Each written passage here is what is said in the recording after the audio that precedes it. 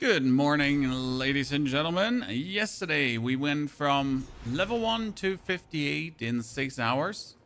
Today we're going to start with mapping and blast our way nicely through, well, pretty much everything, I guess. We're going to begin with tier 1 maps and shouldn't be even remotely stopping us. Now let's make sure that we actually correctly equip our thingies and not the stuff that we were wearing for a thumbnail, because that's kind of like not what we want to have. We are the Oil Barrage Spiritwalker. Yes, you heard right, a Spiritwalker. We get Devour, Wing Blast, Pounce. We gotta remove that spear because we don't need it anymore. It was just for the video explanation. Then we get our, let's see, we get our skills all in. It's E, Q, W, R. Everything is fine. Good. First map. Where are we going to travel to? Let me see. We finished this one here. Finished the gates left and right. We're technically on the way to the boss. We finally arrived back here at the ritual side. We could probably work with more Audience of the King because I was generally like working on that. So I guess that's what we're going to do right now. Do a few rituals, work on the audience, and get a tablet with... Let's see, what is it? Tablets, Overseer. Yeah, we could do an Overseer tablet. I like that one. It's simple. You don't want to do too many league mechanics. Nathan's good to see you there, partner. Hope you're doing good. You're excited to see what menace we cooked up here. Okay, let's get one power charge. Step number 1. Then dash, step number 2. That's it. That's going to be our mapping experience from now on. And the best part is that it actually off-screen clears things, right?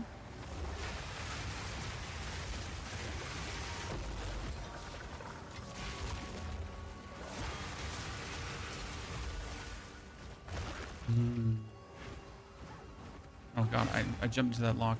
Should be really good for a ritual as well, right? I can just stand here in the middle and that's it. That was the run ritual encounter. I mean, seriously. We're gonna be level 90 today in no time. I mean, seriously, it's gonna be like what the fuckery, ladies and gentlemen.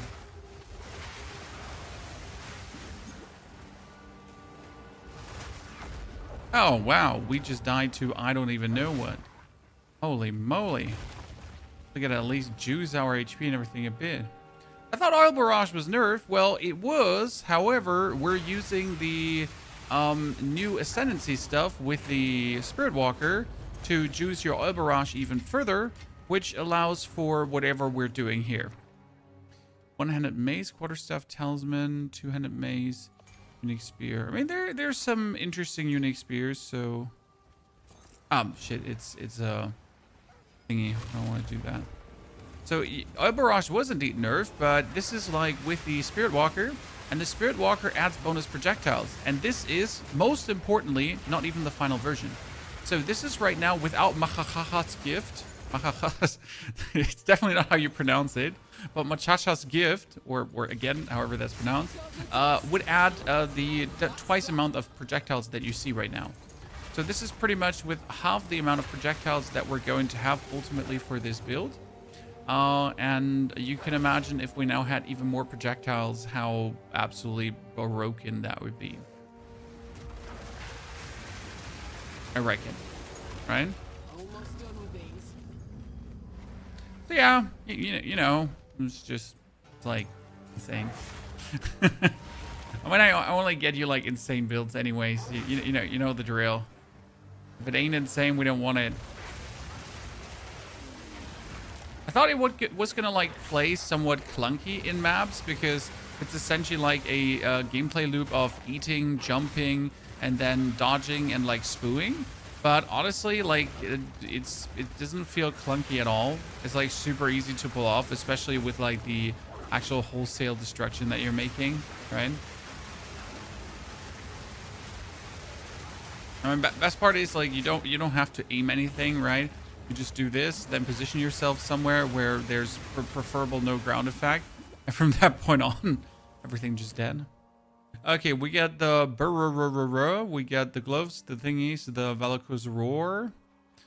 And lastly, you know what? No, everything goes for Audience with the King, baby. We wanted to have that. And get some more essences that we wanted to get.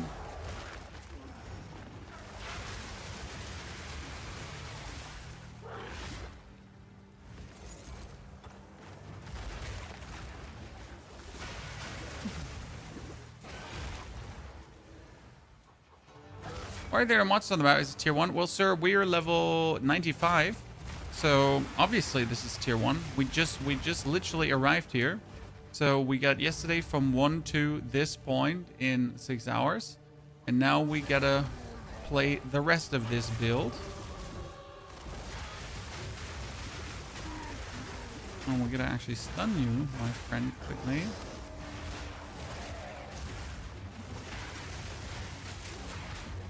Give me that.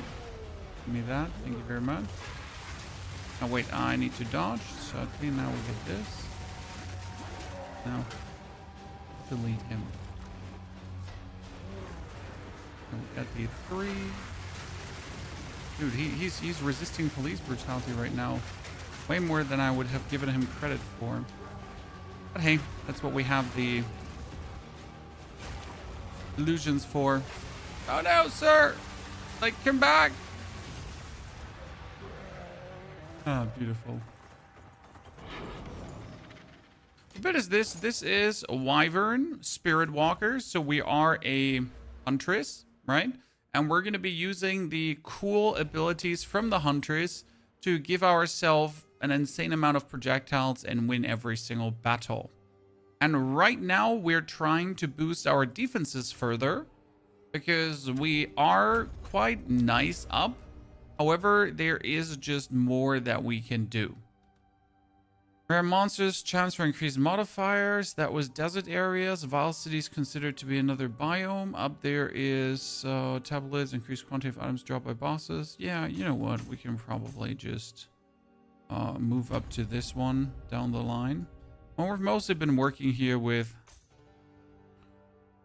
quantity of tablets found. Yeah, and well, probably tablets too rare. You already did the Ascent 3? No, we didn't do the Ascent 3 take. I always do the Ascent 3 around level 60.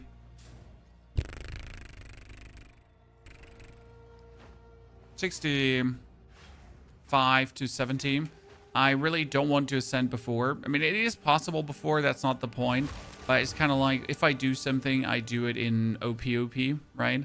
Why would I do something in, like, slightly, like, with a chance of actually death attached to it, right? No, we're going to do it when we're, like, beyond broken. Because then we're just going to have the best time doing it, you know? I find that personally always an important rule of thumb, right? Just do the shit when you're beyond anything. When your strength is unquestionable. Because then you're just gonna have more fun. Oh, there's 2. Dodge and puke. He lasered me. Dude, he just shot me in the face. Very mean. Okay, we need to boost our evasion rating and our deflection rating more. Because I got lasered in the face by this Gruff Racker dude. And he tried it again. I mean, I guess it doesn't help that we have, like, negative lightning resistance. Oh, no. Like, look at this. Minus 22% lightning resistance. That doesn't help at all. Yeah, so the third ascension is just going to add, like, the biggest clunk of damage, like, that you can imagine to this. So that's, like, what you're aiming for to get this huge chunk of bonus. Oh, he's actually reviving? So weird. He really wanted to laser us another time. Okay, I guess let's figure resistances to a degree at least. We got the... which loot filter? I adapted the loot filter for this. It's spirit. Perfect. Let's eat our corpses. Wait, I need to quickly munch on 2 dudes. Get this one running. And then it's an Essence of Greater Enhancement, which is important because we can make ourselves an OP chest piece right away. Right now, this character has a budget of 3 Divine Orbs. Why does this character have a budget of 3 Divine Orbs, chat? Because we actually picked up multiple Divines during the campaign. Yeah. It's quite illegal. I'm not sure how we found that many Divines, but there we go. You know? So we can make this one already super equipped in no time. Let's get more deflection evasion rating, right? We get this character updated in no time, so yeah. How do you get the third ascendancy? You get one in the interlude act. So if you go into the interlude acts and you clear out the bottom left, the interlude act 2 Selkari Sanctuary, you do get 1 token for ascension. Otherwise, you can buy them from the market as well. Okay. Kier, good to see you there, partner. Howdy. Okay, let's destroy armor energy shield. Let's destroy that. Let's check what she got. We need better resties. We need a... Well, my talisman is like pretty end top tiered, so it's going to be hard to find a better one, but we're going to have an eye out for it. Oh, where's my... Thank you very much, Chacho. Still useful to have, but we get to check in between for just pure evasion rating armor, right? That just really goes for the maximum there. Pure evasion rating helmets as well. Actually, that's not true. I kind of want a full energy shield helmet in the long run. Instead of the evasion helmet, because that energy shield will actually boost, wow, 1 to 43 lightning damage. Well, it is yours. Good for that's a lot of lightning damage for a pair of gloves. Okay, we're gonna move this over here because this is where all the items are sitting for the character. Let's quickly check if we did have better boots, because I did have some evasion rating boots, but these are level 75, so for later. But otherwise, I don't think we have like actual evasion rating boots sitting around, right? That's just armor. Oh, there's one thing we forgot. No wonder we've been dying. We forget to put on runic ward on our items, Chad. Damn. I'm just wondering what was happening there. No runic ward. Goodbye, ladies and gents. Disastrous. Okay. What do we want to do with these gloves, by the way? Do we want to add a... We could add maximum life to it, right? So the easiest way to upgrade these gloves, by the way, is now going for essences, and then you go for maximum life over the greater essence of body. Because this will guaranteed give you 85 max life already. That's nice. Then you can obviously go for the currency with the preserved rip and desecrated. Hope that you get a prefix. And we're going to add just like 2 exalted orbs to see what comes out of it. That's int and dexterity. Ooh, and an SC.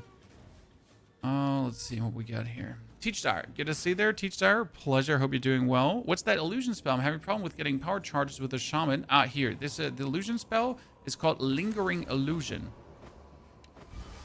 Okay, we got 18 cold damage. They'd be lightning and cold damage. I mean, I don't need the cold damage, but it's a lot of bonus damage for just one item, right? I'm using the Demon Speed Pathfinder, but with Monk and Martial Artist this time is demolishing. Yeah, that seems reasonable. Good morning, Shul, Shakudo. Good to see you there. Each star again. Thank you for the 17th beautiful month. At what part do you switch to a Spear and Shield? With this character, never. This character is not a Spear and Shield character. This character is a...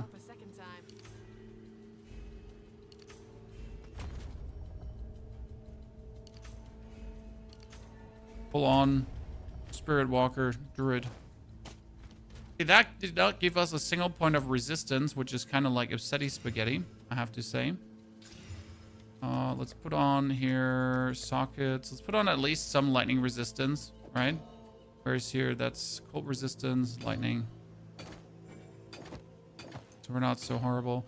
I mean, best case scenario, I'll just get a new amulet that actually gives us resistances. So what do I have here? Something with all resistance, preferable. Oh, you are not welcome here, Satan. Go over there. All resistance. Do we have like all resistance? Get this one. I mean, that is better than what I have there. Yeah. Not by much, but at least something. No, still horrible, but not negative anymore. Okay, we already made some levels, so level 2, level 2, level 2, level 3. I think we can instantly drop into tier 3 map. That should be easy. Tier 3 map is going to be level... What's the not sits?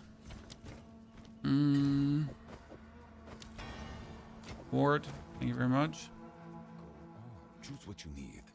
Of course. No, we can definitely skip over tier 2. Tier that. River hold. Yep. Let's go. We're at a point in ritual down here. I was trying to go for... Oh yeah, cool. Ritual altars have a chance to build on a summoning circle.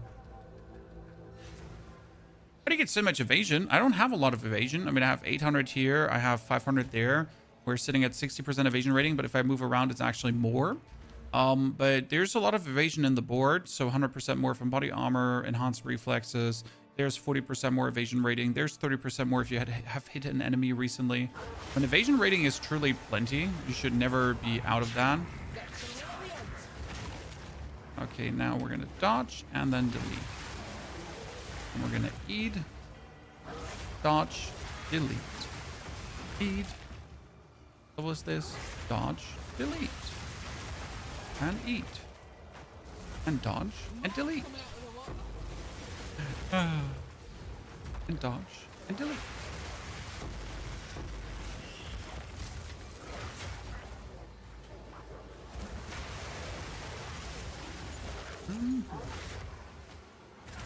Imagine arriving at mapping and this is like your mapping pretty much, right?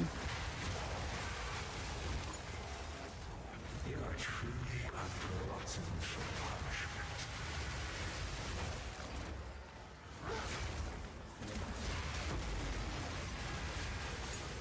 Best part is that everything is like, so my skills, they're chaining off terrain, they're chaining off enemies, so, and they're forking.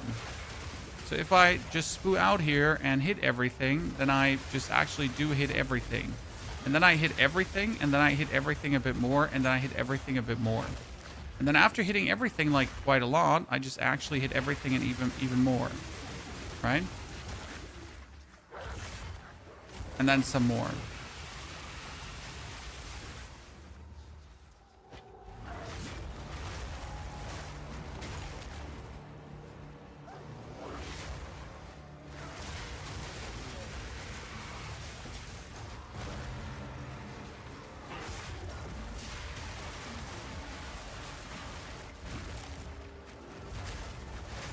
For the skills piece, no way I'm starting this game. The skill trees are super simple once you get the hang of it.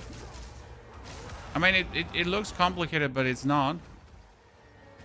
Realistically. Because the skill tree just tells you exactly what it does and how it does what. You just have to read. Which is, I know, the greatest weakness of people sometimes. Like, actually reading. But not only reading, you like kind of have to read and also comprehend what you're reading. So that can be a problem. Because reading alone is not enough, right? You also understand what you just read there.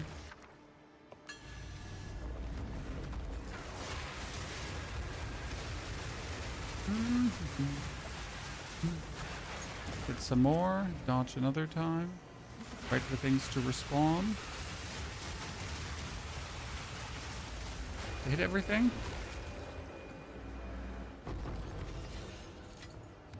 Next one.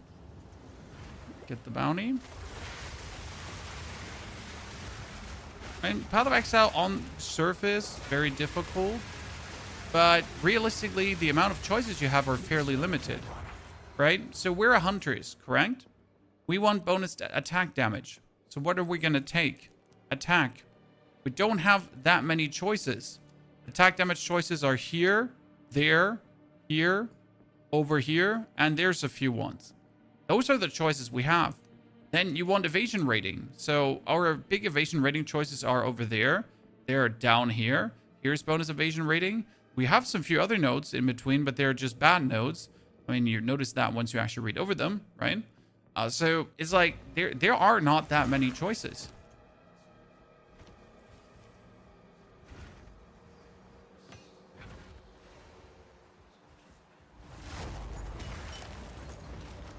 So it's honestly pretty straightforward.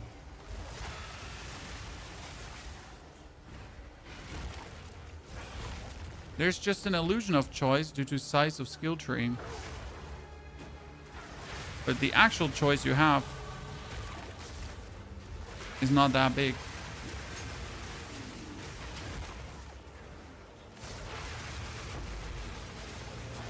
Skill gems level 14. Can I use them already? On Devour and Pound, probably.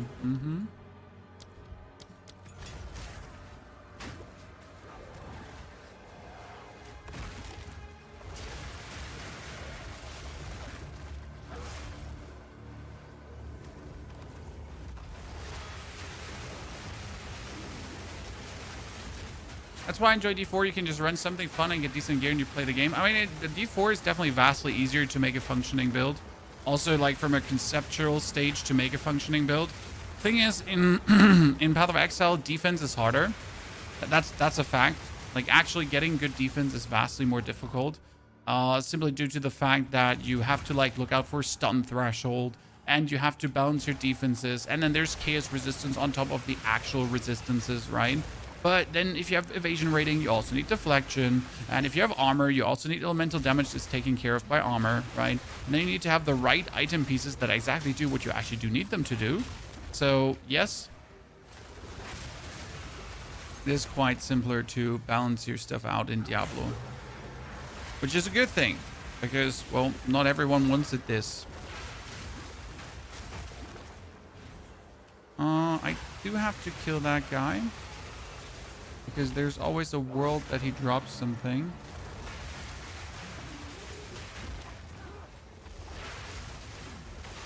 Oh. Look at me, just waltzing in there and almost dying. Didn't have power charges.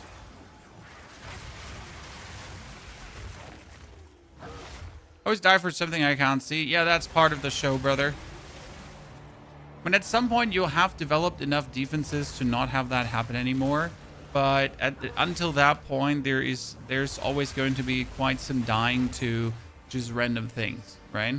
Where you're like, I don't feel like I should have died to this.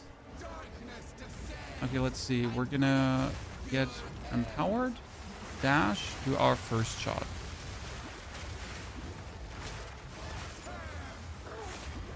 And we're going to get our power charges from her killing our illusions. And then we're going to get the next shot. Oh, she just heard. Oh, great. She just is on the days, like on the stairs, right? And she doesn't get hit. Because why would she get hit? Like some more power charges, stun her, get close. Just decided that she didn't want to get hit. Now your K's damage is just annoying beyond belief, lady. Okay, for these bosses, I guess we'll have to pick up another talisman here, ladies and gentlemen. Imagine Oil Barrage would allow you to walk while channeling. Now that would be OP, and it would also defeat like kind of the purpose of channeling, because well, we are channeling end of the day, right? Which is, wait, we get this. I wanted to have that one to get the resistance, and then we're good.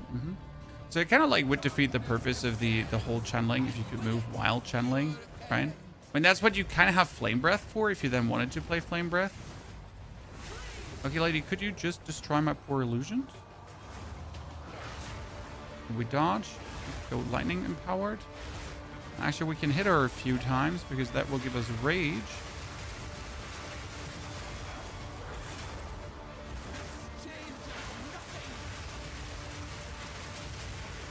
I wonder why she was taking so few damage the first pathing around. That kind of made like no sense how she took like absolutely no damage.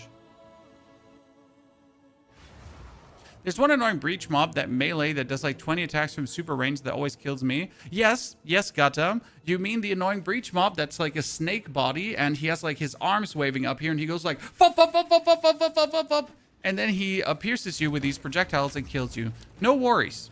No worries. I know who you're talking about. What do you Don't worry, sir. I know exactly whom you're talking about. That little shitter. Wow, that's a lot of evasion rating for boots, but I don't have, what is it called again? Movement speed or bust, right? I mean, if the thingies don't have movement speed, I am not even remotely interested in using them. Evasion rating here. Beer you, beer me together. I mean, that is just like right away better almost than what we have, just simply for existing. It's actually kind of crazy. It's a level 59 one. Let's see. I could just put in on Essence of Maximum Life because I can.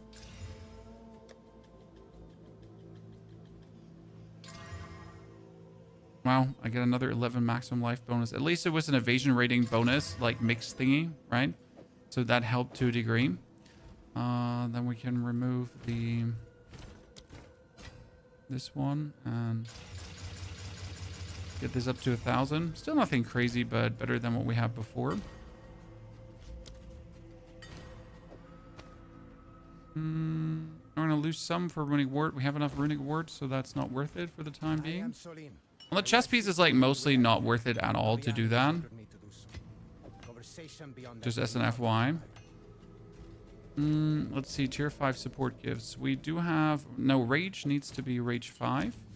Because right now we don't have like a lot of rage going on, so that's a bit of a, bit of a bummer, because we'll still have to rage to actually get the bonus damage multiplier for our thing build up. Yeah. We have Ravenhold not clear. Oh god, it's because it was a map to complete over 2 altars. Chat. Okay, maps. Next one is tier 4 maps. We just keep jumping ahead in case you wonder. Like, we're not gonna bother. Like, monsters gain maximum life as energy shield. No, what could possibly go wrong? So let's first check here quickly. I am sitting with a level 46 weapon. I am level 60 plus. This weapon, though, does already do 300 deeps, right?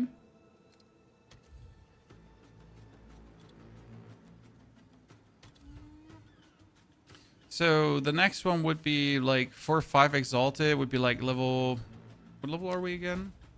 We're level 61. So we would need...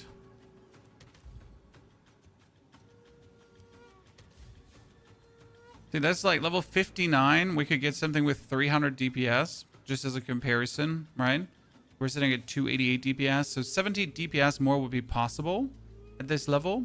I mean, technically, also, like, with an ultra insane roll, you could actually get 600 DPS, which is, like, not even remotely funny. But yeah, see, like, for 20 Exalted Orbs, you could already sit at, like, just more DPS. I should just grab that one. I'm fine with it.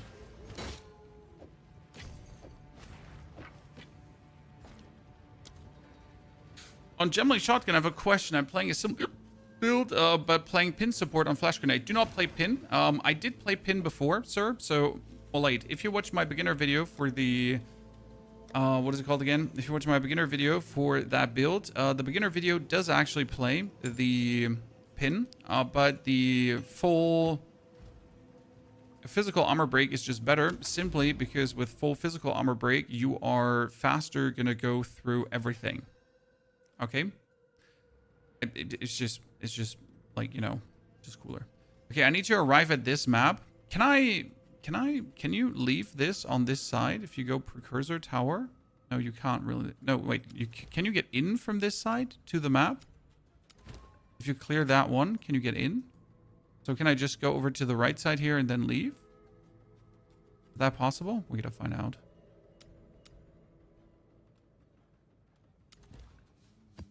Let's see. You can jump the wall? Yeah, I haven't tried out yet, right? The Bone Cage Bleed Ignite Weirdo Gemling is shaping up nicely. That sounds beautiful, Istis. One of your creations once again. So tier 4 map. Get our power charge. It's always like the first power charge needs to be acquired. And then we can have fun. Because then we're going to just make sure. Oh, did I just get a... Yep, I did.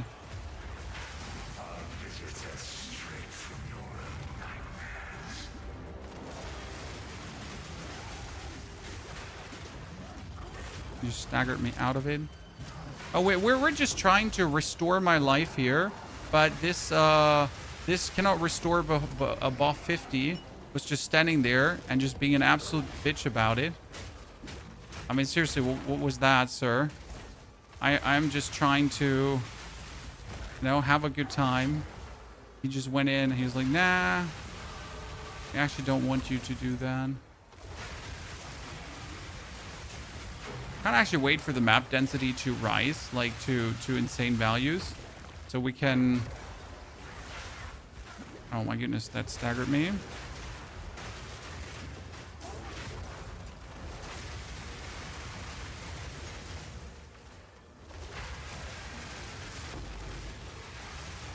Good, you're all dead.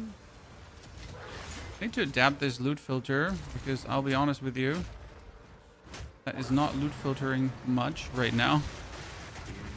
Right? That is not loot filtering much, if anything at all. I wonder how people just like play without loot filters at this point. I know there's still some out there. I mean, the campaign you can pretty much play without a loot filter, so that's fine. But after oh Jesus, I got hit from projectiles. My greatest weakness, ladies and gentlemen, projectiles, as it seems. On a map where everything seemingly just shoots me with projectiles, right? Spirit gem. I was gonna still take some more gem cutters prisons because you can never have enough of those.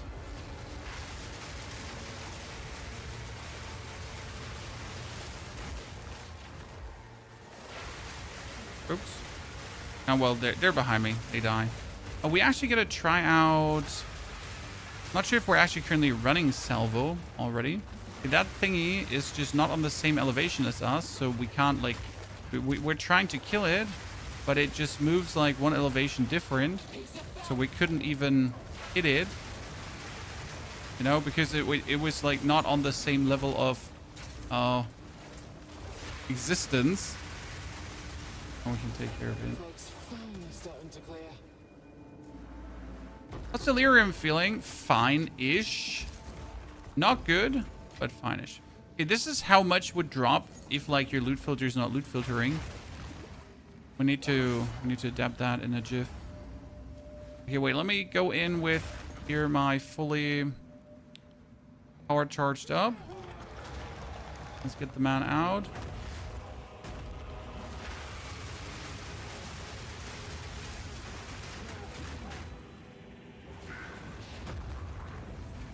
Get more copies.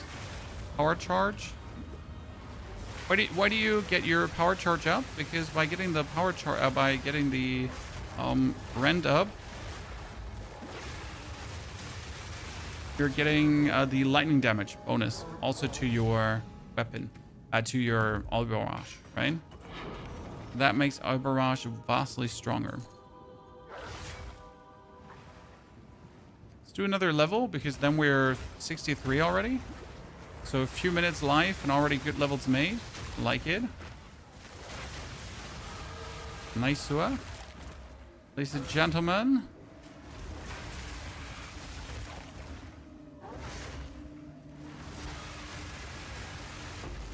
I mean, the XP is just flowing in. We just started like 30 minutes ago and we've already made 5 levels. Okay, this is 68. I'm 63. I'm like currently trying to stay like in this 5 level range of what we're doing just to have like a smooth journey. Okay, let's adapt the loot filter for the end game. Let's go on filter blade. Always recommendation chat. Let's get out of here. Filter blade. And we're going to do strict. Auto adjust. End game. Huntress. No spears. Only talismans. No bucklers. Armor evasion rating. Here, these 3 kind of gears I want to see. Boing. Global filter style mythic. Then we're going to go to export. And we're not logged in. Great. Then I'm going to have to log in. So we actually get ourselves that filter.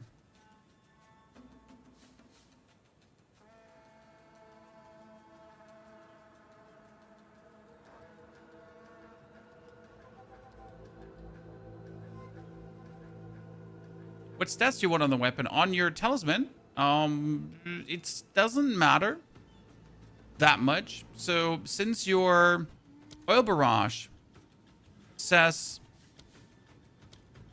converts physical to lightning, but it's only 40% physical to lightning, like generally have whatever you fucking want, right? You can have all the fire, you can have all the whatevers. You're just like, just pop off sun, right? Having a lot of physical is nice, but you could have also all the elemental. We're anyways not boosting it with any kind of damaging skill like elemental armament or so. As you can see, these are all just supportive skills that will actually give us stuff, right? So that's that.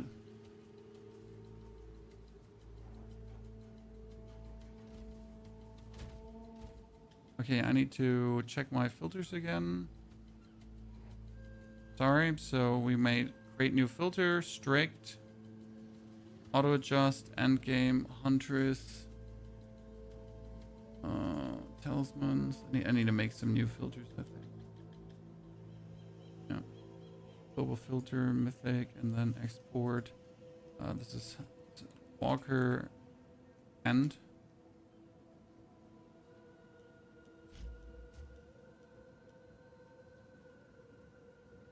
Oh my goodness, I need to, in order to make a new filter, Jesus Christ. Okay, disciple campaign. Actually, a lot of people are using this still. And it doesn't happen often that I reach the maximum, but sometimes I just made so many filters on this website that we are not able to make new filters. Holy Christ. That's like, just let me make more filters. You know, I was ready. This is on the end. Okay. No. Jesus. Website is spazzing. That's bad for me. We're just trying to make new filters so we can actually play the game. Let me make filters. Welcome. Take your time. Okay, that is 86 lightning damage. Kind of nifty, but not actually good, right? Because even with 86 lightning damage, we're not going to get anywhere. Now, it's 170 base, but it would have to like really go off the charts to be any use for us. We cleared a tier 4 map, so we have this tier 5 map. Oh, this is going to get me killed, but I'm going to just do it, so that's fine. All right, that's certainly getting me killed, huh? We get a giant mana flask still. Maybe it's about time that we actually equip a normal mana flask. Take it. And why not? We also have ultimate life flask. Yeah, it's an instant life flask. I like instant life flasks for what we're doing. Okay, we get 2 more skill points. So I was taking these energy shield nodes, right? Which seems a bit weird. Why are we taking energy shield evasion rating nodes? But to be honest, like, we will have a helmet in the long run that is not evasion rating. We will have a helmet that is full energy shield to just have like basically energy shield happening on the side. Main reason for that is that it will just help with the build nicely to stay alive. So we'll just have to have now an eye out for some kind of like energy shield related helmet. I know I kept quite some somewhere. I'm not entirely sure where I put it though. Yeah, we get some random like energy shield-esque helmets, right, just flying around. They're not good, partially not good, but they could turn good. Who knows? So I have to see. Oh, we get something. Okay, we want more cold resistance, so preferable we would kick one of the rings out, but my rings are both like quite useful. I mean, we could at least. Here, that one got fire resistance, and this one got even more damage. Yikes. I mean, at least my fire resistance is off the charts now. I assume if I would just upgrade my boots, that would potentially give me some more resistances. So we could just rarity this up. And then see that we get nothing, absolutely nothing in terms of my resis. That's great. I mean, I could have crafted it resi-wise, but hey, that's that. Okay, I removed another filter. Currently trying to have like filter blank give me my shit. Okay, I am trying to create a semi-strict new filter. Come on, let me do this. You should be able to get this done. Sorry that we now have to do this here like multiple times.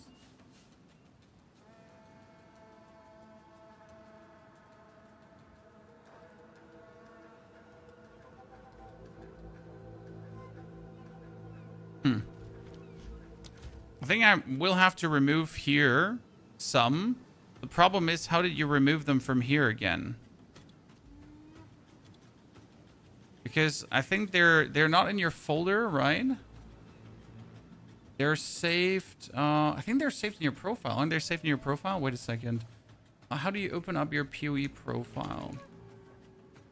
You know, we're gonna look that up because I'm pretty sure you can look that up in your PoE profile, right? But how do you load your PoE 2 profile? Shit.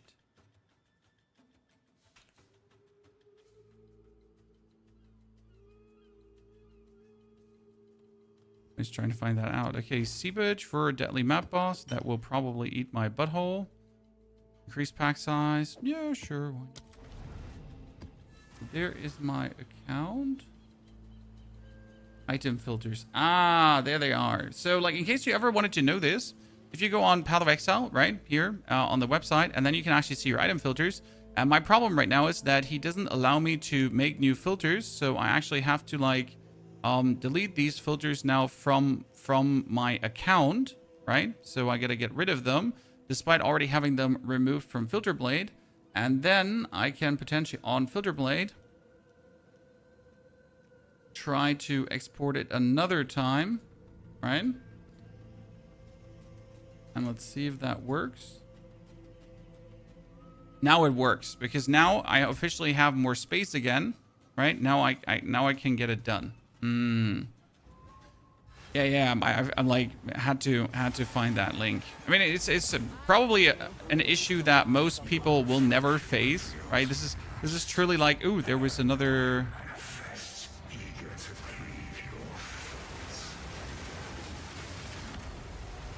This is like a no like sense issue for 90% of the people out there, right?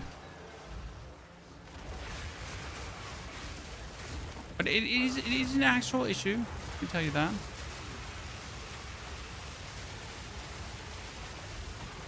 Okay, sir, you just stood in the middle. Like, he had the perfect defense, and you know what the perfect defense was? Standing in the middle of the room. I never had a chance against him to begin with. Right? Man fooled me all the way. I'm gonna kill someone who stands in the middle of the room. Explain, Chan. How? How?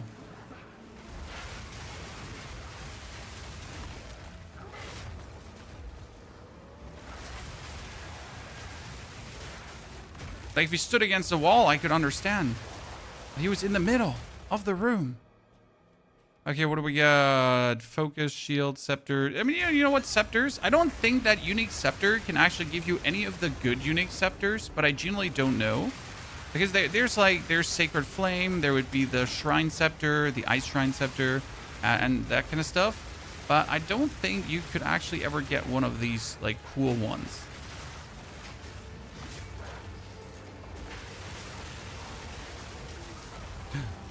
What did you snippety snap me with? No, in between, we're still like, our evasion rating is not evasion rating enough. When it's at 70%, but it's kind of like views my problem I have with evasion rating. Because evasion rating is either there or it's not there, right? And yeah, no one likes that. We don't have what is it called again? We don't have our ward skill in. There's this ward skill that actually gives you the perfect block. And I think I gotta start using that more again.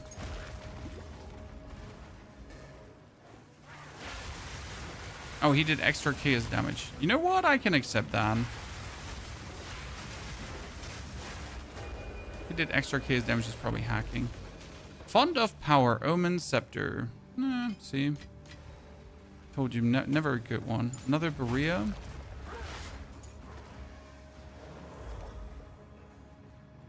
Not sure why GGG limits to Filterblade has to delete the filters. I mean, not sure why Grinding Gear Games doesn't have a system like Filterblade. When have you ever seen how simple Filterblade is? if Grinding Gear Games had any common sense, they would just buy him if he would sell. And they would implement that on their website. I'll be honest, like Filter Blade is literally the best way to make a filter because it's a literal simple click-by-click process. I mean, it couldn't be more simple. Why make stuff in games even like more complicated? I know some people like to make their own filters. However, these are probably few and far between. Most gamers, probably 90% of all Path of Exile players, prefer simplicity in that topic because, like, why spend your time like toiling over a filter when you want to be there collecting that loot, and you don't want to sit there and try to make something that, you know, then functions.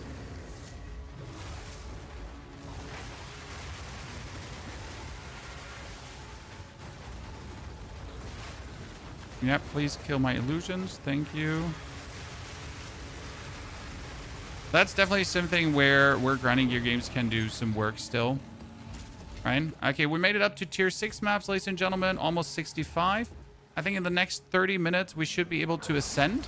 And that ascension is going to be brutal because the ascension is going to gift us our absolute amazing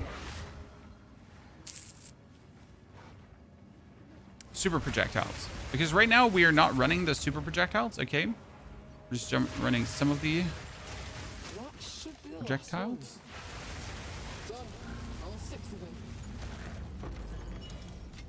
We just got to decide if with level 65 we instantly want to run A-less Chime. Because realistically, yes, A-less Chime would be great.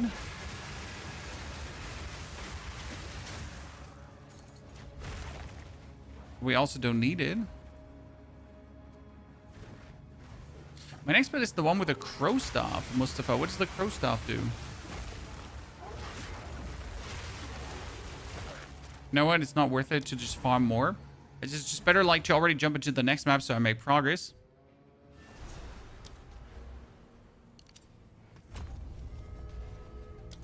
Okay, another skill point, but that skill point was done. Ah, here, standard map. Yeah. How good are the uniques from the runes if you select the very rare unique item option from it? It has like 8 little runes on it. I haven't tried, so I can't generally tell you. 21 evasion rating. Terrible, terrible. That's 31 fire damage from attacks plus attack speed and resistances. Damn, damn, Chad. Damn.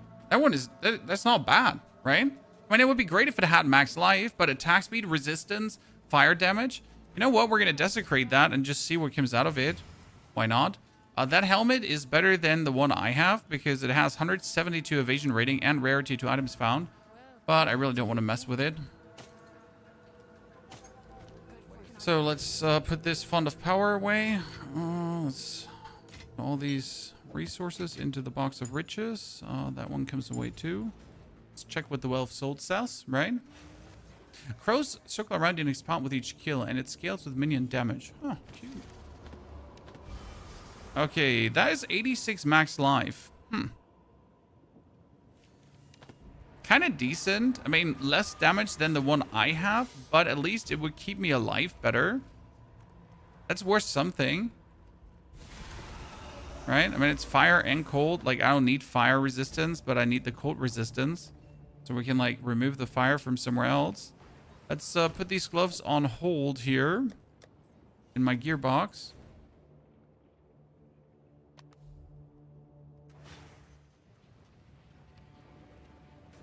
Find out. So you work like a blasphemy build. It sounds good, Mustafa. And I hope it works out the way you imagine it to work out. 40 lightning, 86 cold. I mean, we're getting like some decent ass talismans here. 61% increased physical. 61 is like just not even remotely high enough. That's 25% movement speed. That's 30% increased movement speed. Damn. Damn, for a boot? At this point of the game? You know what? We're gonna go for essences, and I'm gonna slam cult resistance on it. So we'll just make sure that I definitely get cult resistance, right? And then we're gonna... yeah, get 92 max life. Ha ha ha ha ha. You look at that, ladies and gentlemen. Put some ward on it. the token in that, and we're 75, 62, 62. And then I'm going to add a socket for cult resistance. Yep, and there we are. Suddenly sitting at 44 and 30% movement speed. We're going to be zooming. Okay, seepage is not done because we have to kill all rare monsters, really? I do not like when a map forces you to do that. When you go from just like, you know, killing the map boss to, hey, now we want you to kill all rare monsters. And you're like, but I don't want to kill all rare monsters. I just want the map to be over with. No offense.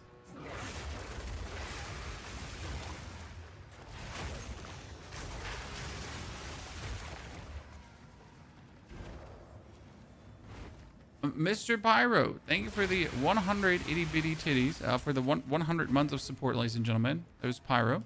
And also Mr. Wig for 10 gifted. Wait, that's way too much. Seriously. 10 gifted is a lot of money, sir. Appreciate that support. I'm happy so many people are enjoying the Path of Exile content.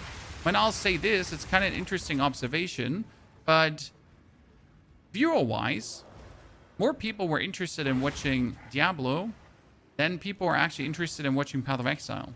This is kind of like a trend I noticed for every single creator currently. So this is like no thing like isolated, right?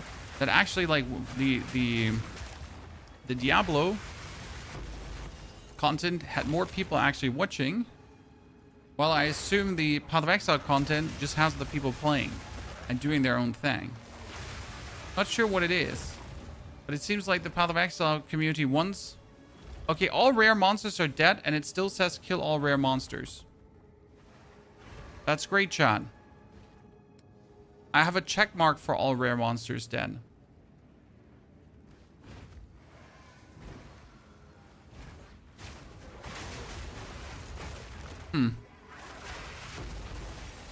Yeah, so what am I supposed to do with that now?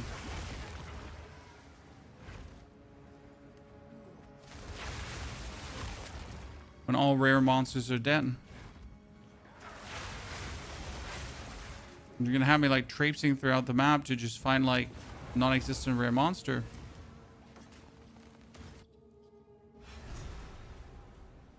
Ziggy, you would be surprised. We have had absolutely unexciting seasons in Diablo 4, and yet people have been more than excited to watch. Simply because they're... How do I say this now? As simple as the Diablo 4 endgame is, it's actually a very watchable endgame. Not sure how to really explain that. So, it's like... It's not terrible to watch, and Diablo is like easier to follow than what's going on in Path of Exile. Because at the end of the day, Path of Exile is just hopping from map to map to map to map, and that's about it. This is like nothing against Path of Exile, right? But the observation is just that more people just frequently watch Diablo videos and live streams than Path of Exile people do.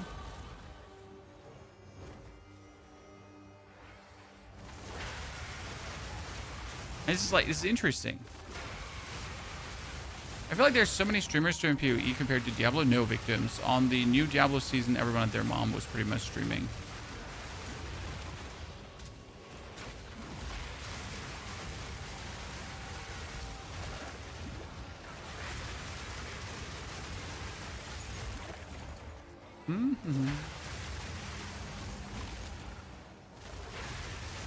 Okay, we made it one level up. So that's 65 already. 65 is a very big level, because with 65 we can now decide to use lineage support gems. What would lineage support gems do for me? Question is if we can afford them. That's probably the biggest problem. So one lineage support gem that we need is only 2 divine orbs. That's actually really simple, because let's be fair, 2 divine orbs, what's that nowadays? I mean, you actually find 2 divine orbs while you're playing the campaign. So I guess that is something I can expect people to have. I mean, if a support gem would cost like 20 divine orbs, we get to talk about like, yeah, sure, I can't expect you to have that, but 2. When alone this character found 2 divine orbs, right?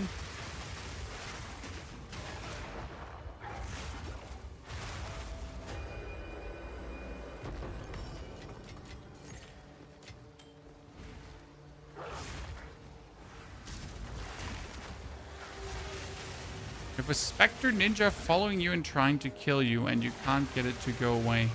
I don't know, sir.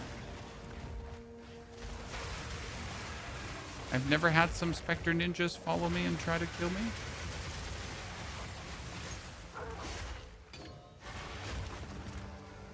The boss is here.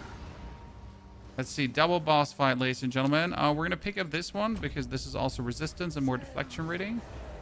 Okay, I'm going to dodge, dib, dibble, die. And then we're going to absolutely desecrate you two. Stun them both. Good. Level up, ladies and gentlemen. Superior Spiny Talisman. Ornate Plate that I don't need. Exalted Orb, and we're good. Is the clearing ability no cooldown? So we're using Oil Barrage, okay? Together with the Primal Owl Feather. I will dodge. I'll get the Owl Feather. That's more projectile. Then I do Oil Barrage. Then I eat for more power charges. And then I do the same again. Eat for more power charges. Jump into the next pack of mob. And as like, I just need to have power charges. And I consistently make them, right? And then I just need to dodge to get the Owl Feather. And the Owl Feather reproduces currently every 4 seconds. So I kind of always have an Owl Feather, right? Which means I can limitless do this, yes. There's nothing that will ever stop me from doing this. There's nothing that's like, oh no, you're not allowed to do this anymore. Please stop, Mr. Ponyhoff. I know there's a Rogue Exile around on this map. So we're gonna find the Rogue Exile. But where could he be? So if we haven't stumbled across him right now, then where the fuck is he going to be? Yeah, this does not have like anything. No, actually, it's really easy to survive in high maps too, my friend. There is a tech for it, and it has to do with a ward skill. I'll show you the ward skill in a bit. I'm currently not running it. So there's a new ward skill that comes in super handy. That makes you block all damage. Virtually immune. Also, as soon as you, I think, have your... Yeah, I don't even see the Rogue Exile, so I don't know where the Rogue Exile right now is, right? But my bouncing off the walls and everything was just absolutely destroying him. That's kind of funny. Wait, what did I just get there? Dominus Grasp? Ooh. Dominus Grasp was actually really wanted for certain builds. I'm not sure if I can make use of it. I mean, technically I could, because the way how it works.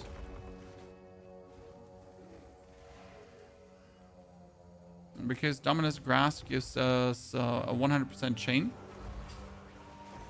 But I'm not sure if that is required, to be honest. But there's another Rogue Exile, allegedly. Chat. Allegedly, the map contains another Rogue Exile. Yeah.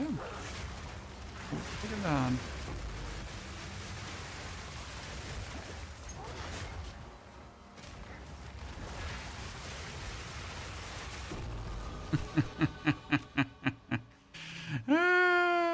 Get fucked, nerd.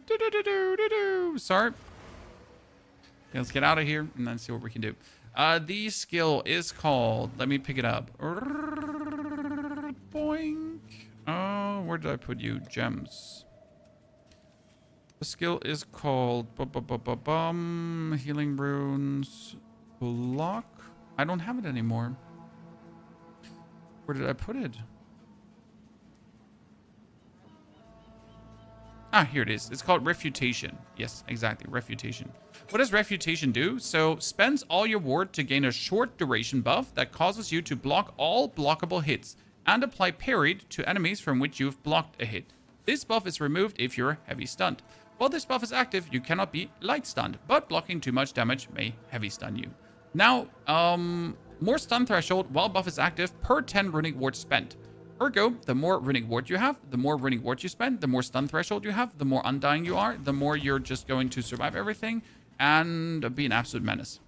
Because you can just activate this while you're in the middle of everything, all the damage that's happening towards you, and you'll just not take a single damage point and literally survive it all. Okay, so this one has 72 fire damage, 112 normal. We could just apply an Exalted Orb to see what happens, and that's Act Rating, kill me. Just kill me right now.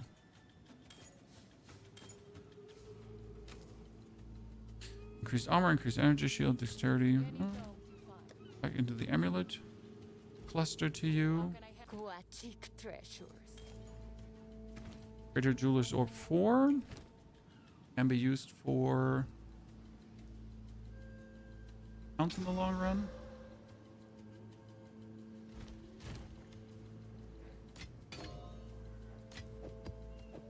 So Dominant Assess, supported skills chain 100% more times, right?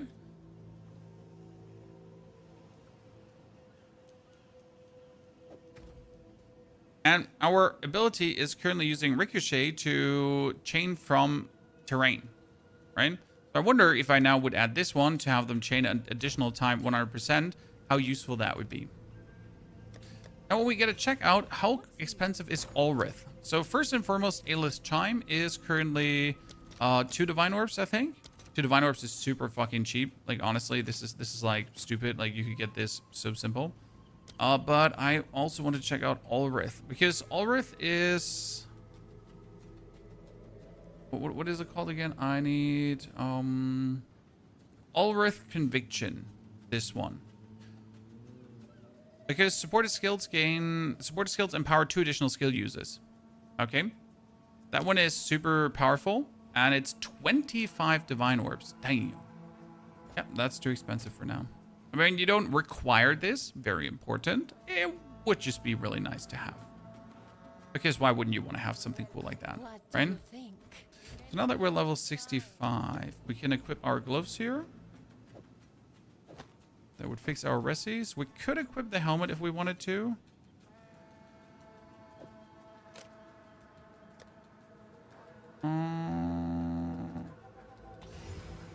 Lucky me. I just got light radius. Oh, just kill me, Chad. Just kill me. Spend 5 divines on your chimes, sir. I spent 13 divine on my chimes. Don't worry. Energy shield and maximum life. Sure, why not? Technically 226 energy shield. So if I now equip this, I'm going to lose like some evasion rating, right? But we could also gain like 400 energy shield. Not worth it yet, so we'll need to make sure that we have more evasion rating before we actually equip this. But we're moving in the right direction. Okay, we got here. This one all taken. I think we want the reduced of damaging elements and everything. Like you want that on you as a guaranteed, right? And then we need to really quickly move to Spectral Ward, because Spectral Ward would instantly give us, for every 12 evasion rating, 1 maximum energy shield. It wouldn't just like literally hurt to have. Like the freest thing you can pretty much go for.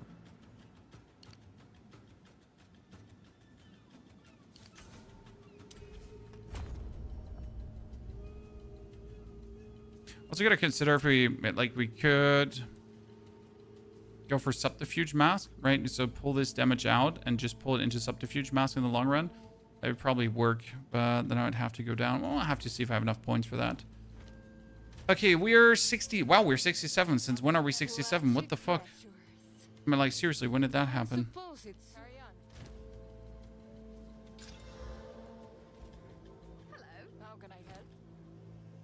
You know, when did we get there? Probably gonna have to just buy like a good chess piece and a GIF. I mean, ours has like 1,000. I prefer like crafting my chess pieces. It's way more fun for me. But honestly, like sometimes crafting just feels so useless. If you just consider how cheap some of the crafts are on the market, right? Like crafting just feels completely like why do I even bother, right? So right now we have Refutation up, so I can just trigger this now, and then I can cast my thingy, and while the Refutation is running, I'm pretty much undying, right? That's a little bit how it works. So if I'm gonna be like using like my breath inside a lot of opponents, then I'm just before going to activate Refutation and make sure that, like, you know, I am undying because I'm blocking everything, and then I just nuke it all around me. Now, optimally, I'd obviously start nuking things not right in the middle of it, right? So you would kind of like start channeling when you're in a position where you're not going to instantly take damage, because that's obviously better. Now, activate Refutation quickly. Oh, I didn't actually activate it. Oops.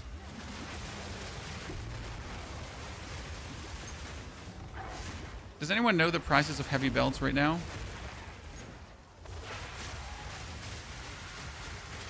I sold a couple for 15. I need to put like prolonged duration still on it. Oh, uncut skill gem 19, just like that. Damn. I mean, in a tier 7 map, that's kind of crazy. I can't use a 19 now for a long while, but that's not the point, right? You're just gonna be very happy to get a 19. This like no consequence, scot-free, super easy, right? As soon as you then, Jesus Christ, holy damage, moly mech, eat my feet. I mean, like, once you get to that level, you just have a guaranteed 19 skill gem. Haha! This time I was prepared, ladies and gentlemen. Right? He tried to jump me, but I shall not be jumped. We play Merc. Yes, we just finished our one-hit Merc, which literally uses the shotgun cluster grenade to just one-hit everything. It's just insane. Yeah, Refutation will also parry enemies, which gives them a 50% damage debuff, chat. So they just take 50% more damage. Super nifty. That's why you actually do play Refutation, and that's why you actually do have to play Refutation on every single build, which is kind of stupid because I really don't want to put Refutation in every single build. But what can you do if one thing is so humongously good?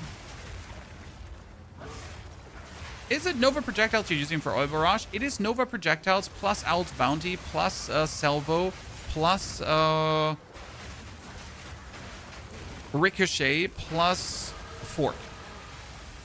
Ergo, my projectiles, they chain off the ground, then they fork when they hit an opponent, and they chain additional time, so they can like pretty much skip over the ground. Plus, we'll get just more projectiles when we use our Spiritwalker Owl's Bounty skill, which then just has like more projectiles going randomly out around us. So, long story short, short story long, we're OP. Like, you still have one beam that pretty much goes forward, right? So from all your beams, you have one beam that goes forward. The rest is just randomly going like wherever you wish. But your original spoo, you can shoot like forward into your opponents. That's a useful one. Okay, I would really like if these chaos thingies wouldn't like follow me around, so I could just channel my heart's desire. This is also why you need a lot of action speed, because this is underestimated by many. Like they try to play this when they don't have a lot of skill speed. So right now I have quite some skill speed from my passive tree already, and that skill speed pretty much allows for smooth execution of what we're doing here. And now imagine you didn't have a lot of skill speed, how clunky this would feel. Because you need to arrive, you need to jump, you need to be in front of your opponent, and then you need to pretty much cast your channel before they do their thing. Because otherwise they will hurt you. But we want to be the one that knocks. We don't want to get knocked. Right? Okay, we're gonna be level 70 in no time. Do you think we should have a new weapon before we go for the next Ascension, chat? Or we're gonna be happy without?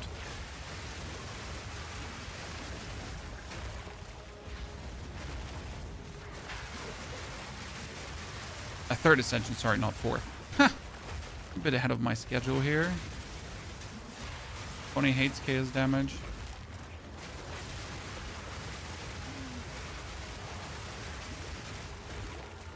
Dude, I have never, with any of my other characters, set like a 2000 easy peasy progress in the the favor department, right? I mean, this is working incredibly well for getting like a lot of favor and being able to buy whatever I want. Keel Howl.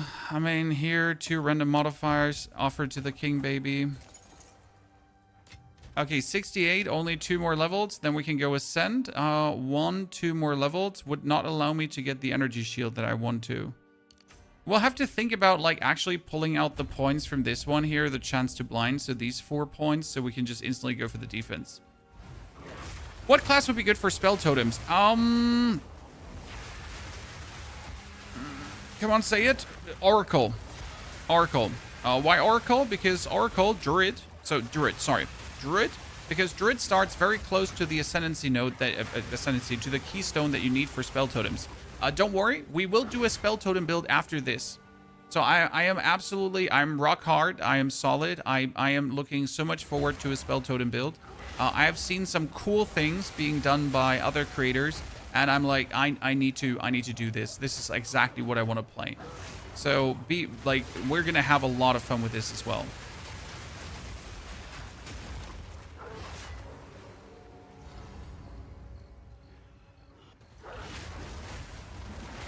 Okay, so hi my friend, bye my friend. Make a few illusions, make a few illusions. Bye my friend, bye my friend.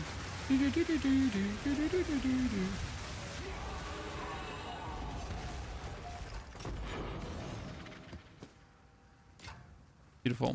So that is level 69, ladies and gentlemen.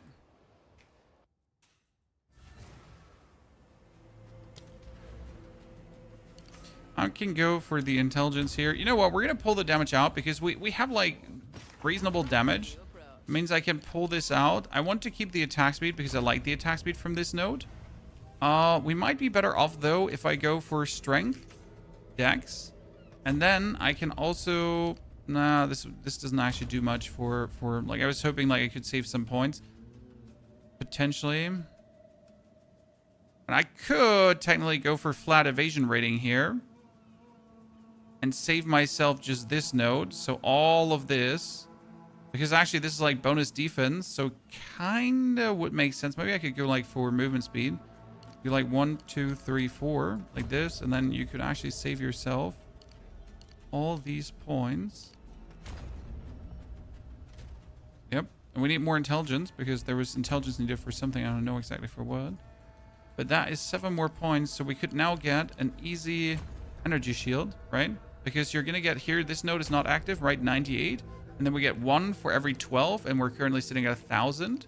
So that's actually good. It's quite a nifty just bonus gain of energy shield without having to do anything. So that's kind of nice.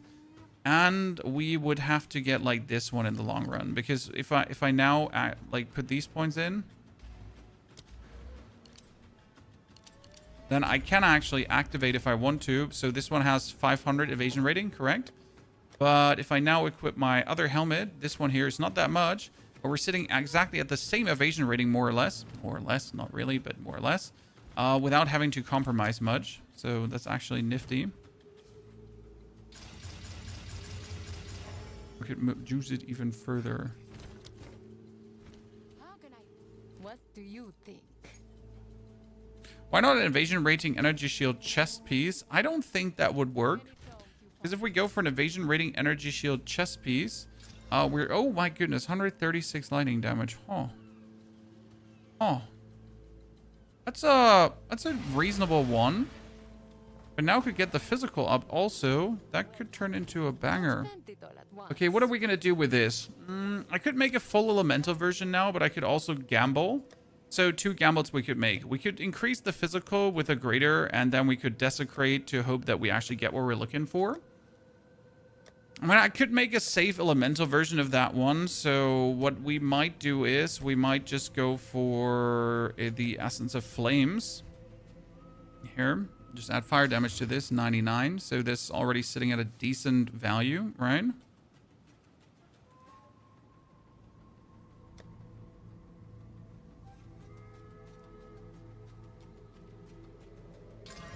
%, physical. Damn.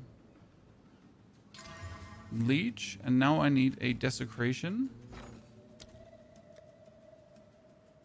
What was this Path of Exile craft website called again? Because I always forget what the name of it is. There's like a craft website. I'll post it right away. No, it's not PoE2DB. It's Craft of Exile. Thank you so much. Because craft, like, I just need to look up the desecrated modifiers often, because I completely forget that. So if I like on a weapon, if I now wanted to have like, if I wanted to now desecrate a weapon, right?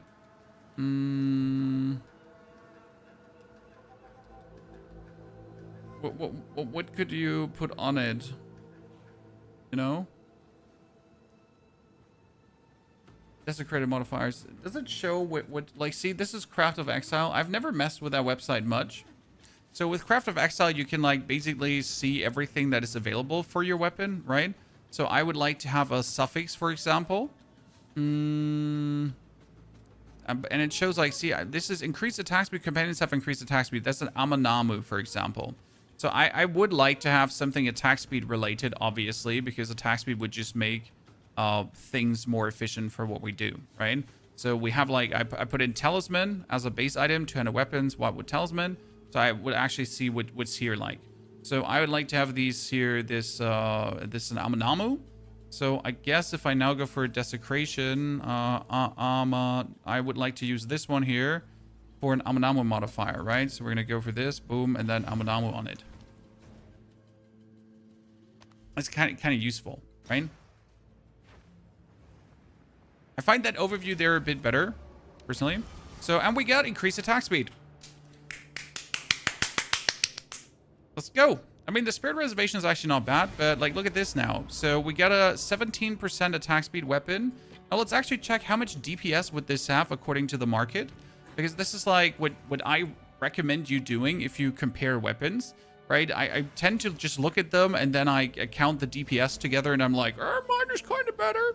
But you can also just shift alt, and then I can see this would be now like a 500 DPS weapon we just made, while this one here is actually a 346 DPS weapon. So having a 500 DPS weapon sounds a bit better. Then we're going to deactivate everything and check for similar ones. So similar ones, a 500 DPS would now be 50 Exalted Orbs. So we just simply made a 50 Exalted Orb weapon for nothing cost, right? A nothing burger. And we can still upgrade this. So now we upgrade it. Then we're going to slap a double socket in it. And what would you say? Probably physical bonus damage, right? How many do we have of this? Physical. So pop. Then we're sitting at a potential 561 DPS weapon. Down. That's a little bit of an improvement. The problem is we're not level 17. Shit! I was so excited! I was so excited for wearing this, and then I can't even wear it because I'm not the level yet. Oh, yikes, doodles, dandy bandy andies, ladies and gentlemen. What did just happen there? I got robadoodled. And I don't like to get robadoodled. It does feel uncouth, I would say. 16, upgrade my... So my Devour just devours more. I don't have 113 dexterity. I am playing with Wind Dancer the whole time, Chad. I am playing without Wind Dancer the whole time. No wonder I'm dying. Not gonna gamble that heavy belt. No, I sell my heavy belts. Sir, I see your confusion. I just gamble my heavy belts. Like, why the fuck would I do anything with those? I mean, like, there are other people out there that want to waste their currency. I am not, you know, your real father. I'm gonna have you waste your own currencies. I don't do it myself. Okay, let's go for that one here now. My belt just sold for 15 Exalted Orbs. See, there you go.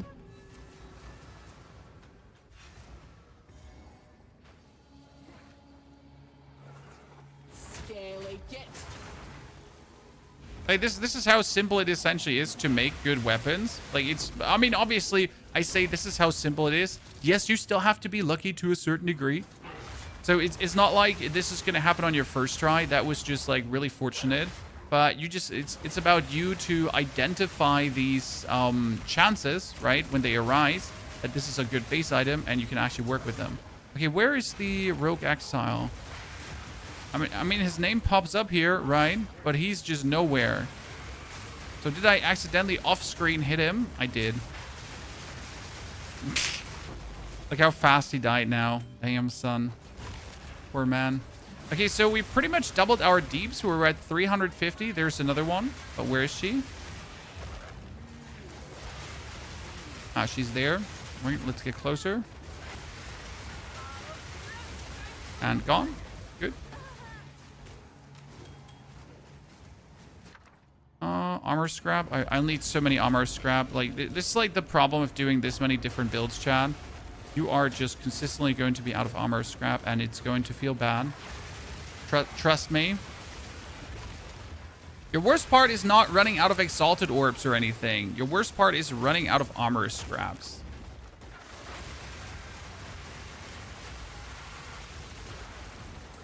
And I wish that wasn't the problem.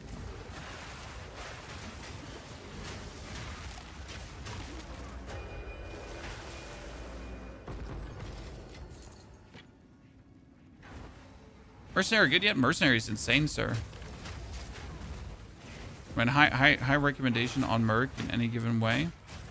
Please kill my illusion. Please kill my illusion. Thank you very much. Very much.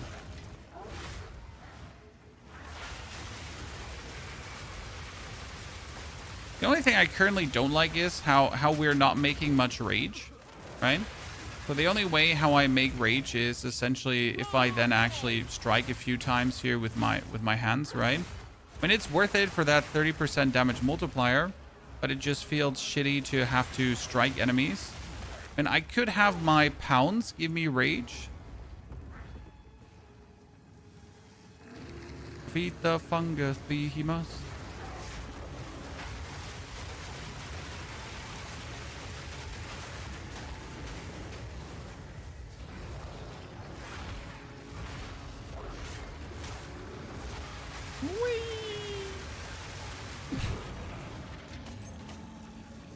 Dunzo. Galbunzo. There's another Rogue Exile, Chad. That's Rogue Exile number 3. Oh, Jesus. That almost killed me. Why does the Rogue Exile number 3 have the HP of a fungus behemoth? You know? And I know you like to display things wrong, but it would be nice if the Rogue Exile was also the Rogue Exile. Thank you. It wasn't someone else. Get the Scout's Vest and the Sacral Quiver.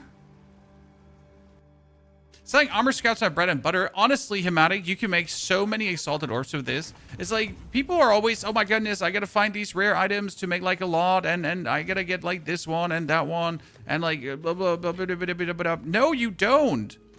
You just have to get goddamn like armor scraps and just sell them on the market, and you're just gonna be swimming in money in no time, right? Like, the ease with which you actually can make currency is quite astounding at times. That is a nice little ring here for the resistances to work with. I mean, you could probably make a pretty penny also from just selling rarity items, because people buy them too. This is a Huntress. This is a Huntress, my friend. There's another Rogue Exile. Chad. So I thought we were done. I thought we killed all the Rogue Exiles, but let me tell you this. There's another one. That's 4 Rogue Exiles on a map. That's excessive? I mean, in a good way, I guess. But excessive? I mean, I knew I'd choose like a specific rare map here, right?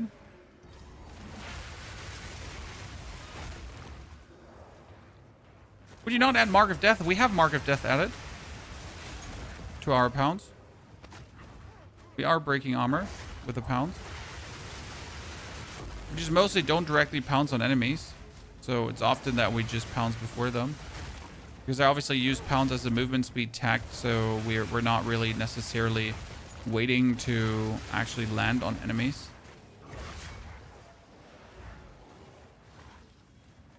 But you're completely correct. Mark of Death is amazing. See, like here, he gets his armor broken. Notice? Just for me existing.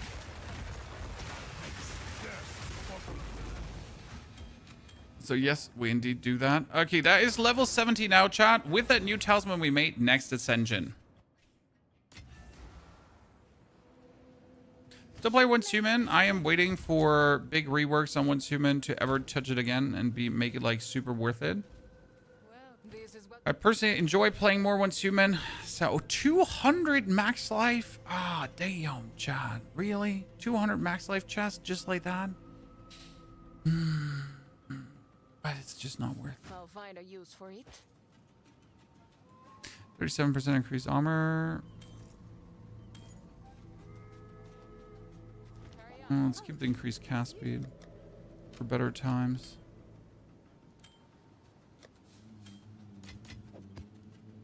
Okay, for that one, I need to be level 84 so we can use it. We are now level 70. With level 70, we can put on this new bad boy here.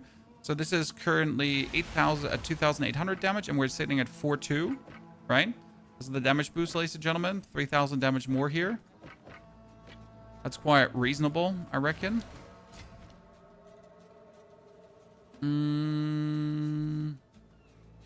Let's see. We got Rage, Heightened Curse, and Prolonged Duration, with the idea that we just have this up as fast as possible.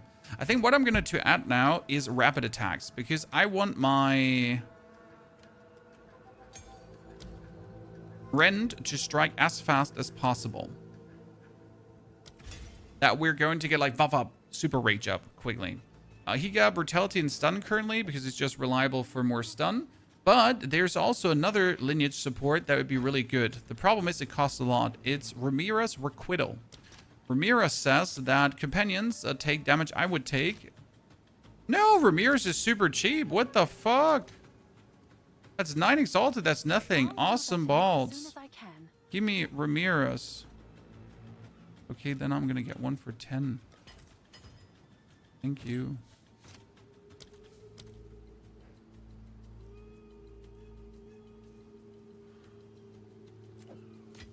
So Ramira says 10% of damage taken from the supported companions, right? You recoup 200% of damage taken by the supported minion. So instead of playing Loyalty, I'm going to play Ramira's, and that is just going to bonus keep you alive. It's insane. Now, since damage is being taken by the minion, I guess we're going to have to make the minion bigger with hulking minions. Because that's just going to make it gigantic. That's more life, more damage, more size. Why not?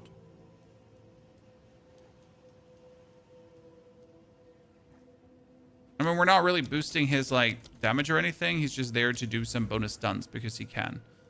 We get this here. I would like to get more power charges because I simply want to stack up more to make things a bit more convenient for me.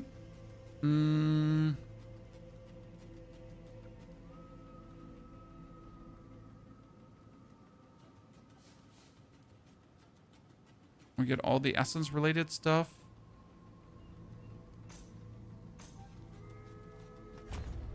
I really just love all the essence stuff. In addition, content to areas with powerful map bosses. Oh, I need that one. Yeah, I need that one. We are going to Ascent now. Do I buy a new chest piece? Let's see what we have. 65 body armor, right? Market panel. I would like to clean this up. I'd like to have a body armor. Let's see. I'd like to have a body armor. Again, I prefer to craft them. But the problem is that crafting them is often worse than actually just taking them. Because if I just get a body armor here, level requirement is 65, right? And we're just going to go for the maximum evasion rating.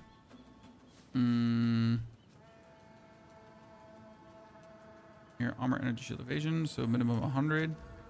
And then you just like sort it after evasion rating. So I can now get a level 65 armor, right? For...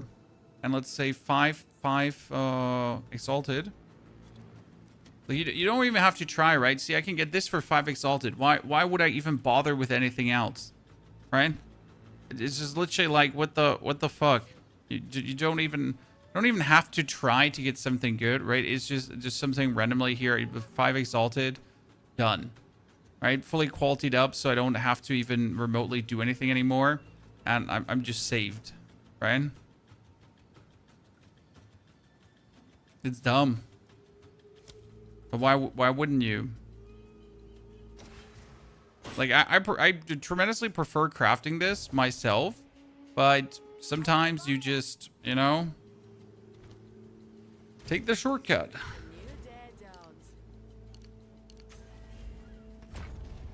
No, I'm lacking strength now for what am I lacking strength? For my weapon. Interesting. So I need the int, but I don't need that much int, so I can do more strength. And we can put on the code, right? And the code has almost twice the amount of...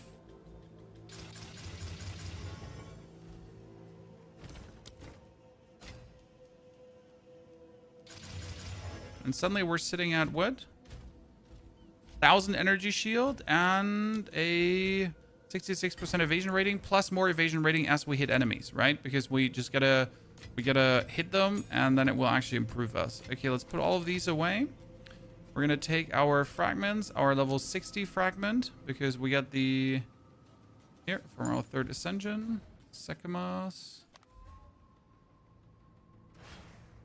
I wonder how much does a Berea level 60 cost if you actually sell it? Has anyone ever tested? Because I use them to ascend because obviously it's so easy to ascend with it, but how much does it even cost?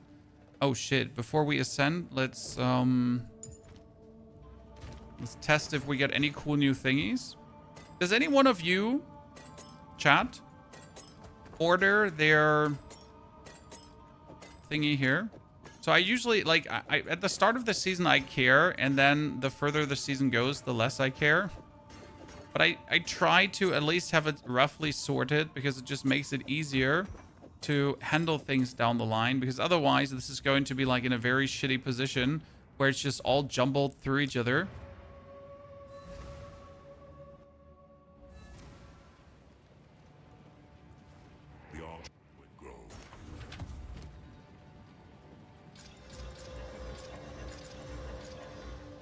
Okay, let's see what we got there, ladies and gentlemen. Your whole stash is organized. You know what? I respect that. What class has been your favorite since the update? The Monk. Really, Monk was brilliant. But I do also have great fun with the other shit that we're doing here. So as brilliant as Monk is, there is obviously other brilliant stuff out there. Like legitimately stupid good things. So the amount of fun that is possible to be had is quite nifty.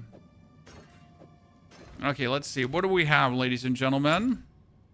Maximum honor. Oh, shit. We didn't upgrade these two bad boys. We need to do that.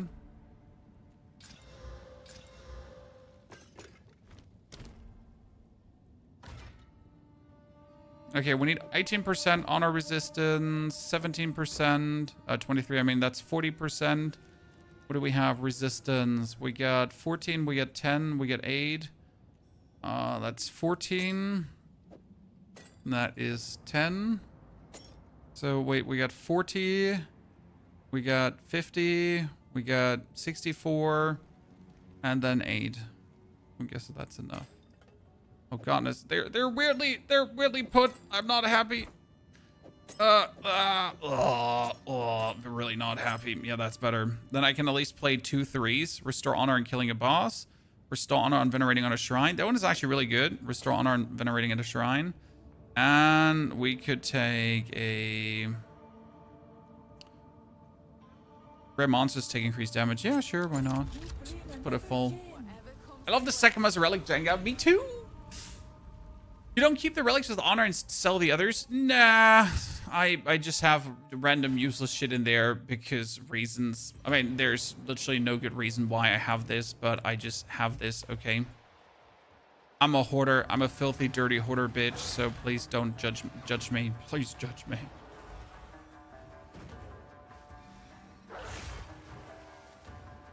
Cargo.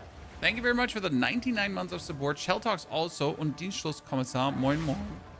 Nice to have you all there. Happy Friday to you, chat. Happy day off to some Germans, not all the Germans. Impressive endurance. Oil Barrage on console makes you stutter and drop frames. Huh. I mean, that sucks. See, like how quick we now attack with that bonus attack speed. That's obviously important because then I can just get my rage up quicker. I do believe I need a gem that gives me 1 rage per melee hit. Why would I need to get a jewel that gives you 1 rage per melee hit? It's actually simple because the Devour is melee. The Pounce is melee. So if you're actually on a map and you would Pounce around and Devour around, that would be enough to keep a rage that you build once up just continuously up. In the Trials of Sekhmet, in front of my audience, really? That's a first.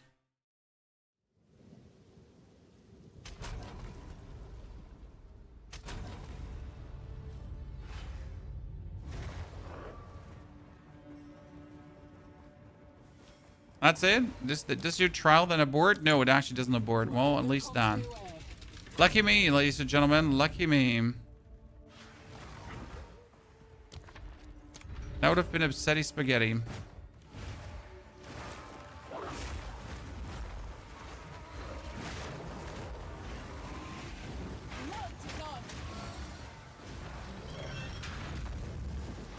Is this build expensive? You don't need anything. I mean, we just bought 1 gem that will help us to stay alive for 9 exalted.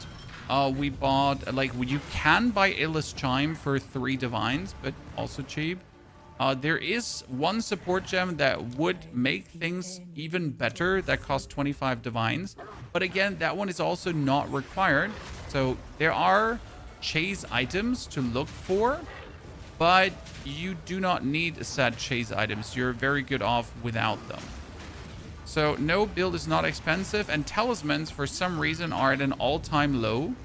I mean, if you actually want to buy a talisman just for standard attack on the druid, like, you're pretty much gonna have them for like 1 exalted, top tier, high-end, super ultra damage talismans.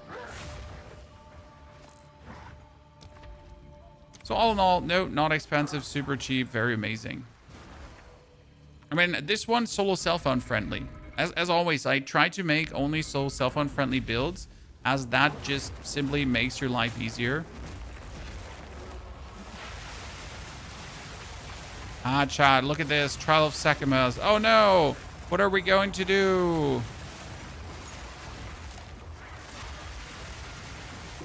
Armageddon! No! Armageddon!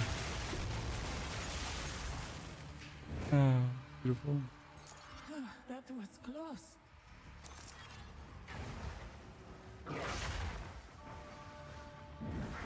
How do you like the new 051 patch? I mean, nothing really much changed. They fixed some things that needed fixing, yes, but it's not like that 051 brought like major changes that rattled the meta. They fixed the bugs that needed fixing. My mercenary build is now actually stronger than it has been before. Yay. Yeah, 051 is nothing big. I mean, functionally, everything still works. The most important part. Yeah, more Sacred Water found. And I want more defense, because more defense is more defense is more defense. Wait, what did I get there now here for a -1? Monsters inflict biting chains, yeah. How do you not take damage when you go into the fire? I dash. So if you get into the fire and instantly dash, you are dodging and then you have iframes. And if you're dodging and you have iframes, then you cannot take damage from traps. I mean, you can literally dodge through every single trap in the game, in the Trials of Sekhmet. So you don't actually have to stand there and take the beating. No. Oh no, please don't kill my illusions. That would be such a shame if you will kill all my illusions, right, chat? Oh no, please don't.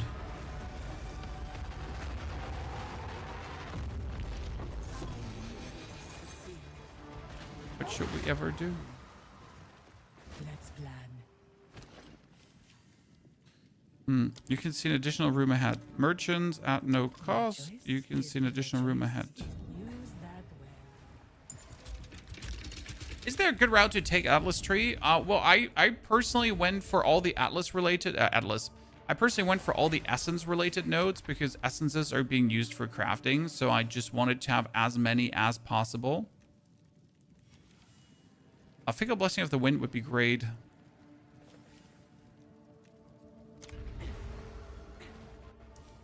So yeah, I just simply wanted to have...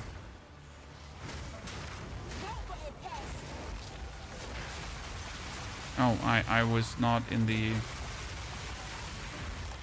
I wanted to have as much essence stuff as possible because, yeah, essences are, again, king for crafting. And the more essences that you have, the easier everything will be.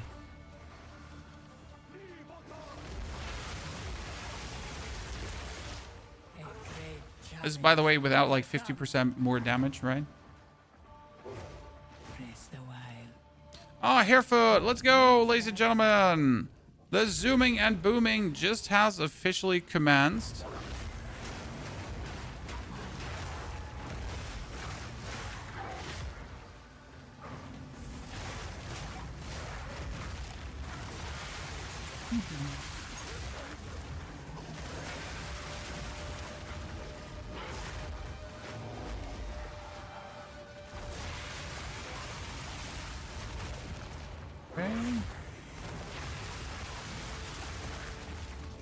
How's it hitting everything? Well, they just bounce off every surface, you know?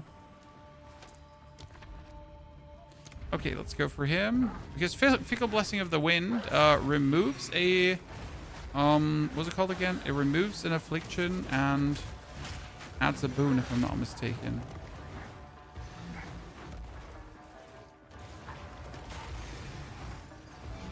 And I'm through. 40% movement speed bonus here. Gain a random boon, cleanse a random affliction. Yay!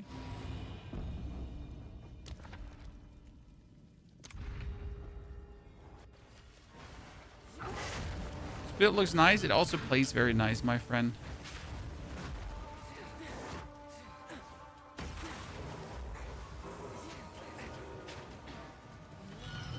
I'm gonna break my space bar. Speed demon! Speed demon! How did I just walk through that fireball? Okay, so I shouldn't have been able to walk through that fireball. That was just bullshit.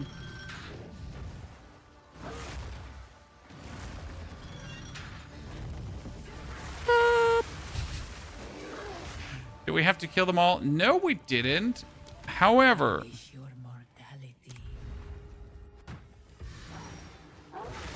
sometimes you just want to do silly things. Like murder every enemy involved.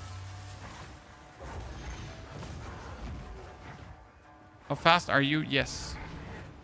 Yes, Papa.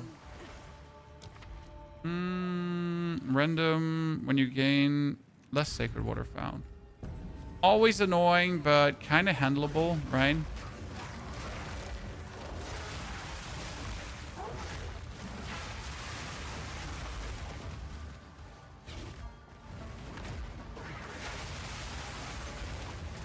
Good. Are you doing Taku? Very well. I'm enjoying my time being an absolute nuisance in Path of Exile to my enemy. I mean, this season has been great joy to play, to be honest.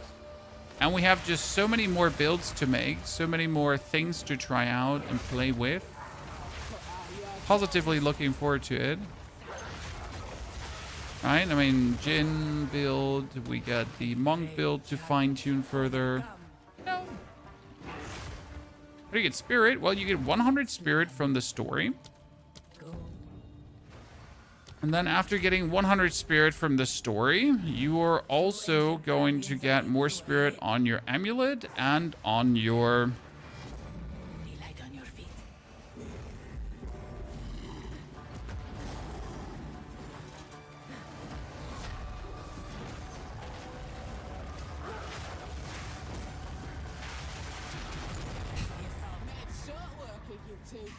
on your amulet and your chest piece. Atrix, good to see you there. Thank you for the Prime subscription. Dankeschön, Atrix. Warrior is amazing.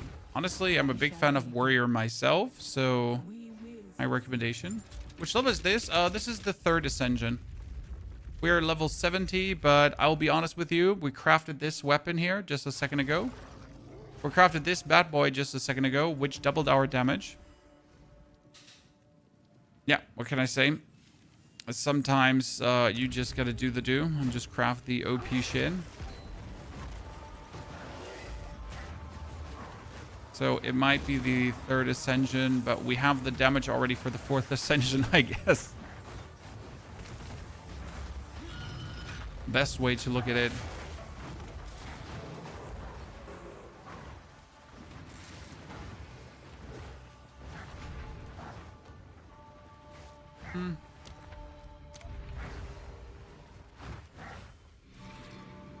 I'm trying to unlock maps. Maybe one more day I should have all the Atlas points. Yeah, I still haven't killed the Arbiter of Divinity thingy, so that one is definitely something we're going to look forward to killing too. If everything goes according to plan, we should kill the Arbiter of Ash today. It depends a bit on how fast we're going to go now through all the way to level 85. But I'll be honest with you, it looks really good right now. See, off-screen destruction chat.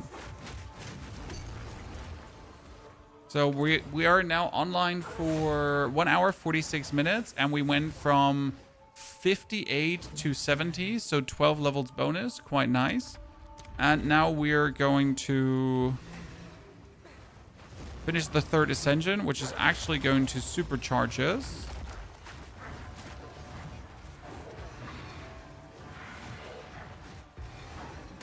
Just not sure if we're actually going to go for the Super Owl Feathers with the 3rd Ascension, or if we're going to play Stag. And we're probably going to try out the Super Owl Feathers just to see how they work, and then get Stag on the 4th Ascension, but not entirely sure. You don't use WASD. No, WASD makes my arm hurt. Gain a random minor affliction, but 50% more damage. Do we need 50% more damage? No, we don't, but you know. So if I play WASD, my hand hurts. I'm not sure how you can play ARPGs with WASD. But I'm also old, and my body betrays me. Endgame is not showing up on my map, but you're through with the game. Well, you have to go back to King's March, and then you have to talk to the hooded one. He'll give you another 2 skill points, and he will also teleport you to Oriath. In Oriath, you're then able to do 1 map, and after you did that 1 map in Oriath, you're allowed to go to your hideout and do mapping from your hideout. So you're not wrong, but you're also like probably missed that final step to finish everything, right? Just play a pet build and you don't have to press any buttons at all. Yeah, see, I don't want to do that because that's really, really boring.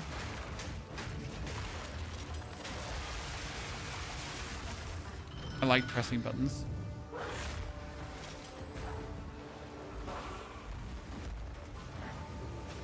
But I don't like pressing WASD. Hello. An oasis in the desert. So that's the only way I guess you could find the end game. If that is not working, then I don't have any tips for you.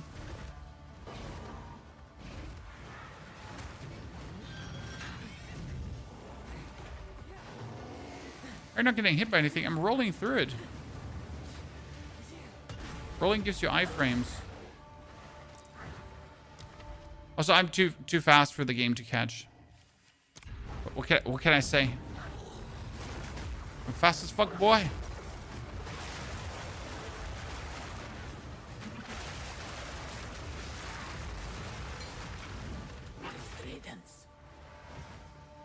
Okay, final fight. You know what? Let me see if I can actually go into the final fight with a few power charges. Because that should technically be possible, right? Yep, I am eternal. I'm inevitable. Like here okay, that one could have never killed me. You play Beyblade Monk as well? Yes, my very first build this season was Beyblade Monk, but we kind of like killed all the, or we're pinnacle boss already with it, and then we just decided that, well, that's cool. So now I could technically go for the Mashachas gift, which now says if I dodge, okay, so I have 3 owl feathers, okay? If I now dodge, I consume all 3 at the same time, but I get even more projectiles. And the projectiles are even faster. So I gotta see if that is actually... Oh, nice. Painter's Servants. If that is actually worth it at that point.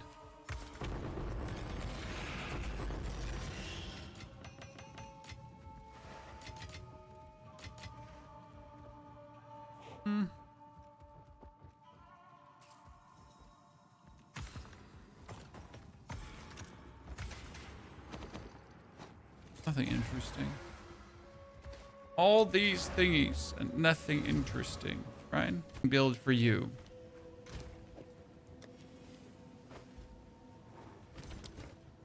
How can I have this? Is what we have available. The amount of times I've now heard FPS dropping build in the past 20 minutes. I'm like, are you all playing on potatoes? Okay, we could probably instantly jump into a tier 10 map. You know what? I don't have a tier 10 map, so let's jump into a tier 13 map, because what could possibly go wrong if you just go from tier 8 to tier 13 maps, right, chat? Right? Surely that's going to be perfectly fine. That's level 77. I'm 70. We're in XP range, so we're not getting the XP penalty for being underleveled. That is absolutely going to be that's going to work perfectly fine, isn't it?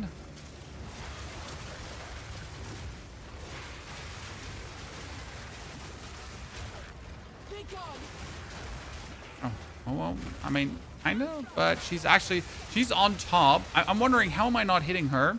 Well, so the problem is that they're like here on top, so I'm not hitting them because like they're above me, right? They're not the same elevation as me, and she like literally just stands on the other side of the goddamn mountain, so I cannot hit her. Okay, owl feathers. Oh, I'm in the fire. Okay, lady, I'm trying to dash, so I'm like on your elevation, so that we can actually have like some fun here. You're just literally refusing to have like... She's refusing to be annoyed by me.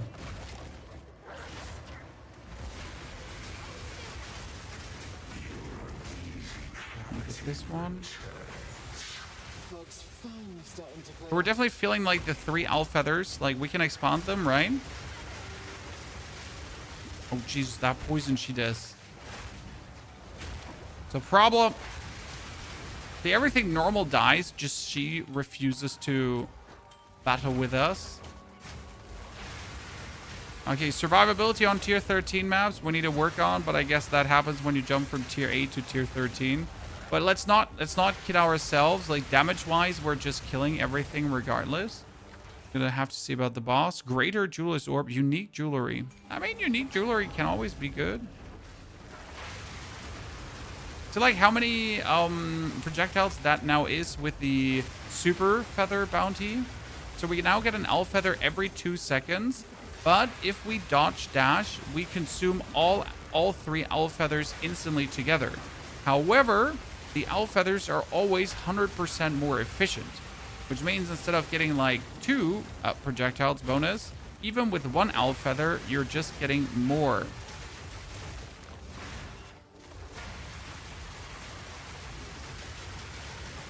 That's kind of nice. The build get up for this. There's a build get up for this until level 65. Just uploaded this very morning. Yeah, that's 1 level in the tank. I gotta say, I'm developing like a new hatred for maps that just have any kind of verticality going on. Because we're literally not able to kill enemies because they're just standing 1 pixel above us. That means we have to like channel our skill when we're standing at the bottom and when we stand on the top of a hill, right? So we gotta like move to the top of the hill and then we're gonna shoot down so that our shots are actually just getting everywhere. Oh goodness. Oh goodness me. A big elephant wanted to eat us twice, ladies and gentlemen.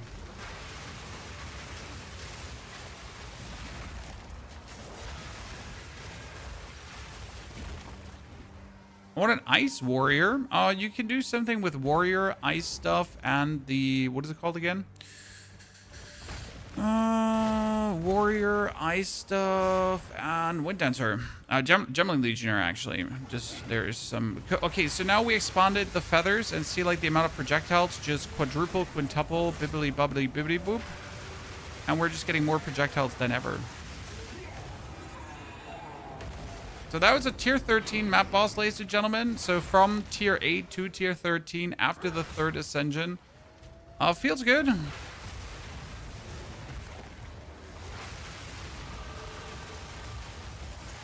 As I said, my Talisman is probably tier 15 ready.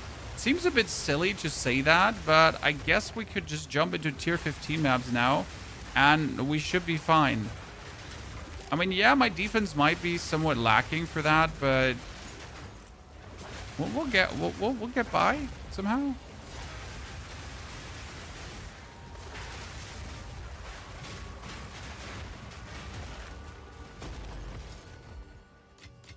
Shall we try?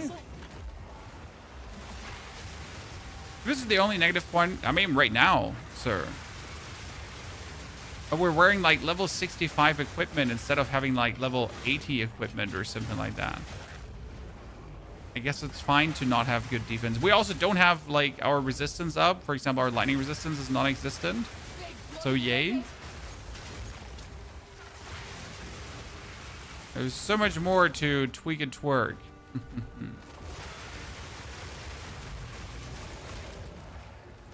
Number one thing we'll need is items that have deflection rating, you know?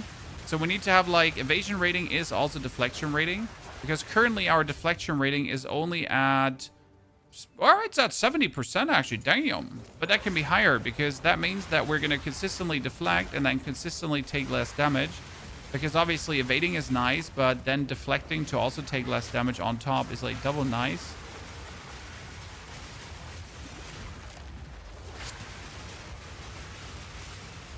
Okay, I reckon we can jump into a tier 15 map. Oh shit.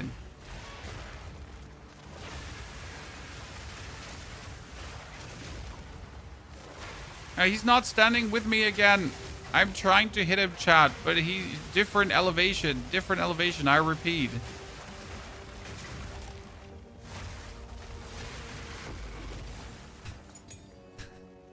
different elevation alarm.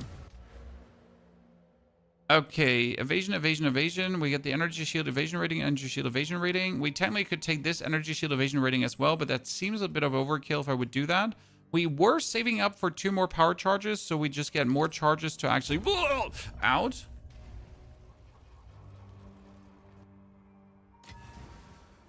Can you show his equipment? Yes. So gloves are 31 damage, nice. Some resistances. Belt is 100 max life, important. Boots are cold resistance, 30% movement speed, quite nice. Then we get chest piece with 1,700. It could be over 2,000 already, so that's questionable. And the helmet is 246, which is not low, but also not there. This one is practically useless. It's some more evasion rating, some more energy shield. I mean, it's not too bad. It's not too hot. And then we get, like, the rings are okay damage, but also can just go way higher. So all of this is, like, low-tier gear that has the potential. Wow, that's like not terrible boots, right? Not terrible boots if they would get movement speed on them. But how likely is it that these boots will now get movement speed on them? Because they cannot, right? They could only get another suffix. Yeah, they're just useless. That one has 158 lightning damage again. Shit. You know why that's shit, guys? Because this is what we just actually took for crafting. So we started with one similar, as you can see, 136 lightning damage, and we just updated it to something amazing. Okay, we're going to add leech. Physical damage is mana. Sure, not too important. Physical damage is life will be better. What are we going to do then? We're going to add another fire. Yeah, Essence of Flame. Just play it safe. Essence of Flame.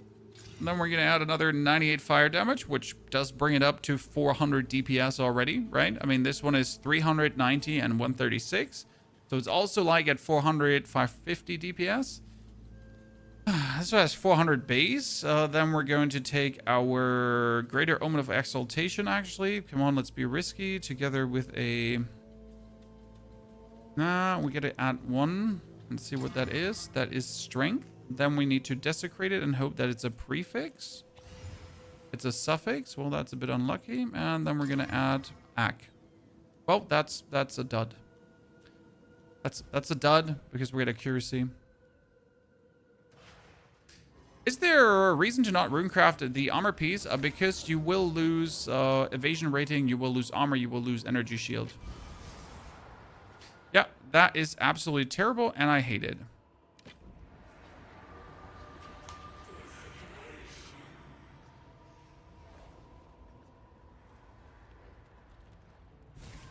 Good evening, my friend. What time is it that is for you evening?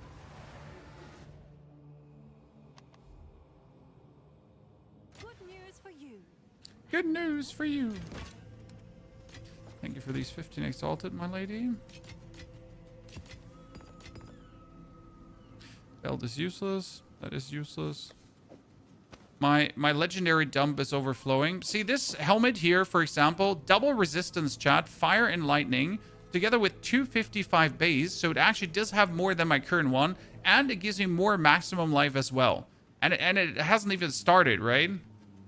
I can literally just equip this lower level item of whatever's and just be like happy. See, this is just great. I mean, we're gonna over resistance like there's no tomorrow, but at least we had lightning resistance from it. Stupid helmet, not even worth it. Here, what you need is this here. Gain deflection rating equal to evasion rating. So that's what we optimally would like to have on every single item piece, because that would be nice. Rarity found plus... Oh, goodness. Rarity rings. I forget that people actually like rarity rings, because I don't like rarity rings. I don't use them. My cup of tea. I'm generally not playing with rarity much. I refuse to engage with rarity mechanics.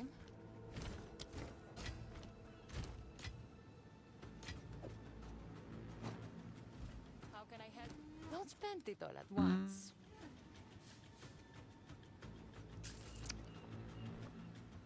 700 evasion rating, just like that. Well, that's cute, to be honest.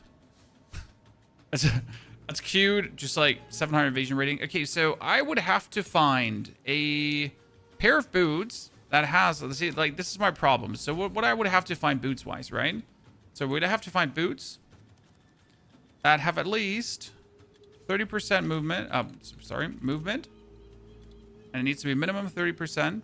And optimally, these boots, they would also have maximum life, right? At least 80. And then these boots, optimally, would also have deflection. So here, deflection rating equal to evasion rating. And this is what we would minimally need. I don't actually know how high this can roll here. Like how high can deflection rating, evasion rating? 66%. Yeah, I need to see that in rare. So it can roll up to 23%. That means we at least want to have it at 20. And then we would want to have the prize not be more than 20, 30 exalted. Right? So we'd have to find here like boots that have it all going on. Preferable. Every single one. So max evasion rating is useless, right? It says here, like, what does it have? This has evasion rating, max life, fire, cold resistance, and gain deflection. See, these boots are like that. That's something decent. But they're also level 80, so I can't actually use them, right? Quite useless. That's 80 as well. I mean, what are we? We're 70, so here level requirements 70. I mean, fighting 70% movement speed, like at 70, is probably harsh. It says armor, it's useless. One has mana. I don't like it. And we could take evasion rating. We could take full energy shield boots. Preferable, actually. Why energy shield? That would calculate everything quite nicely up for what we're doing. So I would like to have energy shield at least 80 or something like that. See, there's not a single result even found. 60. So I have like here 50 energy shield, 60 energy shield boots. Something in that direction. But nothing like really quite special, right? They don't have resistances, so they would ruin everything for me again. Now, at least like to have some kind of resistance, but without that 20% evasion rating, so let's just buy these boots to show you. So if I buy these now, my evasion rating is currently sitting at 65%, and my deflection is at 57. So this one brings it up to 68. That's huge, right? I mean, that's 11% more. Now, obviously, the problem would be that my resistances would be dropping, so we don't have resistances right now. But you see, like, why you would want to have boots like this, because they're just immense in what they do for you. Oh, it's you. I'll do what I can to sell it. Okay, we just did a tier 13 map. That means we're just jumping into a tier 15 now, and then we could complain if it doesn't work. Correct? Reasonable. What else would you do, Chad? Right?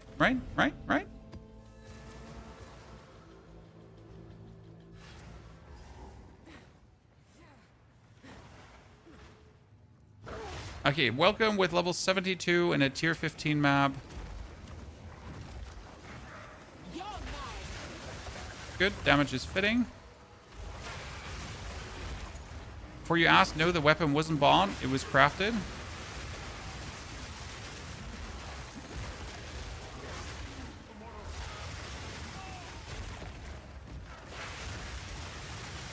Going to give us like a huge chunk of XP bonus doing this now. Yep. It's actually going to fast track us to 85, that we're so early here. Okay, what do we got? Rune of Blossom, Culmination, Vitality, Armor Scrap. You know I need it, right? You know I need it, chat. Okay, and... Okay, that birdie thingy dude beans here is going to be annoying. It's important that you in between still use your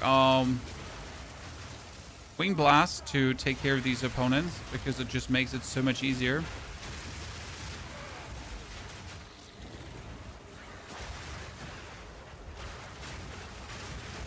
Get me power charges and done so. Oh, Wing Blast! Chupoom!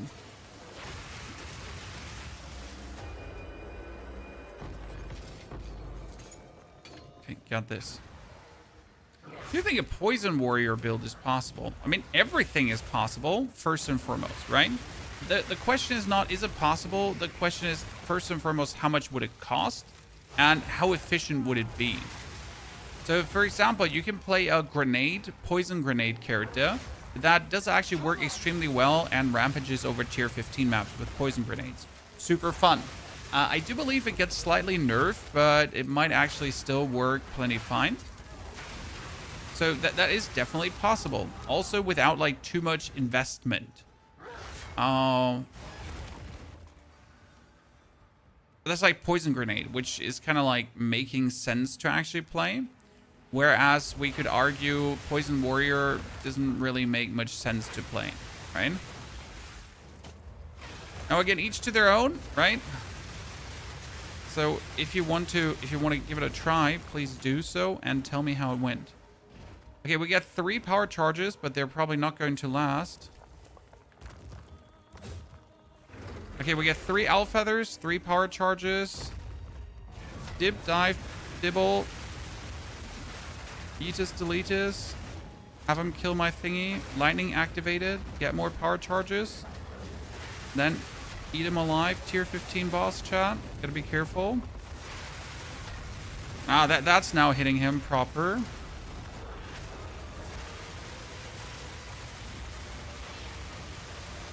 Good. Tier 15 boss down with level 73. Feels good. I like it.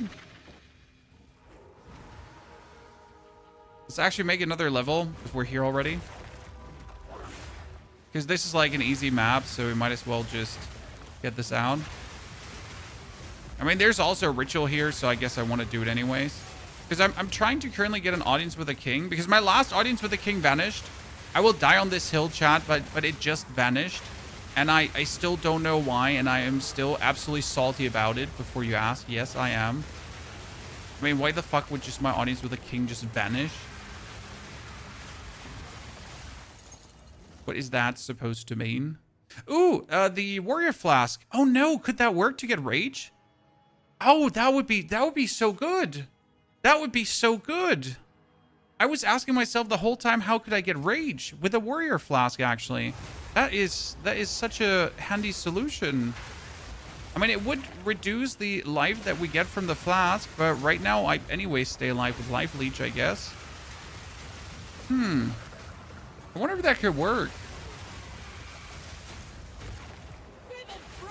Because as you notice, I'm not really using potions, right? Like I go inside these dudes and then I just survive via leech, and then even more leech, and then even more leech.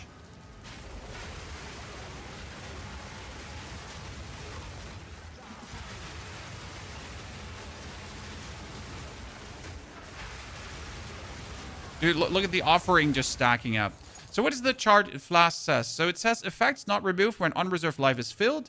Damage taken effect recouped as life. Then 3 rage when hit by an enemy during the effect. No inherent rage loss during the effect, and then increased duration. I literally just got the worst version of this flask ever, and I hate it.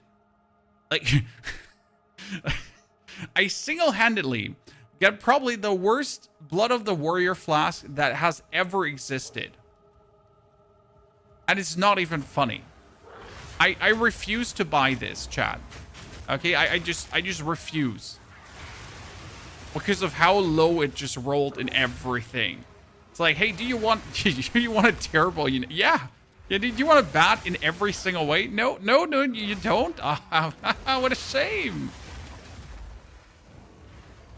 The Djinn is incredible fun to play. We will have an updated version of the Djinn because quite some things changed about the Djinn. Because the Djinn now has the Archon of Undeath. And the Archon of Undeath removes the cooldown of your Djinn skills. Which means that if the Archon of Undeath is actually activated, you can just spam away.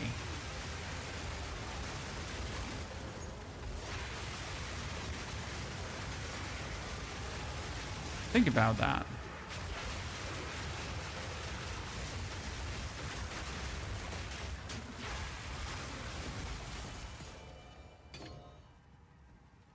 Okay, 2,000. So we could buy a Omen of Catalyzing Exaltation. I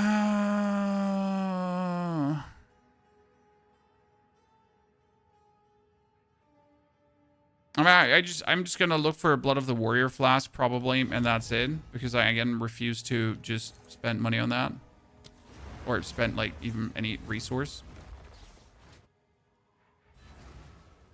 Okay, we are now officially level 74. That means we get more power charges, which means we can blast out longer. We, for some reason, put out serrated edges. I wonder if we do need this here against bonus unique enemies. Or even the chance to hit against dazed enemies, because our enemies are not really dazed. So we could actually remove these 3 points there right now. Because enemies are not dazed, right? And we're doing a lot of damage. So I just wonder how much do we actually need these bonus flat attack thingies that are not worth it. I could, if I connect this, 1, 2, 3. Okay.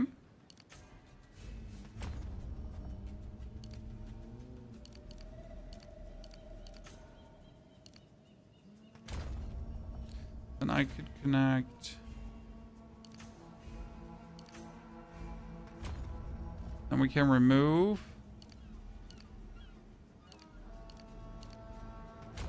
Yeah. It frees up 7 points. See, like, this is pretty good. We could take this, increase evasion rating when on full life. Technically.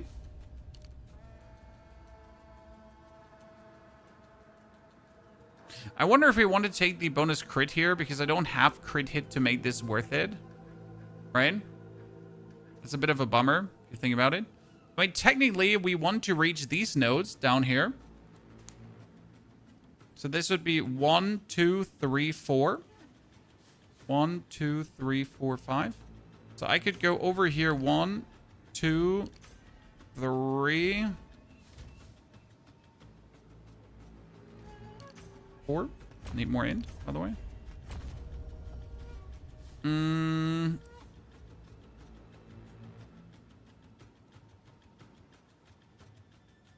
Then we could take the bonus skill speed, or we could take the crit chance, but we can also just go here for... Like, we can go for energy shield and faster energy shield recharge. Yeah. We could also get the increased evasion rating energy shield right here. Increased evasion rating if energy shield recharge has started. Increased evasion rating while you have energy shield. This kind of seems good. So I could just easily get this.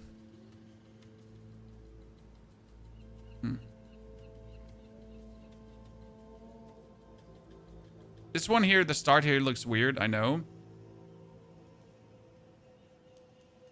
That's 1, 2, 3, 4, 5, 6, 7, 8, 9 points. 10. 1, 2, 3, 4, 5. Shit, that's half the points.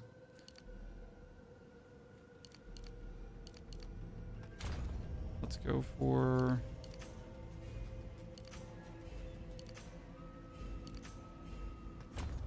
Then I can remove these. Which actually is going to drop my evasion rating by 4%, right? However, I now have 10 points. I could just wholesale invest over here, right? In this cluster if I want to. Which is going to just lift me up again. But it also is going to boost my energy shield quite some.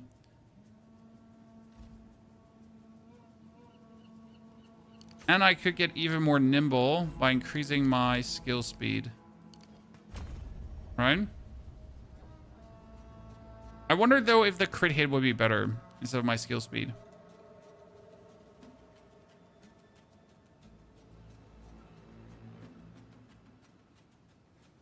Looks a bit like a weird board, right? But it's worth it. Oh, sorry, I forgot, by the way, to put my points back in. Right? So I need to pull them out for now. Forget to use my points here. Free will exists. Okay, that's better for now. And we need to now level further. We're 74. Let's make a snapshot for the build guide, Chad. So edit, import. That's the third Ascension snapshot, kind of. Spiritwalker Druid. Yeah, we have the planner. It's on YouTube. FY. Looks like the Monk's Tree. Yeah, it has similarities to the Monk's Tree for sure.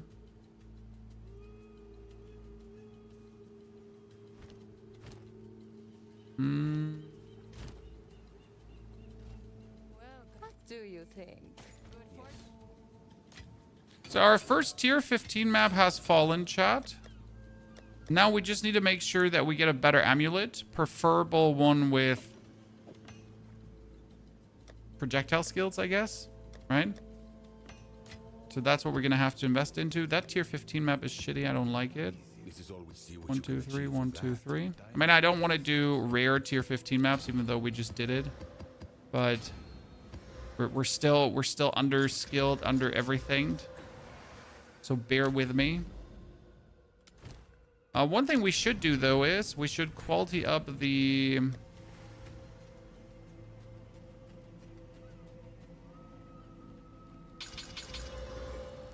And then we wanted to buy a Flask of the Warrior, right? Blood of the Warrior Gargantuan Flask. I need to try it out, how it feels.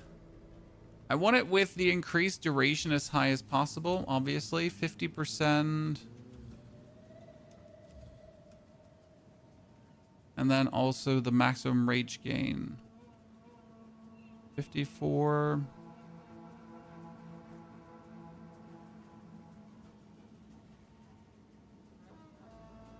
$53.25. $54.26. Yeah, that's good.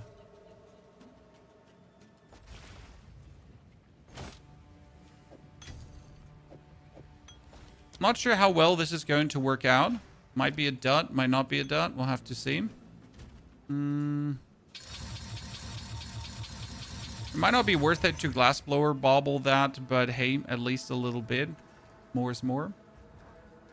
What if you add Toxic Domain? What would Toxic Domain do? You don't scare me.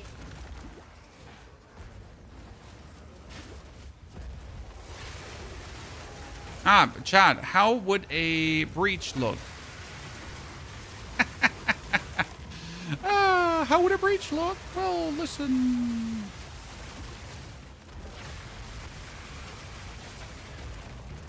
Okay, this is the guy that kills everyone in breaches, right? The best part is just the range and what I work with, right? That almost had me.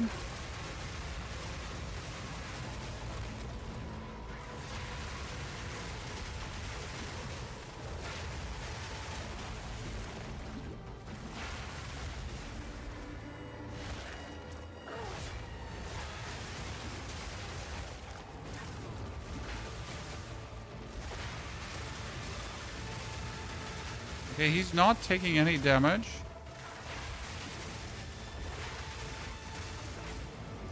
Could you stop, like, interrupting me? Thank you very much. He just came back. Jesus. Chan. He just came back. Why did you come back? What made you come back? Try to stab me another time, sir. Reasonably, in all honesty. Like, what the fuck? Okay, we're sitting at 72% evasion rating if I'm moving. And when we attack enemies, we also sit at some more. So that's nice.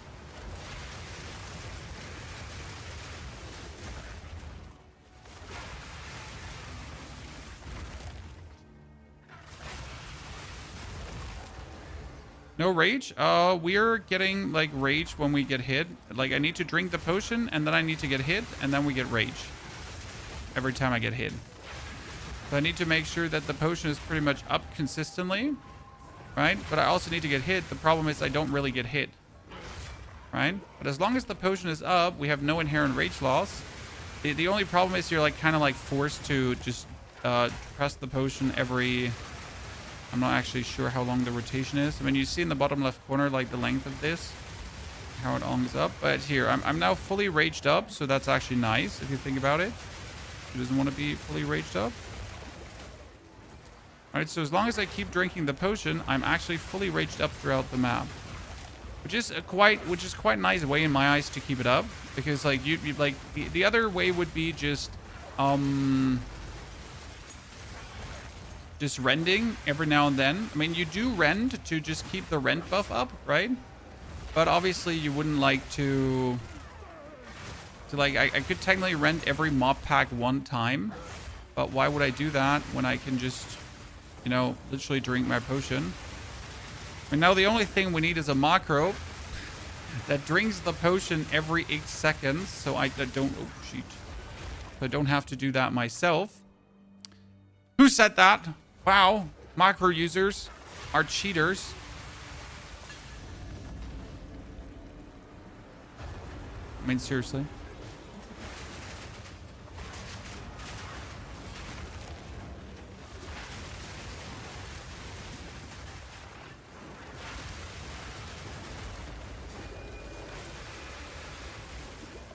No, I'm kind of fine with using this potion. It's definitely, I mean, it could be more annoying, but it just requires me to every, like, 10 seconds or so press the button of the potion, right?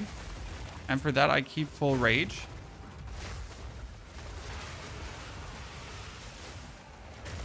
What I would wish for, okay, chat? I know we might not have the technology, but I wish I could move the buff from the bottom left here in front of my eyes. That would be personally so convenient, right? If you could just pull it up so it actually is, like, visible in your screen.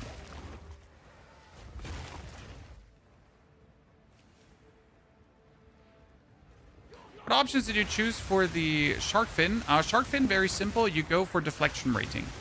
So you don't want to take the more evasion rating. You want to take the more deflection rating and faster start of energy shield, because both of these things actually aid you extremely well as the Wyvern. The Wyvern anyways has a faster start of energy shield because that's how the Wyvern form actually works. Very useful.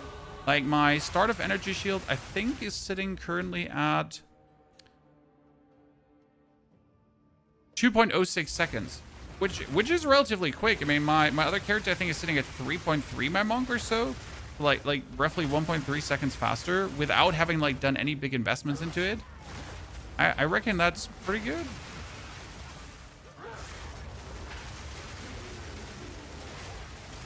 Take this.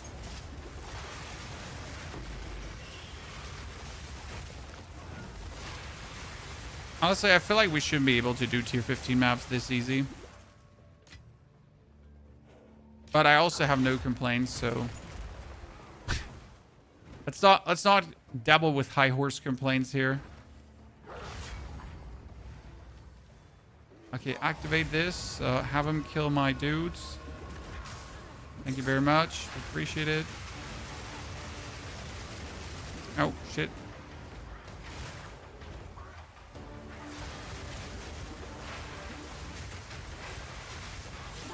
Oh, he killed us. Interesting. So this is the first time where no potion actually came in somewhat unlucky, right? Because he did actually manage to kill us because of no potion. Oh. We could actually go over this side to take the faster start of energy shield recharge if we wanted to. To have our energy shield start even faster. Mm-hmm. Technically. I don't think we want that.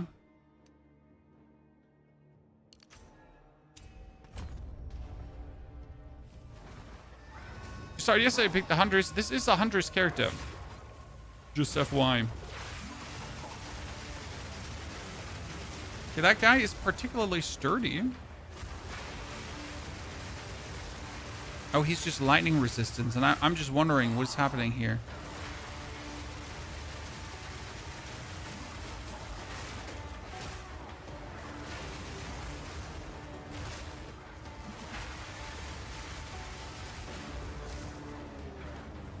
Somewhat lightning resistant.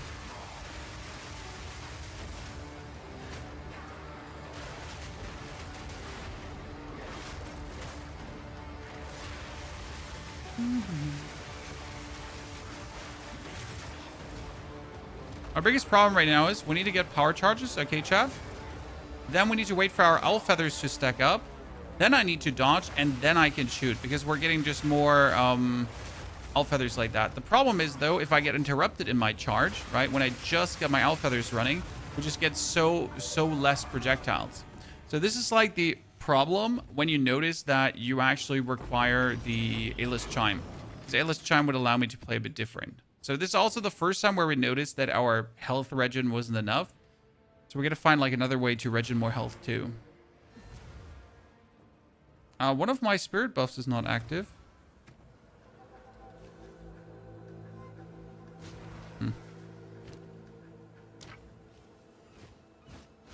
For some reason, it just deactivates on weapon set 2.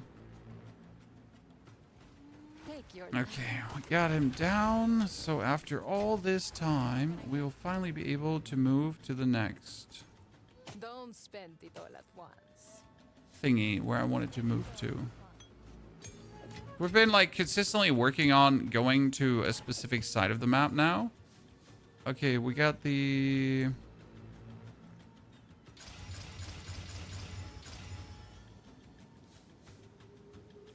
We don't want to have different boots.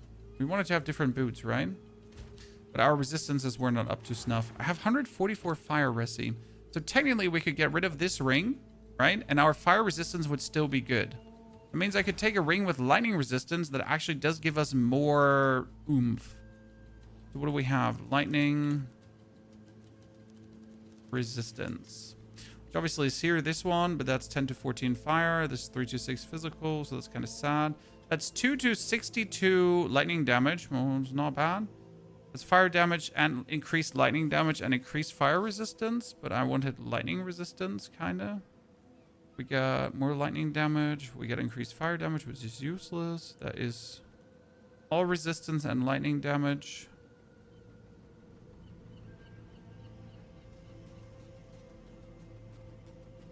Bunch of useless, nerdy... Not so exciting rings. Oh, you're an amulet?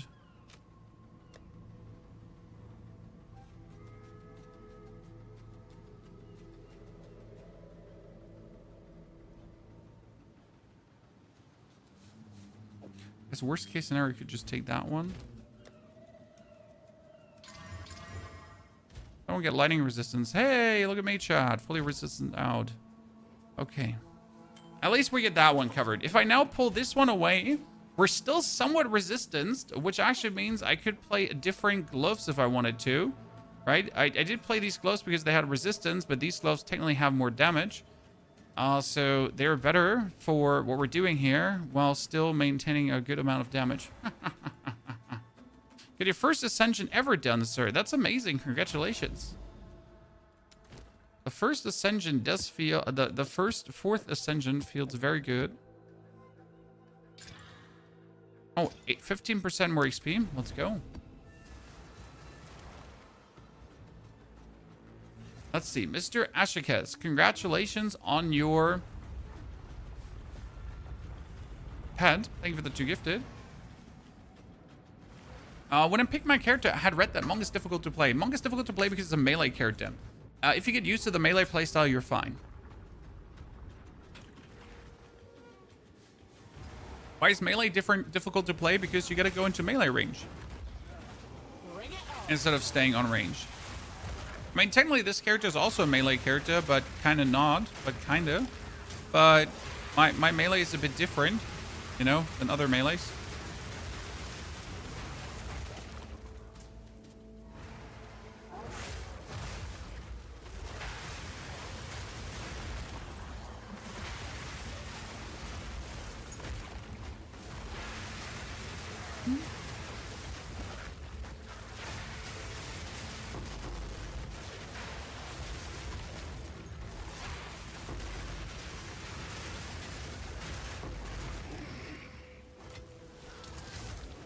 Oh, uncut skill gems 18. I completely forget that we actually need new skill gems, right?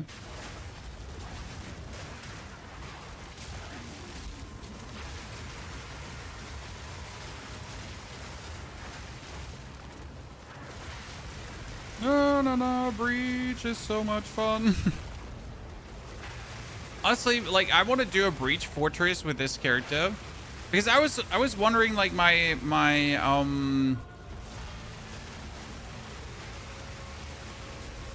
monk had to, like, run in these breach fortresses from one side to the other, right? And always had to engage in melee.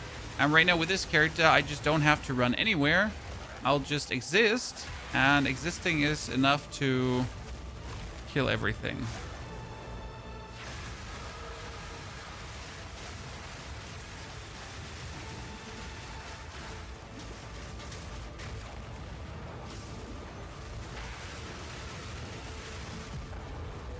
Cool. It was simple.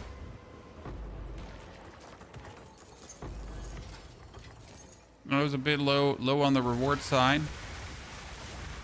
Okay, that's level 77, dude. I mean, we started 2 hours and 33 minutes ago, chat. Okay, 2 hours, 33 minutes. Guess what level we were? We're level 58. So now we're sitting close to 80. We did our 3rd ascension. I think we're going to do the 4th ascension too today. I think we're going to kill the Arbiter Vash today. I mean, seriously.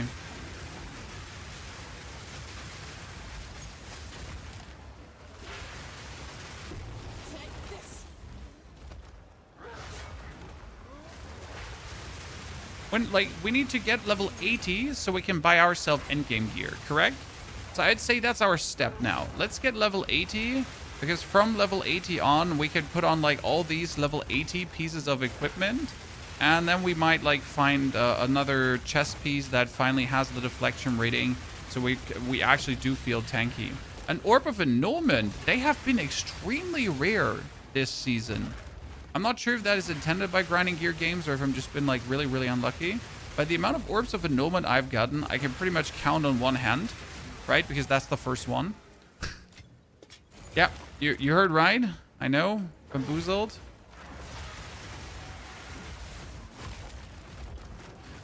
Quest about plant build. Do I go for armor evasion or pure evasion? Which plant build? I mean, honestly, if I was playing plant druid, if you're talking about plant druid, I would go for full armor in the beginning and then slowly transition into energy shield. They made divines more common, so less annulment, I guess. Okay, what is this? Oh, it's both of them! Nice! That's actually cool that you're gonna fight. Whoa! I did not expect that to nuke me. I mean, I genuinely did not expect anything, if I'm honest with you. Let's put a skill point. Well, what do you think? Crit or skill speed now, Chan?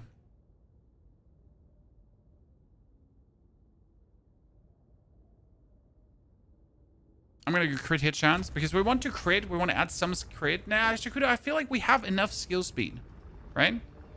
Like we're moving in good ways. I mean, obviously, I created like a nice weapon here that actually does have skill speed too.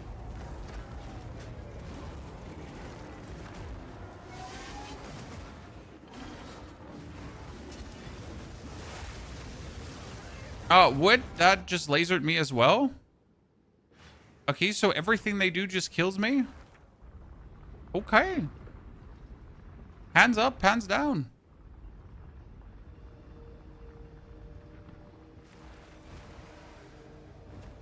I'm sorry, Chan.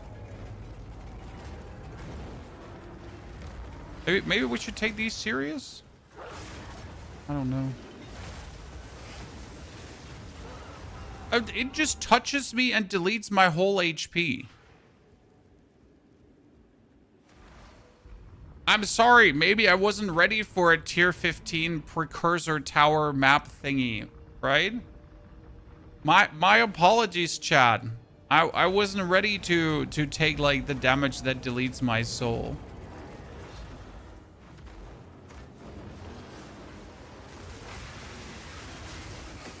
I survived.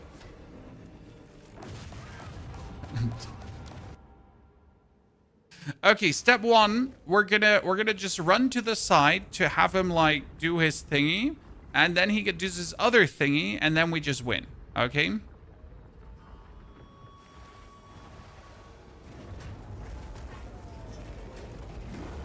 Yeah, he's like, this is the first opponent that's actually doing like any kind of trouble for us, obviously. We got it.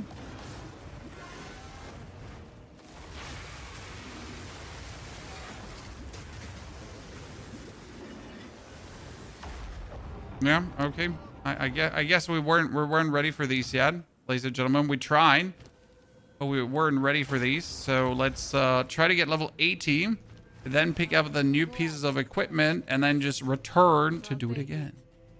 117 max life. That's so nice of you.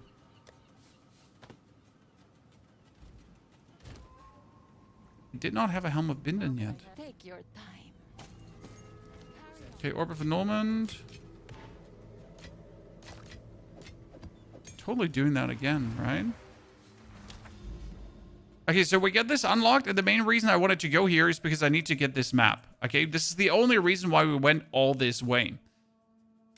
We got this. You know what? We can actually work towards the middle now. Yes. So we can work towards the Arbiter of Divinity to actually get that one done. Nice. So many reasons to do things.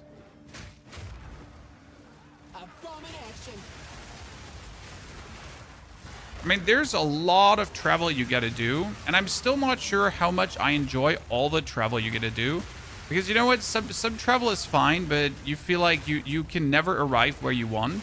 I, for example, just wanted to kill the Arbiter of Ash, and in order to just kill the Arbiter of Ash, we pretty much rushed 15 maps in a row. So we didn't just take our time to do all the league mechanics. It was like join map, kill boss, join map, kill boss, join map, kill boss, ignore everything else. And that was the only way how I could get the Arbiter done in a reasonable amount of time. And even that took quite some time already.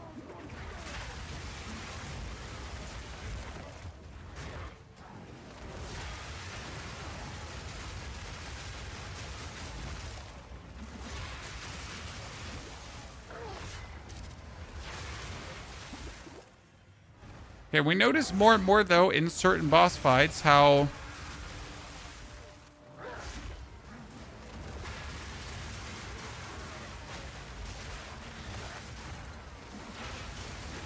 we'd like to have that one more potion, so using the Rage Potion might not be viable after all.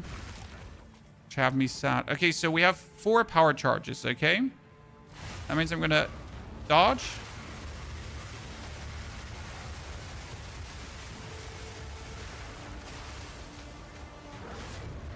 Now we're gonna have him like destroy my thingies, get my get my power charges, right?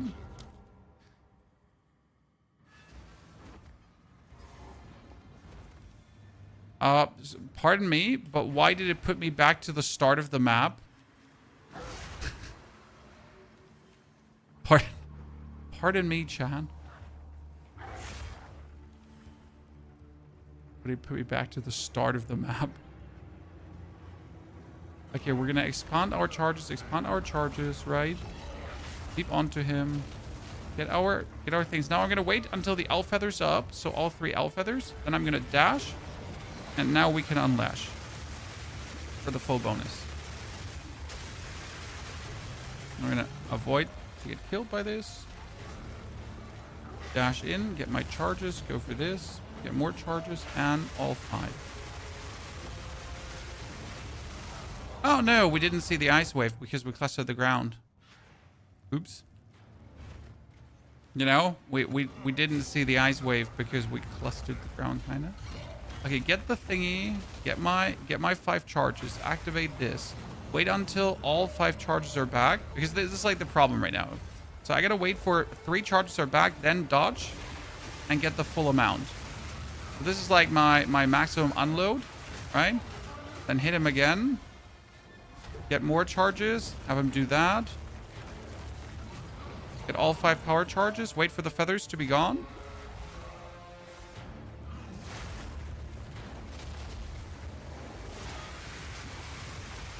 And when all feathers are gone, we can eat him. So, like, because we don't have A-list chime, we need to be a bit more circumvent about this, right?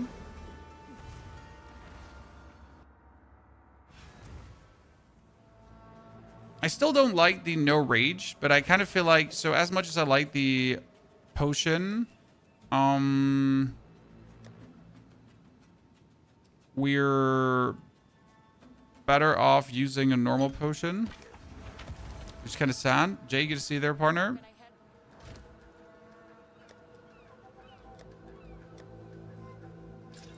35 physical. It's not really something to brag about. Not really braggadocious, my friend. Here we have 5 more points. So as you can see, everything is like essence related for me. I've been going essence. I've been trying to get more perfect essence of battle. We get more essence stuff. I guess I wanted to go here for summoning circle. Because I like summoning circles.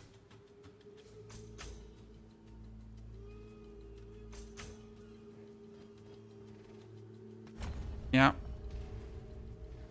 Okay, so we got Headland Desert. Ink Mellow, thank you very much for your brand new subscription. Mr. Mellow, greetings.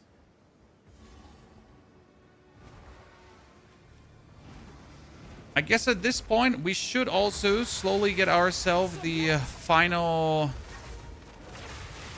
support gem for our Oil Barrage, correct? With almost level 80 now, Chan.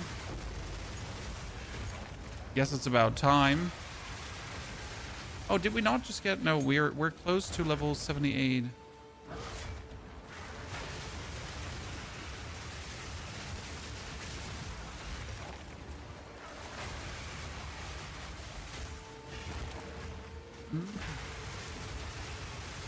So I wonder what like our next tier talisman would kind of look like. Oh. In terms of damage, because we're sitting at 550 DPS, right? We already have like a very good talisman. So what's like the next tier?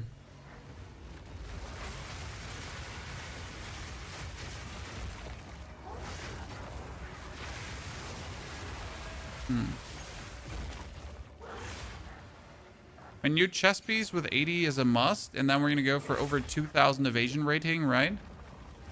I'm not sure how much evasion rating would like a super top end piece have.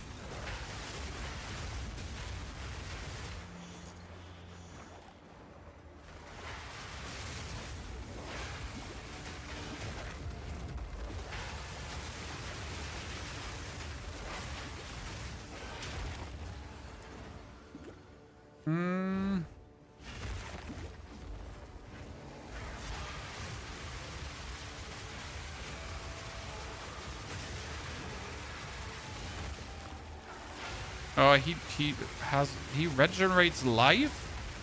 And I'm just wondering, how did you not die from this before? He just regenerates life. What a filthy nerd.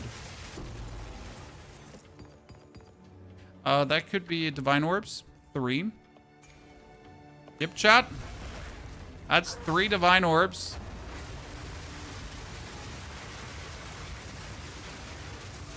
Why wouldn't that be 3 Divine Orbs, huh?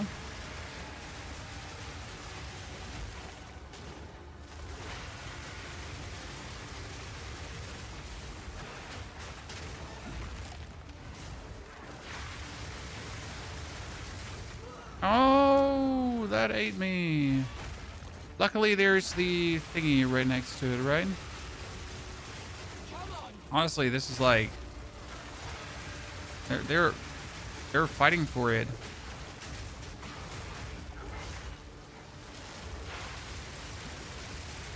Does he just like randomly heal? I mean, he just went from 0 to full multiple times in a row, or I'm just tripping here, Chad. Right?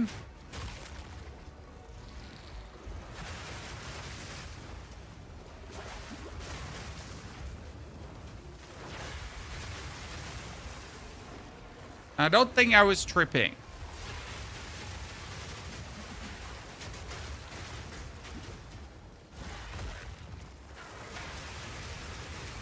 Oh no, not the dude with the minus mana.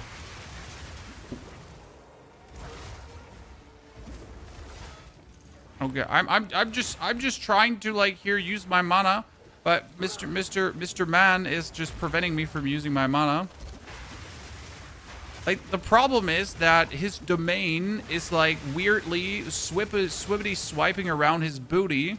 Right? I'm just trying to unlash, and he just has his domain just be on me even though he's not on me.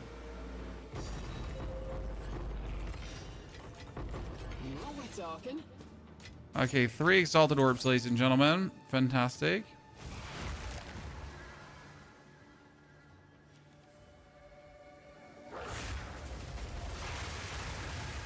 How is Oil Barrage versus bosses? Very good. I mean, Oil Barrage last season has been one of the best bossing skills.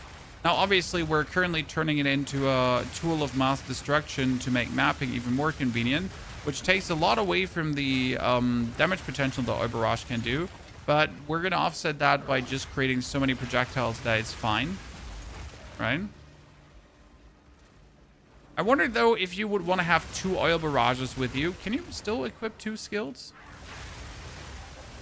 I know there was a patch that prevented that, kind of, 2 different skills, right? But can we still have 2 skills?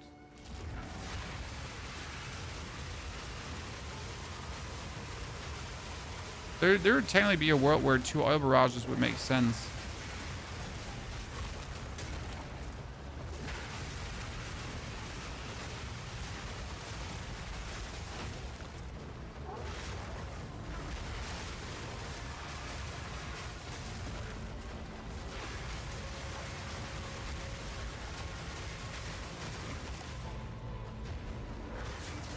Oh my lord. I just love these tentacle things, Chan. I just love them. And what they do to you.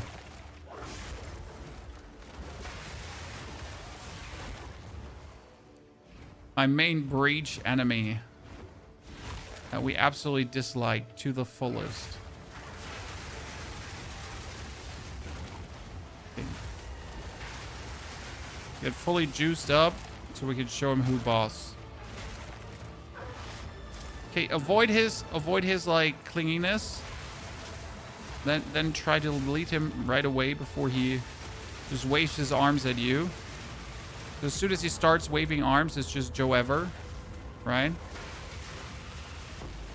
Just goes, oh, and you're dead. Giant amount of force radish. Generally the worst enemy until you're max chaos. Oh, I'm never max chaos resistance, right?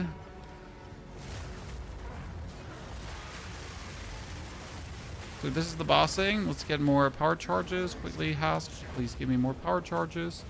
So we're gonna like 3 power charges now. Give me a 4th one, please. Yep.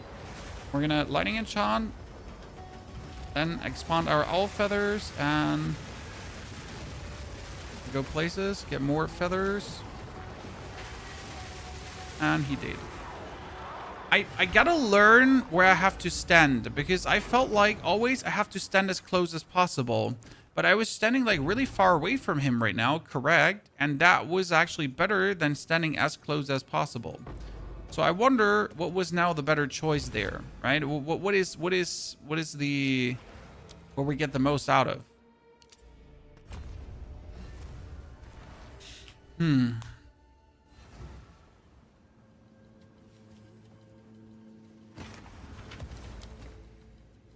Okay, that is 130, 120, and then crit. The problem is that lightning damage is a tier 9, so we're not want to work with that tier 9. Definitely not. We're gonna Hallowed Focus, which could be good down the line. That one has nothing. It's the bonus rage one. This one has nothing as well. Rarity, 62 fire is only a tier 5. No, we're not gonna even blink for a tier 5, Chad. So we're also going to make the A-list chime version, by the way, today. I just don't want to do it right now, right? Because I feel like we want to get to a certain point without A-list chime.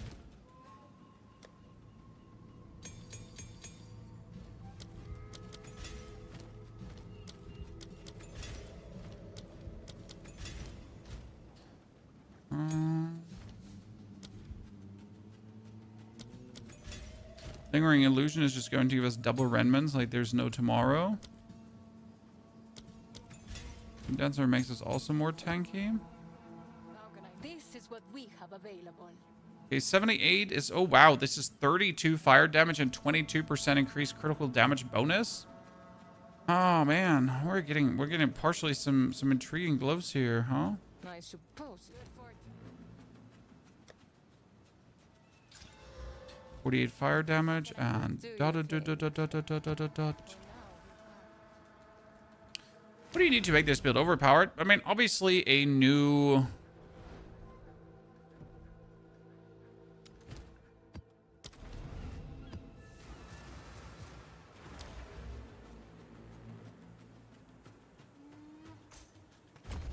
Obviously a new...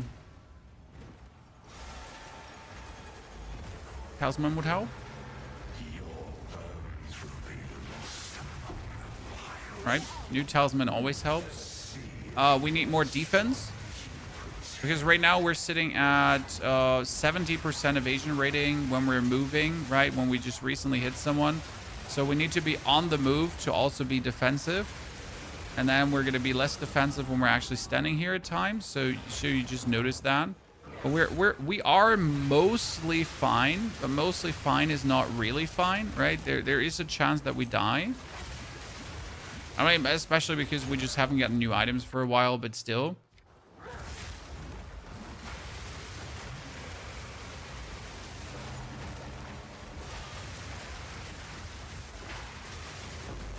So goal is get level 80 so we can upgrade the character further. I mean, we're obviously fast tracking things. You got to consider this, right? We're not spending much time here going through the motions of the ocean. We're not spending much time here per level. We just went from, like, in a matter of 30 minutes, we went, like, from being 70 to being 80, right?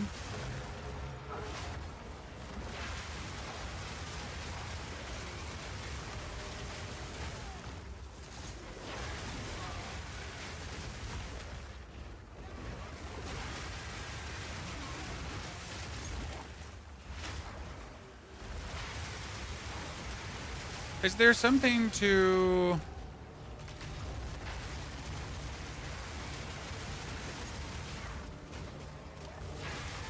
there's something like rest or damage down while channeling. There are nodes for that, but not in the tree that we're like not even remotely close to anything that we're doing. So yes, technically there are nodes that can help with resistances, but practically no. There won't be anything to help us. What you can use to help with your defense is this skill, the Refutation. Okay. So Refutation is actually quite cool because Refutation makes sure that we're... Why does Refutation say not a valid skill equipped? Oh, because Refutation needs to be on weapon set 2. And we can't have the weapon on weapon set 2. So Refutation is a skill that you trigger, and then Refutation will...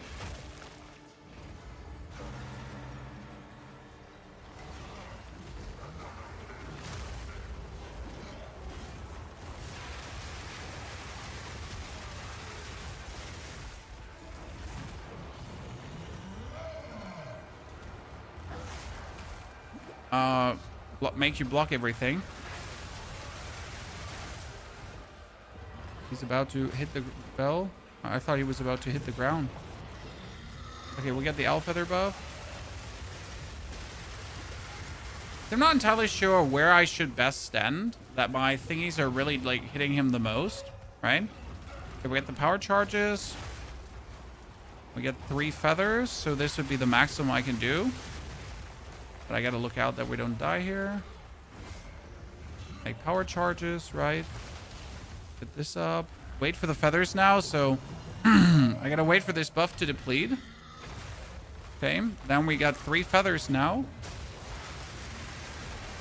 And you notice the difference if I have 3 feathers or if I don't have 3 feathers. That's like day and night. We're gonna quickly wait for this to go up. And we're gonna have to wait for the feathers to reload. Feathers reloaded. Oh no, I should have ran earlier.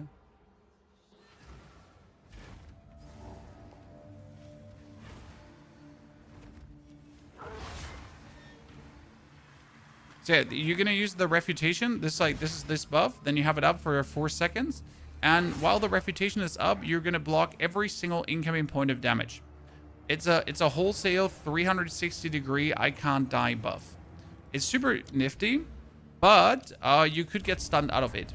For that, you need more ward, so you actually don't get stunned out of it, right?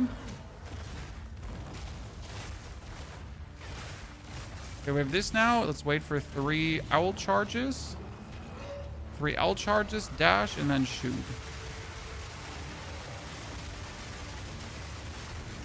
Full overload, right? But gotta look at, yeah. But gotta look out that the ice doesn't hit us. Maybe remove the circle gem while bossing. Nah, it's not worth it because your actual thingies are not getting weaker for doing that. So this is very important. All feathers.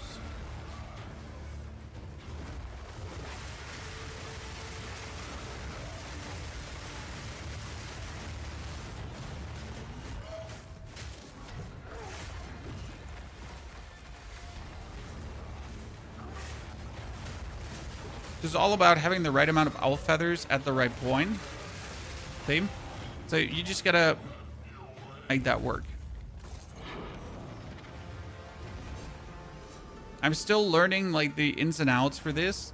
Again, it's easier with Ayless Chime, but I need to like learn to master the gameplay loop without Ayless Chime. But it all just makes more sense to me.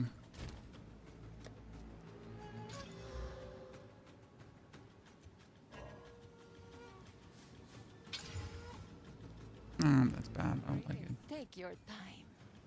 23% more monster life. I try to avoid any more monster life thingies because I find them... that's even more monster life and elemental resistance. I really don't want to do that map. You know, it's like, so how about you shoot yourself in the leg and then you shoot yourself in the leg again? Okay, we're 79. Let's jump to 80 that we can then go for the proper upgrade. Mr. Pepper. Squid Games because you see these the inks squid ink shooting out. Sir, this is oil, buddy. How dare you?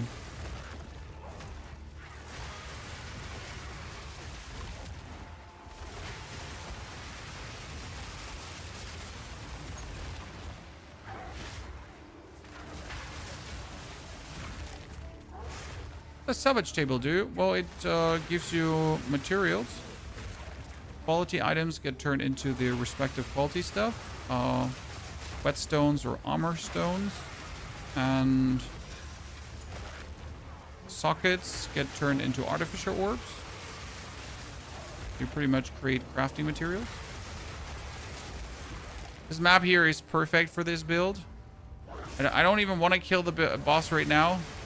Right? Give me a second, chat. I don't even want to kill the boss.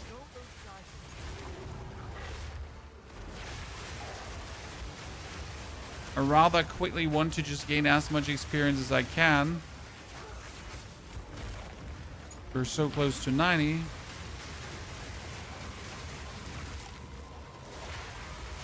This is without the owl feather, right? And this is with the owl feather. I think you notice the difference, right? Oh, there's a boss inside here. Or is that an exile? That's an exile who's in there. Interesting.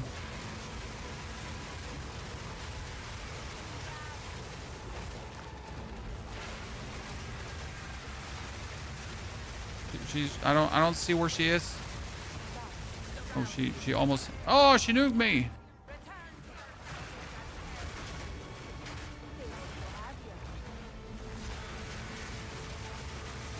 Didn't want to die. That was cool. So we literally made a rogue exile come out of the thing.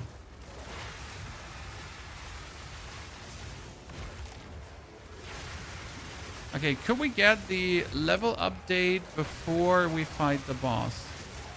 And then we're gonna fix the defenses and make sure that we're good.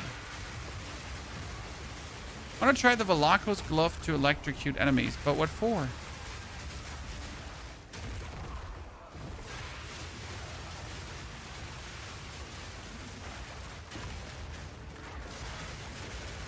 Could also just get more damage to then just win harder, right?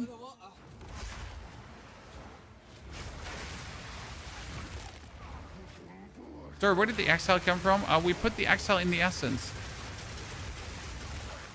Essences can also contain rogue exiles if you take the right thingies in your atlas tree.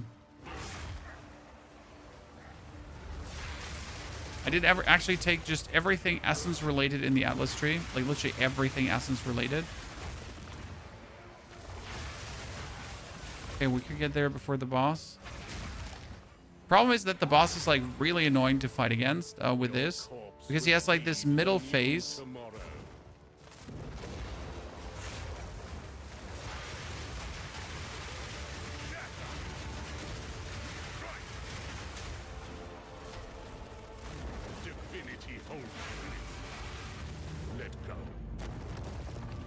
I don't know.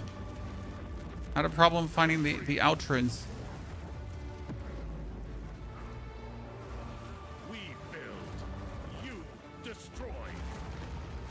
Okay, let's wait for my owl feather to be gone.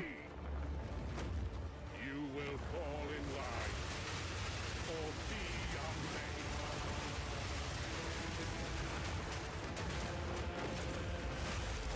be I've actually never seen his mechanics happening, so I didn't know that this guy actually does have mechanics, right?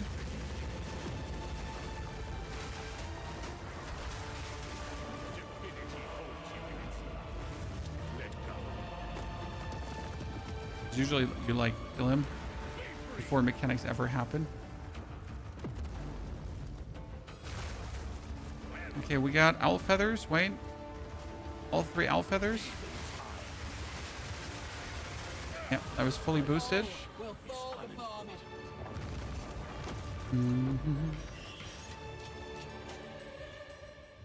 Okay, that was my level up to 80. Now we are officially there, ladies and gentlemen. We have arrived. We can now make sure that we get like better stuff. So let's get out of here. So let's make sure that our character is equipped. So you would like to have a chest piece first and foremost.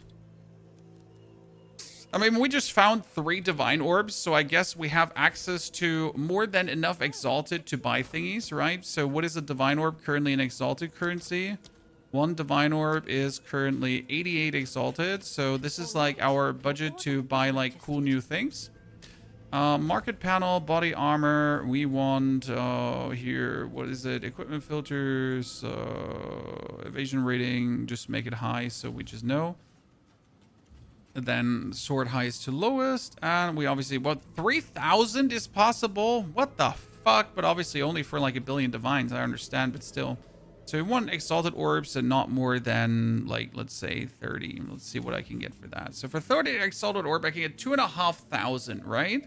And we need to go for stat filter. That would be the deflection thingy, right? If we're not getting deflection, then we don't want it. Oh, and maximum life, obviously. And maximum life needs to be at least 100. Otherwise, why even bother? Right? So maximum evasion rating with maximum life and with deflection. Could go up to 1,600. That's not enough. We probably have to go like for one divine orb or something like that. That's 15 divine orbs with at least 100 life. The 100 life makes it really expensive, to be honest. Yeah, because 100 life and deflection, right? I mean, if I upgrade this one here fully, right, for that one is only 10 exalted. It doesn't have any resistances. That's that. But hey, it doesn't have any sockets in as well, so I guess that's fine. It's pretty cheap.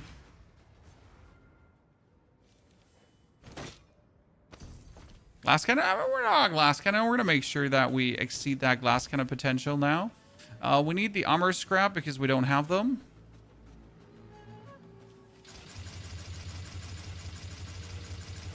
So 20, put a socket in. Dot. And we are at least 2.4. So that's like slightly better, but better nonetheless, right? It does torch my resistances a little bit, so I hate that. But what can I do? Our boots did have deflection ratings, the one that I last looked at. We wanted an energy shield helmet. Okay, so how high could we go energy shield helmet wise? Preferable with critical hit chance on it, right? Let's see, what do we have? We got a helm. So does anyone know how expensive helms are?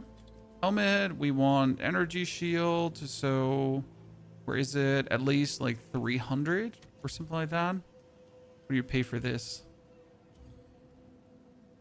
1,000 divines. So cute. Let's see.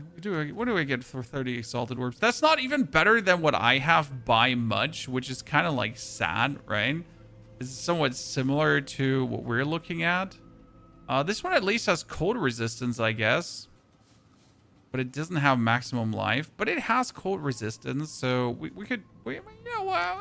We're going to take that one. It's okay. Let's buy this. Now, my biggest spender, though, ladies and gentlemen, what is it? I have to go to the currency exchange, and I have to go for Amorous Scrap. So this is how the people make their real money, right? Because I have to spend now for 27 Amorous Scrap, I have to spend 20 Exalted Orbs, right?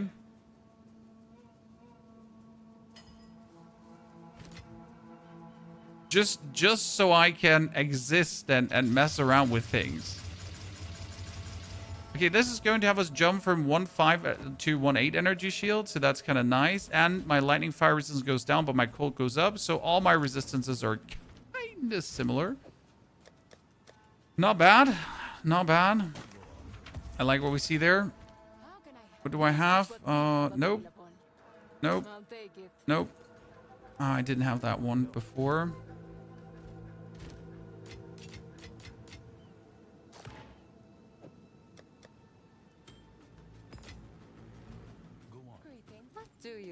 Okay, and what can we do with a, like, weapon is hard. Because my weapon is actually sitting at... So mine is a 500 DPS weapon, ladies and gentlemen. I'm now looking for a higher weapon than this, so 600 DPS. I would definitely have to invest into Divine Orbs, right? There's no question that, like, I have to go here for 5 Divine Orb filter, kinda. Not more than 5. And then we'll have to like sort through like actual DPS here. So like this is 4 divine orbs, so mine is 561, but that's still 200 DPS below like these here. Right? This is 687, this would be 698, and this is 755.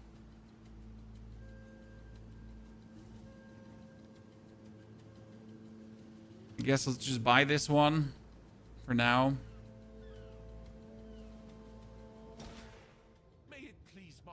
Mr. Narcotis, good to see you there.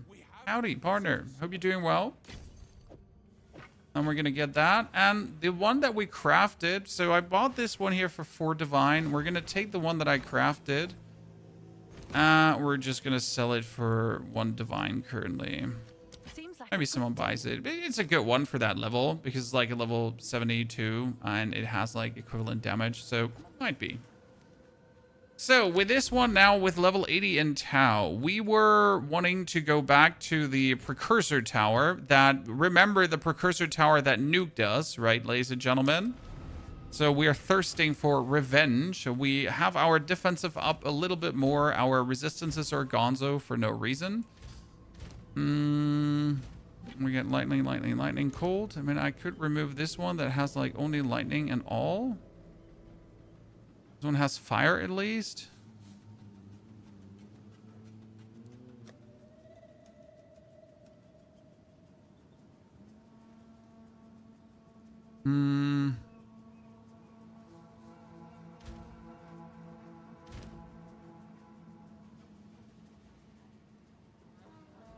Fixing resistances is like my least favorite activity because I just don't want to. Because I just don't want to. Thank you for listening to my, because I don't want to. You know, it's sometimes I just don't want to be fucking asked to care about this. It is what it is. If I put this one on, yeah, we're like kind of sitting similar with a bit more here. If I put this one on, we're like lose lightning. So I guess here we're somewhat fine. Mr. P. Knox, thank you very much for your subscription and support. Narcotis also, again, thank you for your subscriptions. Okay, we have this map open. Let's see what we can do. Our defenses didn't go up by that much, right? But we're sitting at 70% evasion rating when we move, and when we hit, it's like over. And our deflection rating, though, is up to 74%. That's kind of like a good number, I feel. So we have a 74% chance to prevent 40% damage. What I wonder is, okay, we don't have enough strength to use something.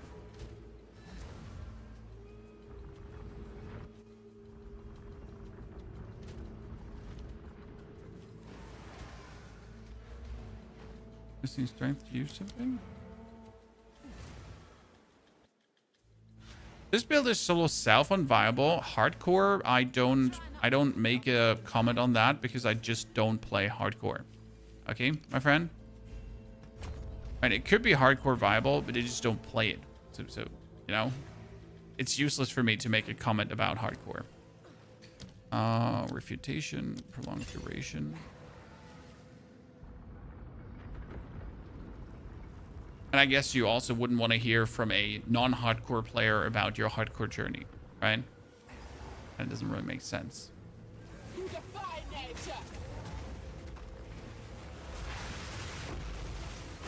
Well, 19 skill gem, another one that's actually pretty good, but we need to be 48 to use that.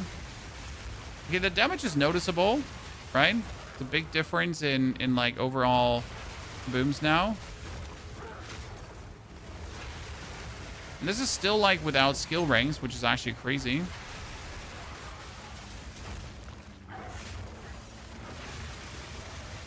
We should probably start working on an amulet with like evasion rating and projectile skills. Right?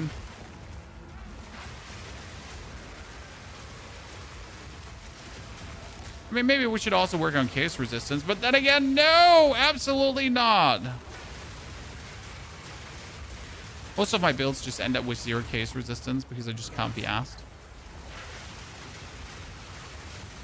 Gonna give these Scroll Wisdom. Well, we had some generous viewers today throwing their stuff left, right, and center. We're gonna get Druid Huntress. Yes, sir. This is a Spiritwalker because we need the Spiritwalker skills. We need the Owl's Bounty to actually get ourselves the Owl's Feathers, and the Owl's Feathers gives us bonus projectiles, and those bonus projectiles, as you can see, they go quite crazy for overall clear everywhere.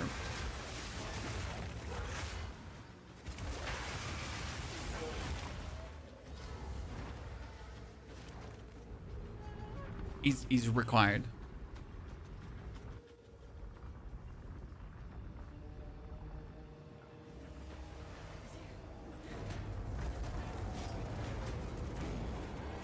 Let's have him destroy our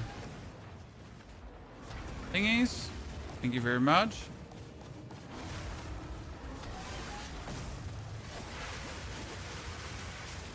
We're not allowed to like stand in anything he does because everything he does is kind of like deadly to us.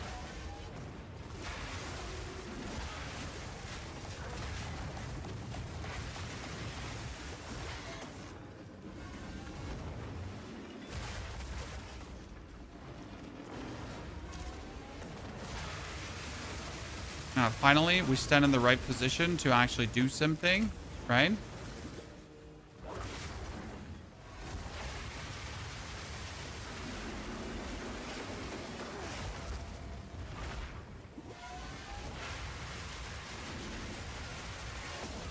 Oh, but he just random beam hit me from the top.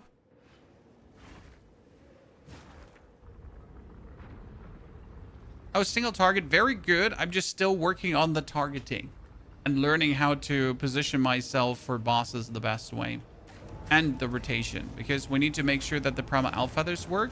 Also, you kind of need the 4th Ascension, because there's one thing that's very special with this build, and that is you kind of need all 3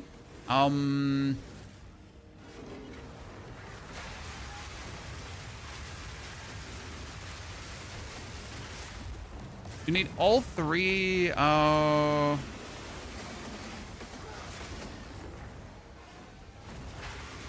spirit skills to get like the special spirit skill that I don't have right now. So there is like a final spirit skill that you get when you have all 3. But I've not seen that one yet. Okay. So that's something that we still need. And I'm not sure if that's something that we should be aiming for before doing what I do here, right? Because it's like potentially so much more of my power. But I actually don't exactly know how that final spirit skill works. So yeah, that.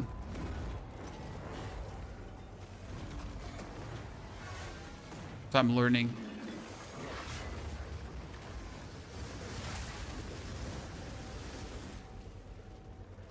Okay, wait until I have 3 owl feathers.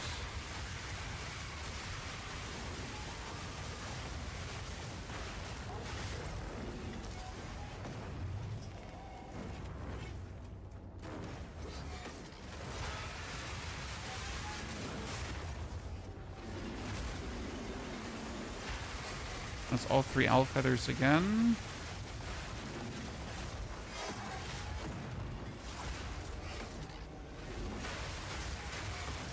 Now, that beam just randomly comes from the sky to eat me. Goodness Christ. Krunik, good to see you there. Krunik, wonderful, good greetings. Thank you for the 5 gifted subscriptions. And if I this build online, we have the full 1 to 65 guide online, but not the furthermore guide that we have here.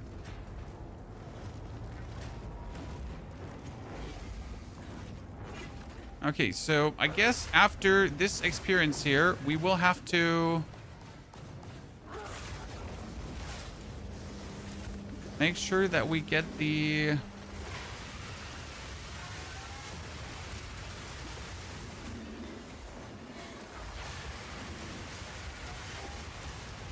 see, I really don't know when he does that one beam that just comes from the sky to delete my life. Okay, let's wait for the owl feathers to be back up. Lightning enchanted, owl feathers. Yeah, but he just, I mean, I don't get where the prompt is from that one. Chat. Yeah, I guess we'll need the 4th Ascension to try for that final. So you get like 1 spirit, 2 spirit, and then if you take the 3rd spirit, you're supposedly getting like the super spirit skill. And if I'm not mistaken, it kind of boosts your one where you have 4 points in, so that the whole Machacha's feather that we do here right now becomes even more powerful. It's obviously insane when you think about it. I mean, not that like the whole Machacha's feather is already like more than demonic enough. Right, let's wait until we have all 3 feathers. Dodge.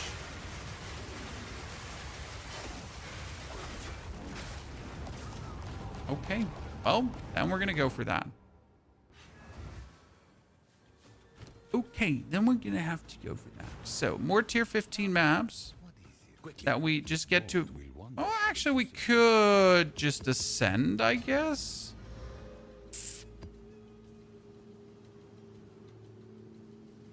Yeah. You know what? We're just gonna ascend. Because I think we have the power to ascend, so I'm not too worried about that.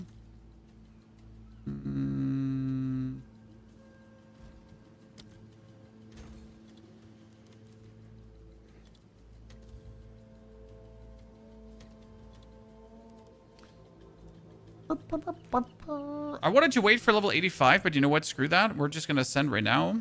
Because that should actually work.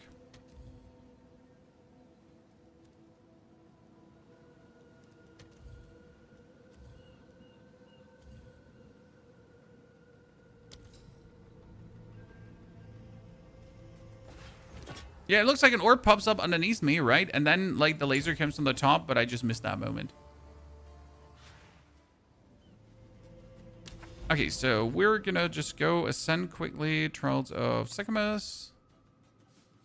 Oh, wait. You know what we forget completely? Chat, and we're a bit of idiots. We need to check if we are going to add more ward to our helmet. I don't think we're going to ward our chest, because warding the chest is not really worth it, right? See, this is like, we lose 1,300 evasion rating. On the helmet, we would lose... Oh, man. Is that energy shield? You know what? I think it's worth it. So we're going to reduce our energy shield by a margin, but it should come out on top, because having 400 ward does work very good with our refutation skill. So I hope that's a good choice. Let's see about that.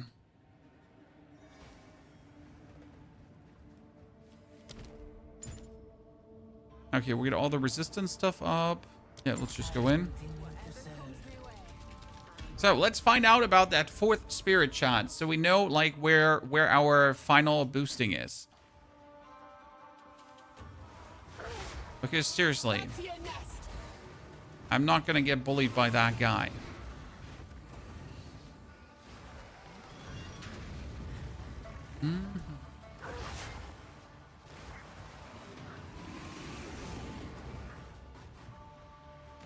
Silver Gate.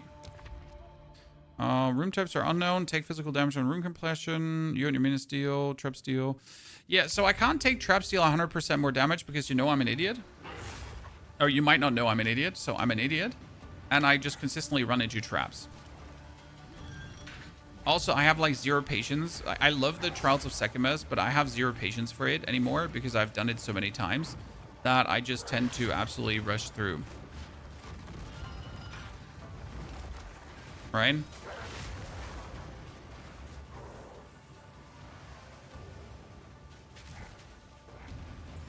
Then moments like this happen.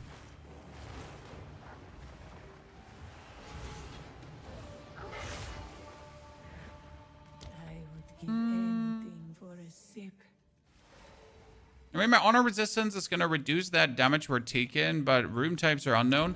I generally don't care what rooms are with this build, because might it be like a hourglass trial, might it be an escape trial, right? It's not like the build doesn't have anything like that could be handled to the max. Oh, you know what we're missing? And I think we're an idiot for missing that. We're completely missing the 5th gem in our Oil Barrage. I mean, obviously at this point we could just have the 5th gem in our Oil Barrage, which is a meaningful damage multiplier. I mean, we could go for Burgeon. Burgeon is 40% more damage. Yep, you heard right. It's bound to how long you channel, but since you're gonna, like, with 1 second channeling, you already get 20% more damage. With 2 second channeling, you get 40% more damage. So as you can imagine, quite useful. Thank you for destroying that. Appreciate it.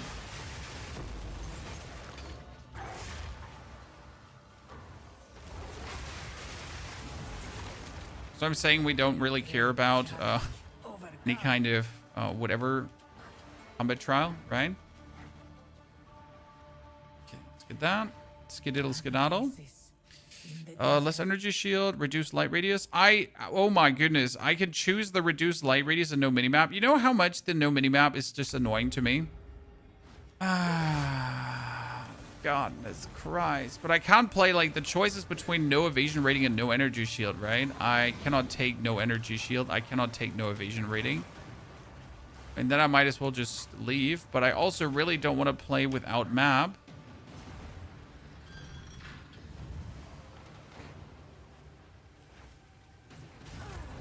I have fallen, and I will get up at some point in 3 to 5 business days.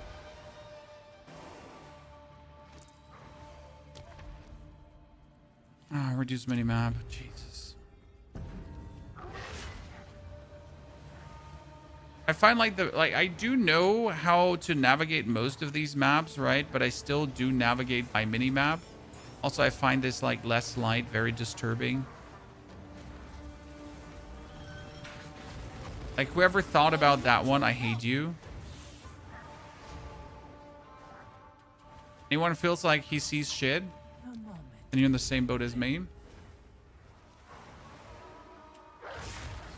Why is the perfect iron rune considerably more expensive than the normal one? Well, how many perfect iron runes do you have? And how many normal iron runes do how many greater iron runes do you have? I hope that answers your question automatically. Because they're just less in the market.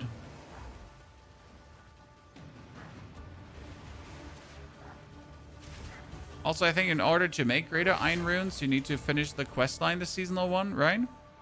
And I, for example, myself, haven't even finished the seasonal quest line. Right? The foe ahead is formidable. Steel yourself. Beware of the burst. And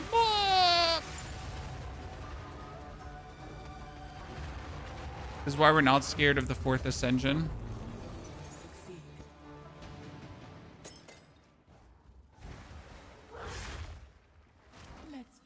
Purchase 50% more damage, more sacred water found. Thank you very much.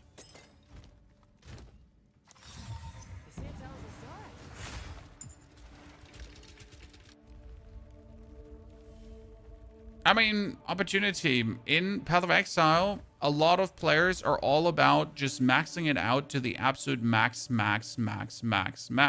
right? That's what it's about in Path of Exile. To get the absolute most out of it, right? So is it so crazy that 2% more damage would cost so much more?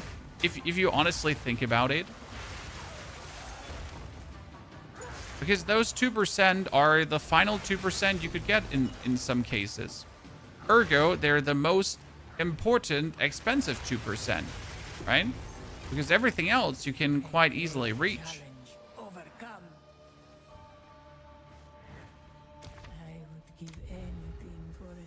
That's how you're gonna like have to think about it.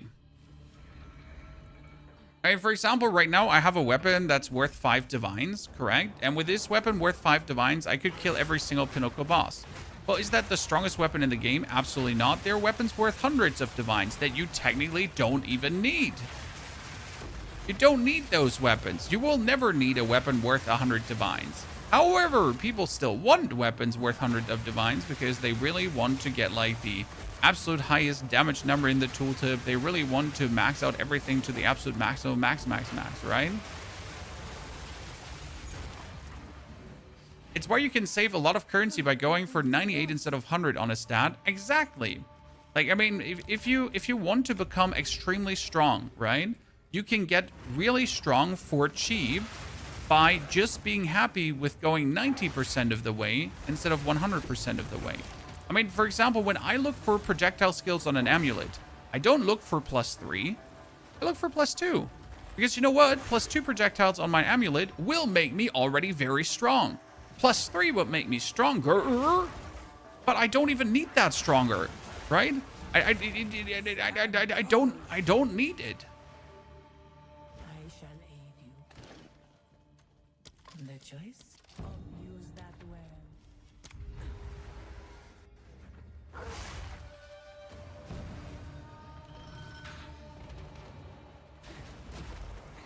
Can you play this build in hardcore solo self-out? Yes. However, since you're playing a stutter jumping build, I don't think it's the perfect thing to do for hardcore.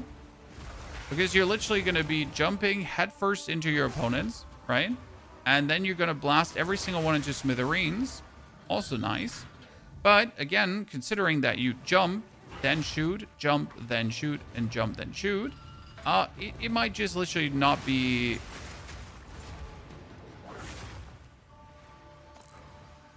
as opportune as other builds. Monsters inflict binding chains. Monsters cannot be slowed. Oh.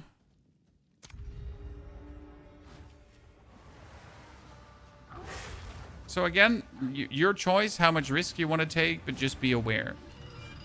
I mean, I would, for example, prefer the Monk tremendously in hardcore over this. Simply due to the Monk. Well, I mean, what does he do? He has a ranged attack. He has a melee attack that would be classified as a ranged attack if we're honest with each other.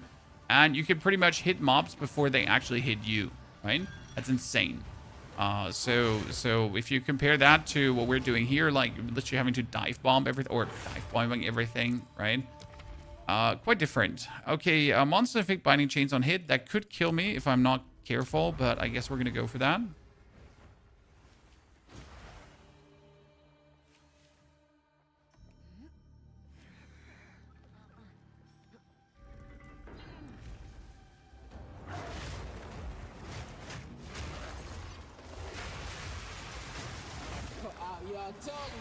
Study the runic knowledge is bugged. I don't know which quest that is right off the rip here, so sorry. Not much help right now.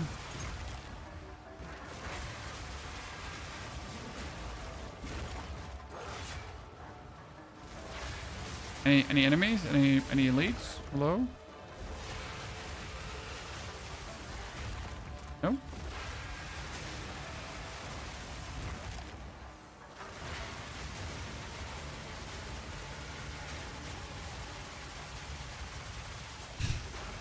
I mean, Mercenary is even safer because Mercenary is like armor stacking. Mercenary has a barrier.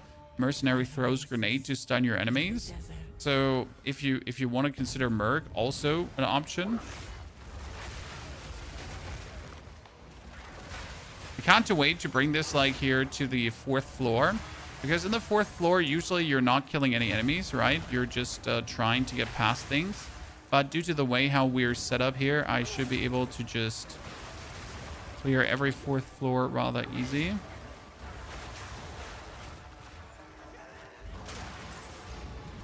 Impressive endurance. Okay, what are we getting? It is... The traps are slower. Traps are slower is so good. 2 ancient guardians await you ahead.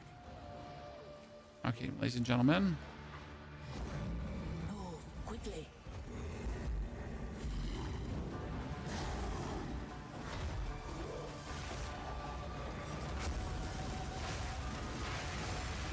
Good. Good. That was an impressive display. It was the easiest leveling build for Huntress. A lot of people would say Twister. I personally don't like Twister and I suck with Twisters. So I leveled my Huntress as a Druid and that was really easy and really efficient. Now again, each to their own, right? You can also level the Huntress as a Monk. That would work super simple as well. You could level the Huntress with Entangle all the way. All possible. I mean, the Wyvern leveling was super simple. So that Druid kind of way how I do it. But yeah, it's like choose your poison again. Okay, that's floor 4. I don't have a map. I don't see shit. I'm gonna get lost.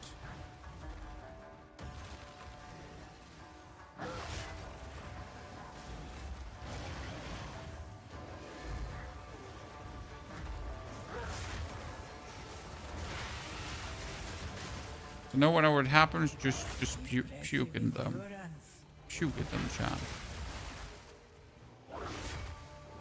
So Twister is just really, for me personally, one of the worst playstyles. Again, each to their own. If you would like to level Twisters, that is an absolute valid way to level as the Amazon. Okay. I did not want to do that. So I can recommend the Druid leveling. I mean, I made last season a Druid leveling build that actually works for every single Druid, for every single character, which is kind of funny.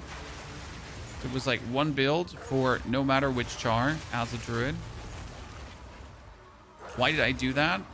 Why not? But hardcore, never. I'm sorry. Why do we have so much health and energy shield?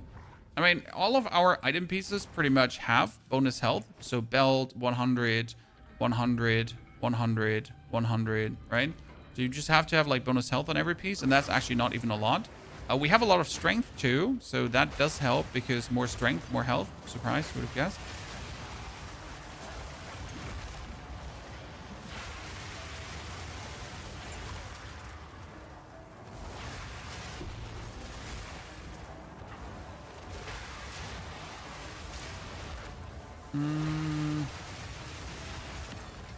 Energy shield is over the evasion rating energy shield nodes.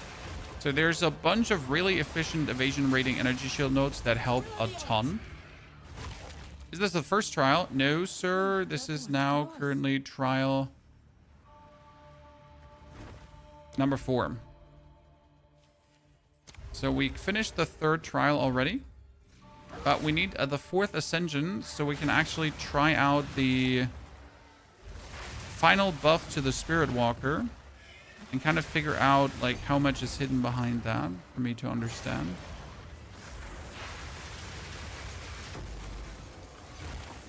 A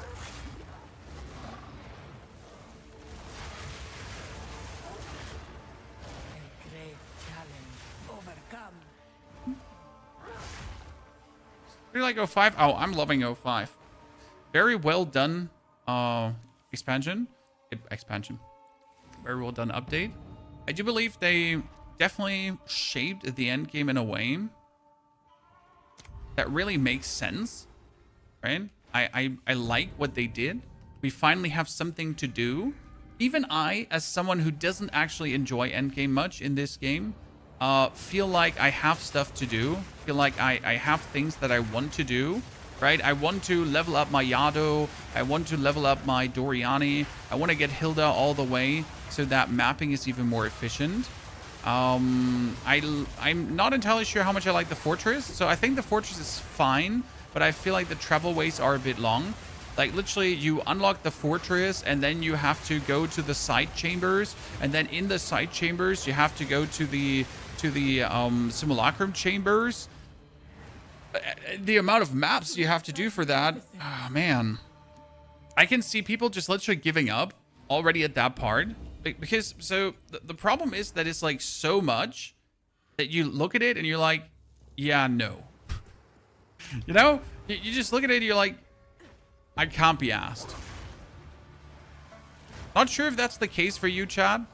But I just feel like because of like 30 maps or so, or 40 maps until you finally can at least touch the story arbiter, it feels a bit long.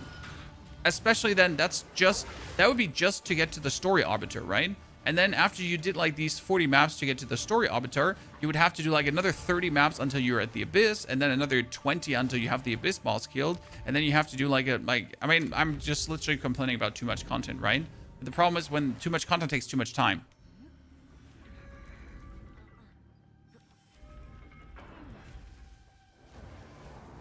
Q, yesterday we started with this character. We took 6 hours from Act 1 to Endgame, and today we've been playing for 3 hours and 30 minutes so far.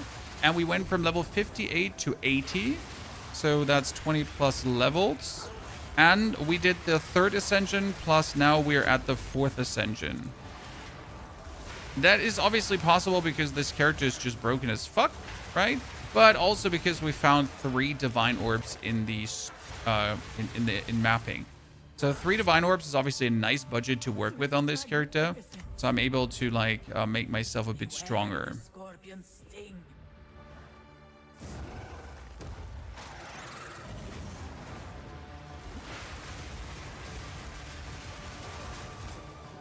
Let's wait for my feathers. It's like the single feather buff, but I guess it's fine. This was the end of it. It's funny that she tried to hit me and she couldn't even hit me. Another being resides here. Perhaps he Okay, Bubblus, sell me something good. Sacred Water's doubled. Your next boon is converted. That's it. succeed.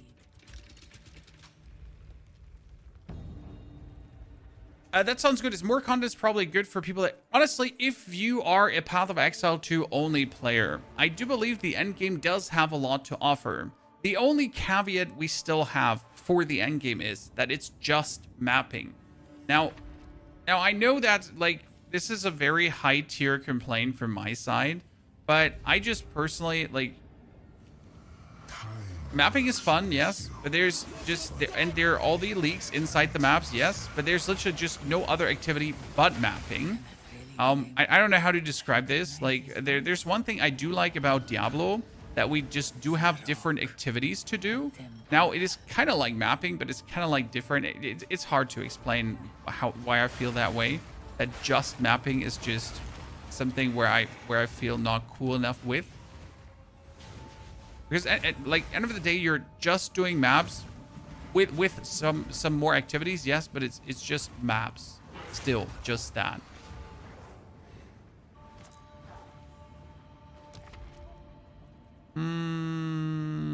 Let's do this. My big play is the boss of cutscenes. Which bosses? I mean, the Arbiter has, like, how do I say this now?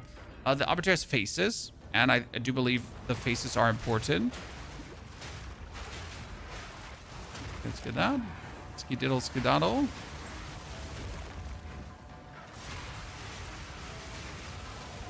I mean, the reason bosses have faces is so you don't just in 1 millisecond nuke them. Right? I mean, there's a reason they put those faces in boss fights. Because people were just killing things in a millisecond. I mean, literally, Path of Exile had to put a 5-second damage buffer or damage reduction into the game because people were just killing the bosses as soon as they were spawning. That is so bad now. That is going to cost me so much. I mean, like, right? If you think about it, people were killing the bosses so quick that they had to put that in. So they would die before they spawn. I could get Hairfoot, but I honestly just need to restore honor right now. I'm fast enough, I don't require it.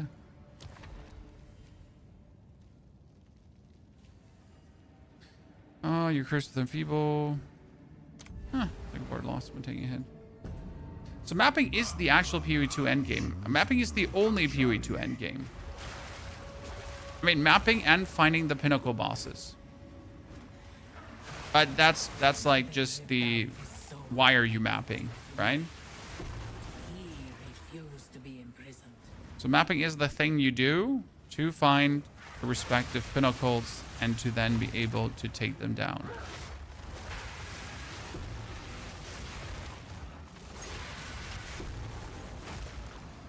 A great challenge overcome. POB not working for PoE 2? You need to download the POB for PoE 2?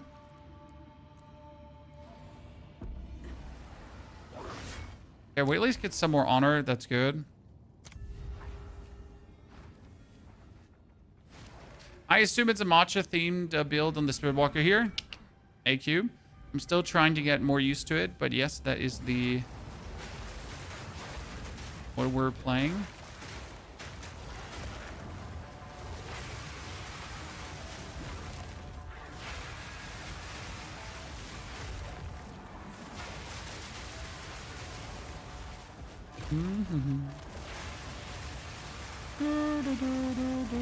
Where are the elites? Where are the elites? Does it matter? No, it doesn't matter.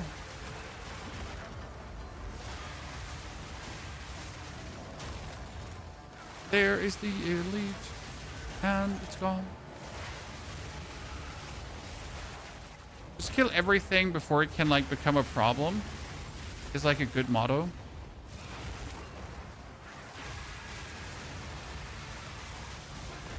Imagine we would just kill everything before it ever becomes a problem. The black and blue AoE lighting is amazing. Well, it is an oil barrage, in case you're missing the theme. And that oil barrage is getting lightning infused from the power charges. And that's pretty much what's happening here. 25% more maximum honor. That's like kind of restoring my honor, but not. You can see fewer rooms ahead. Oh no, how terrible, Chad. We're going to now take this to get forward, and then we can see fewer rooms ahead. Shucks. That is obviously not what we would have liked to see. It really doesn't matter, Chad, right?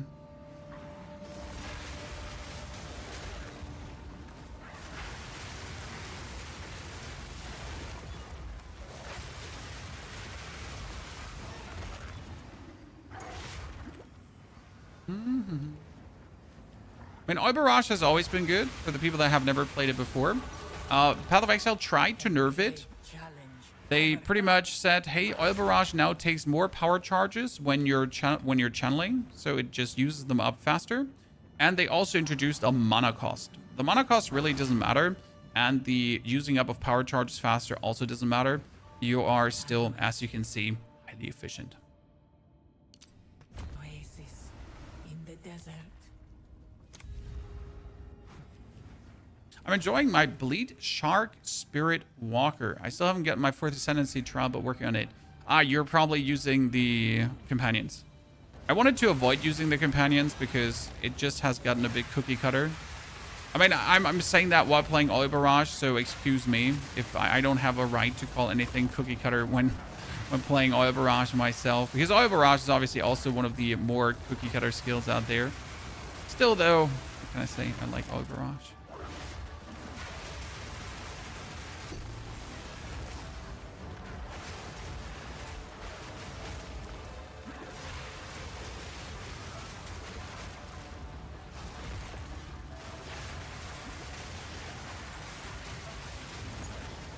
Oh, that thing reactivates. Deactivate. Good. Silver key. Out we go. It's gonna be interesting how much damage we do against Zarok. Remove trade tariff, remove liquor, gain glowing orb, gain low. Yeah, can do that. Okay, now we're gonna see fewer rooms ahead, but we're gonna restore honor, and we're going to get a boon, Chad.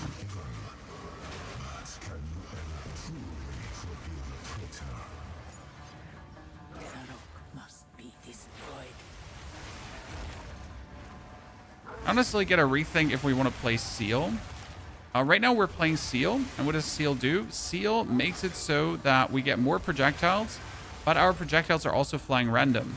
The advantage when you're not playing Seal is that you at least have one shot forward that is aimed, right? So right now when you're playing Seal, you have complete random shots, and even like your shot forward is not going to shoot forward anymore. So I'm considering to take Seal off. Salvo, sorry, not Salvo. Here, so like if I take Salvo off, right, then my shot forward, one of my shots will always go forward. It's less projectiles per se, but it should work. I need to give this a try. Okay, Zarek the Temporal, ladies and gentlemen. Let's make some things he can destroy.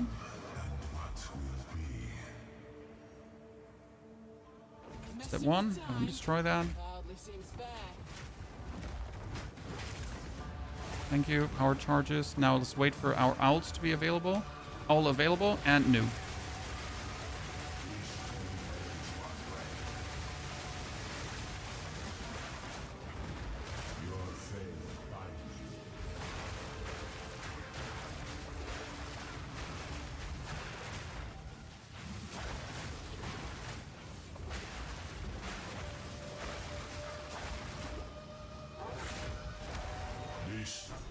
The sands of time wait for no one.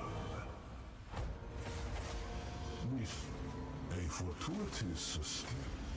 This may you surprise me. Okay, let's wait for the owl to be available. Rid yourself of your illusions.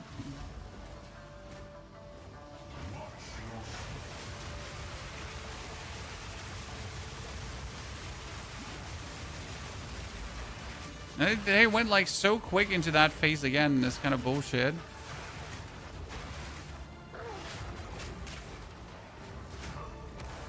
The sands of time wait for no one. He just decided to do Sands of Time twice. So that one is spread out. Fate smiles. Fate smiles. You possess.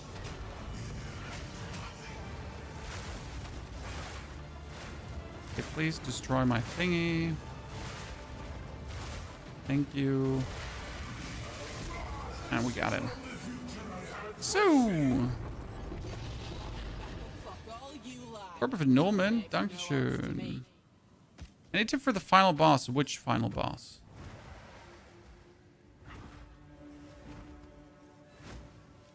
Okay, so now we're able to take with the 4th Ascension the Vivid Stampede, right? And then you're getting this one here.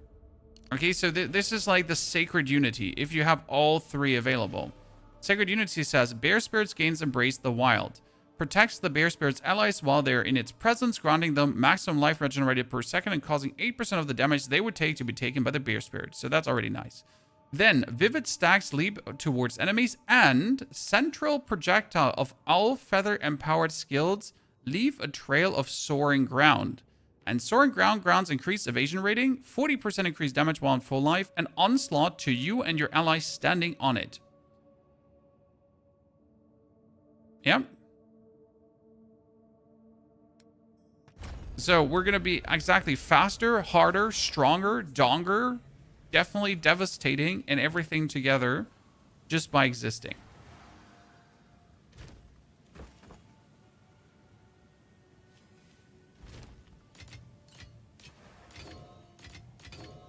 Just for you to understand.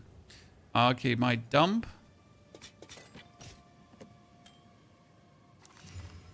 That one is not even good.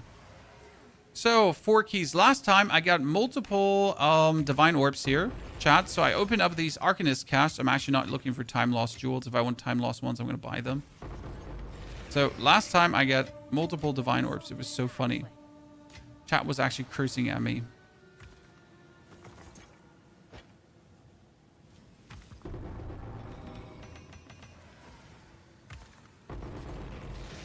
Never lucky.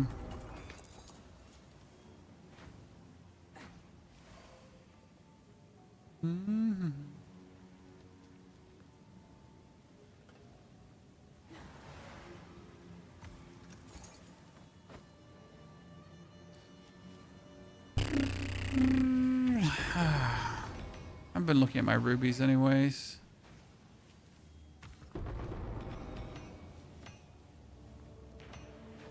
This is the 3rd? No, this is the 4th, sir. Just descended the 4th time.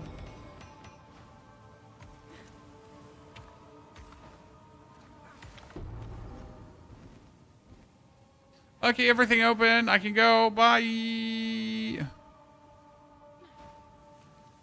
So.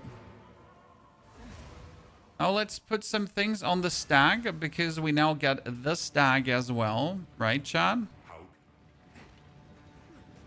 The stag is going to fly out as we move. So here you get these here.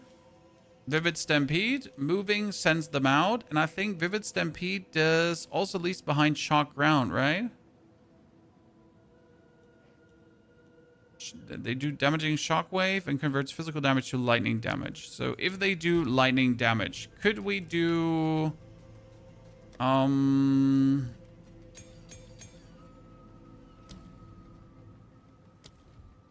would have them do electrocute for no reason. I mean, they can apply lightning exposure, I guess. Right?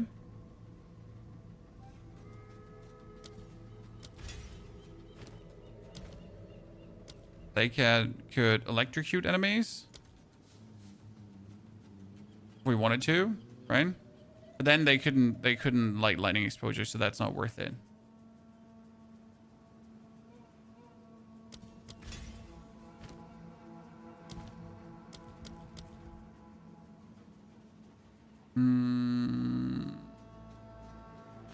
Can they become faster with rapid attacks?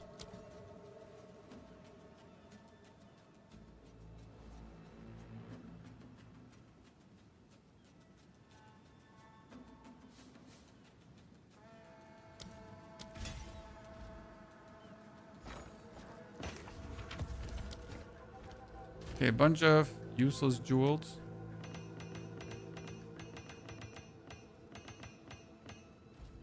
Great. What do you think? Many tomes you find.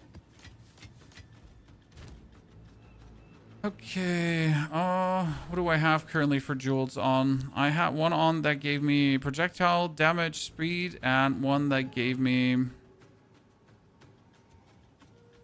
projectile. None of this is kind of good. I guess I want evasion. Evasion rating.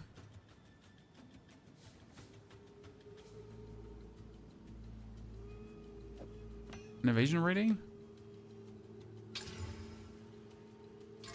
For now. Because what is increased damage going to do compared to just getting evasion rating, right? Just rather be more defensive.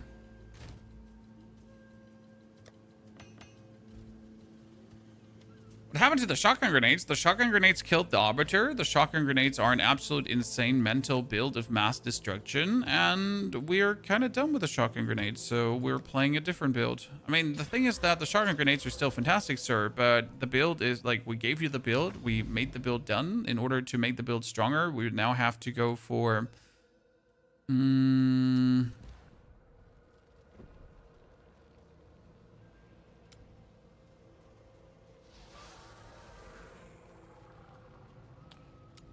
even more high currency stuff. So yeah.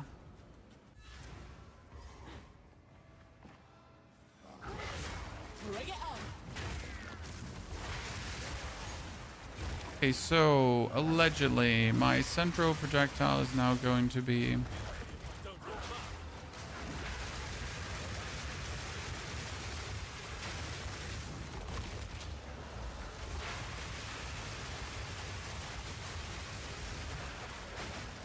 I gotta check how it feels if I can actually aim the final projectile, right? That does feel good.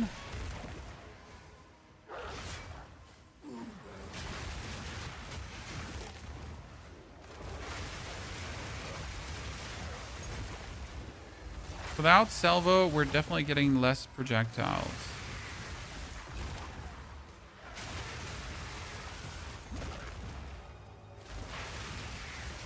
But at least we're getting a central one.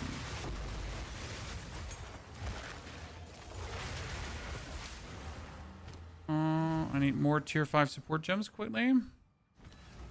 They removed the annoying temple. No, you can still do the temple. However, it is an option. It's not a must. Right? Very expensive. One perfect jeweler's orb is one divine? Really?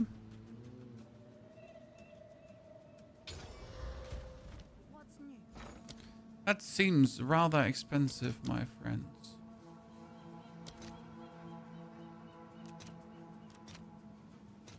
Let's see if there are any takers. Okay, I want to try out Virgin 2. I always wondered if the projectile acceleration would work because supported skills have more projectile speed, right? An increase in reduction to projectile speed also applied to projectile damage with supported skills.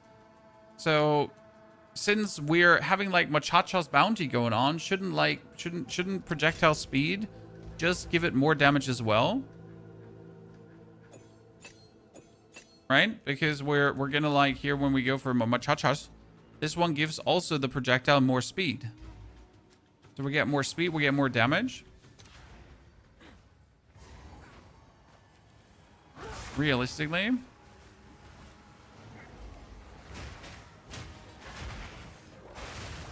If it then works the way it should work, then it should work.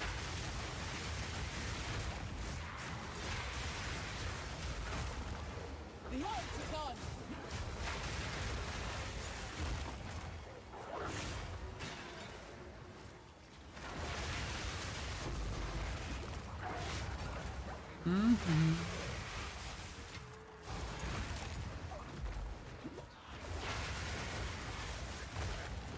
I mean, it does seem like we're doing more damage.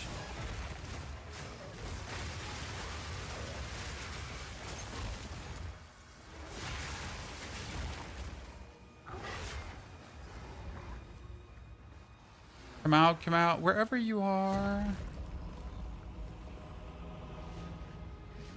The only thing we still don't have going on is rage regularly.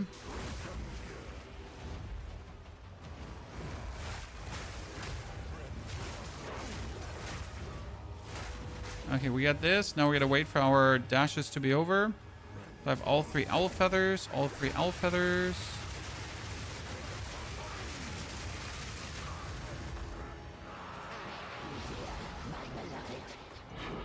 Was good. It was without salvo now, because again, salvo like randomizes where your shots are going, right? You get more projectiles, but at the same time, as much as you're getting more projectiles, they're just going everywhere and you just really have no control.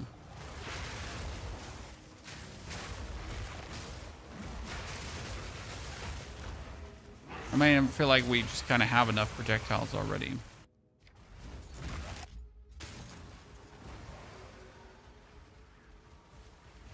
As it seems. Because they're face breaker shenanigans, not too interested, to be honest. I mean, it's not a terrible thing, not a terrible weapon. But it's just like, you know, if I wanted to play warrior, I don't necessarily need face breaker. Seems just plenty extra.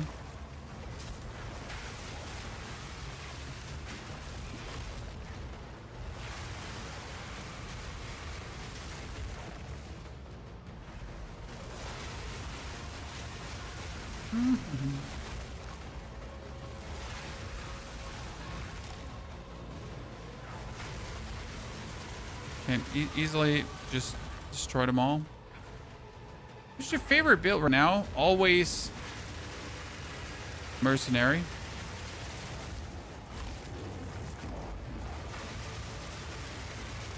I win. But honestly, the monk this time was like really, really cool, and I had a lot of fun with the monk. So big enjoyer there. Monk went up for me. Okay, that is level 80 whatevers. We get this one up. So we're now officially sitting 1,500 energy shield together with 71 evasion rating. And if we actually move, then we have even more evasion rating, right? Not bad. What I wonder is if we should invest some points in this one here, because this says gain deflection rating equal to evasion rating, and then you also have prevent 6% of damage from deflected hits. So that means that we're going to actually deflect for even more, right?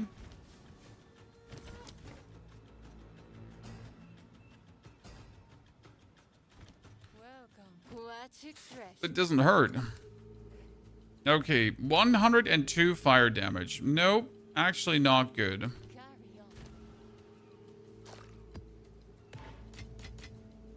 Level 18 skill. We're level 18 out. 2 golden rings for rarity. Let's try to get an amulet with projectile skills. We said it earlier, chat. Okay, so let's check our current amulet out. Current amulet has resistance, and that's it. Right? It has evasion rating, energy shield. So I'd say we want an amulet with projectile skills, right? We want an amulet with evasion preferable, and then we'll see about it. Now, the question rather is if we would like to add another spirit skill, right? So we're currently playing Wind Dancer. We're currently playing Charge Regulation, and we're playing Lingering Illusion. The thing is, we could get rid of Lingering Illusion, and we could replace it through...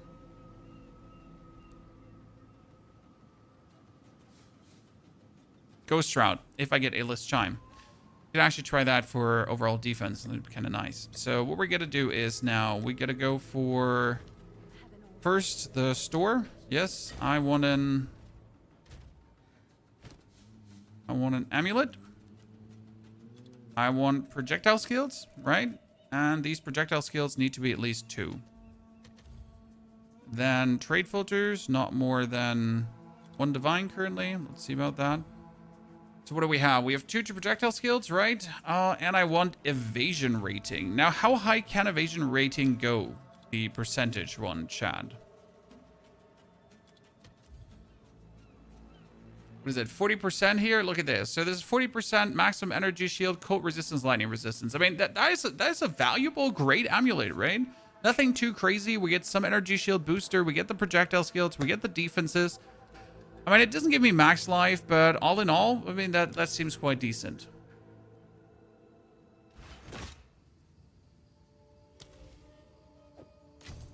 So that's 2 projectile skills.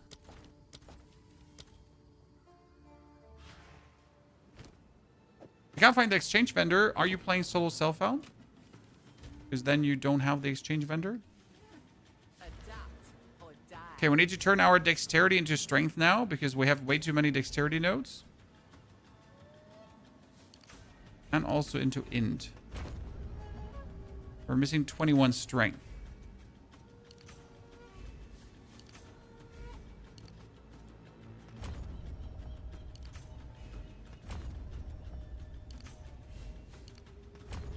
Okay.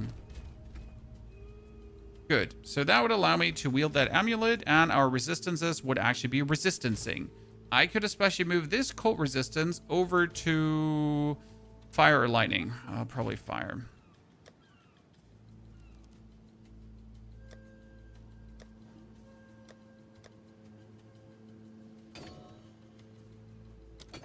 Ta-da. Good. The amulet comes away. So we get 2 projectile skills. That gives us even more damage. That's nifty. I mean, to have or not to have, right? Duh. What protector has Ramirez, Requital? I probably have to put these out to just make it more tanky. Okay, you know what we're going to have to do? We're going to have to go to the currency exchange. And I need some more uncut support gems for exalted orbs, but I need like 10. It's so expensive. You know, see how much money we're losing, Chan. Wild Protector has Hulking Minions, Ramirez Recruital, then it's get his Minion Mastery, so it becomes like more tanky. And what else could it get? Because we want it to like be as... I could blind enemies. Blind. It's the easiest way to apply blind, probably. Blind too. So that's simple. Vivid Stampede has like Magnified Area, Potent Exposure, Lightning Exposure right now. I actually don't know if it does apply Lightning Exposure, but I like it. Bit more chance to shock. It's fine. Wing Blast is still Wing Blast. Pounds is still Bounds. We actually do have Mark of Death for Armor Break with cooldown recovery.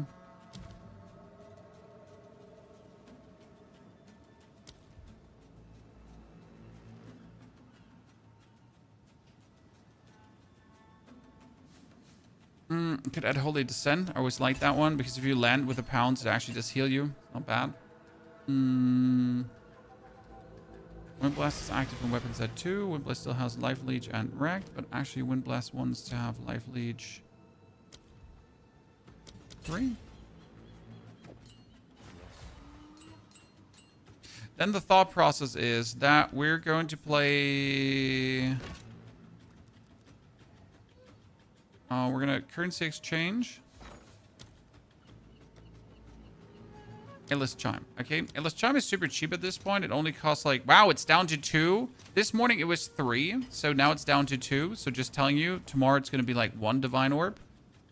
Endless Chime is for Pounds. Pounds then needs to get Culmination.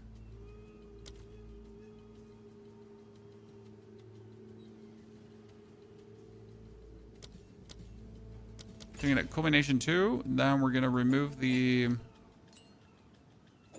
Holy Descent that I just put on because I'm an idiot. Cooldown recovery, culmination 2, cooldown recovery. What does the old guide say? Charge perfusion. Charge.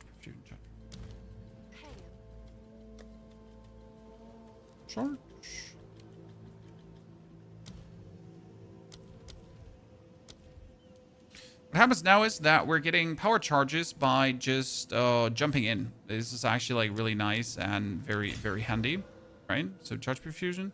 Then we can remove the Lingering Illusion, which has worked very nice so far, right? And you can replace the Lingering Illusion through potentially...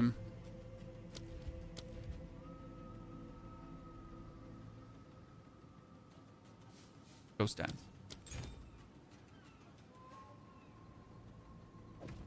Because Ghost Dance would actually make us more tanky, right?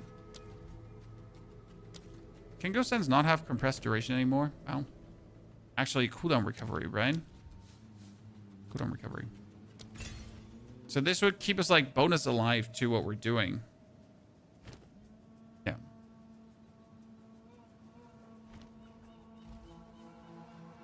It was 128 exalts earlier. Makes sense. Let's see. We're going to do in there.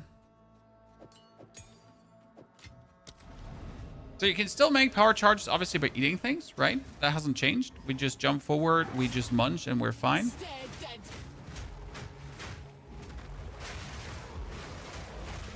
But you can now make power charges simply by jumping in.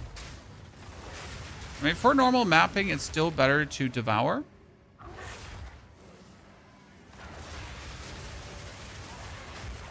This is just like straightforward.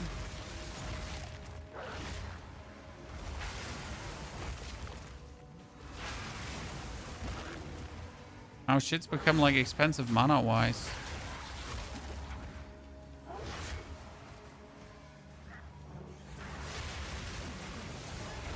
Do I need to have mana leech on an item? Probably, right?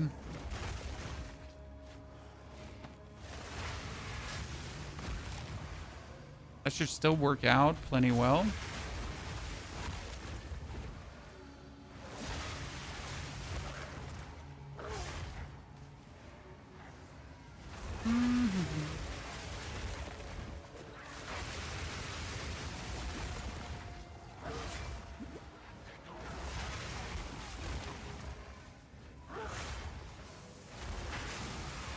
Wonder if you want to play Lavianga's Flask to just have it like trigger automatically.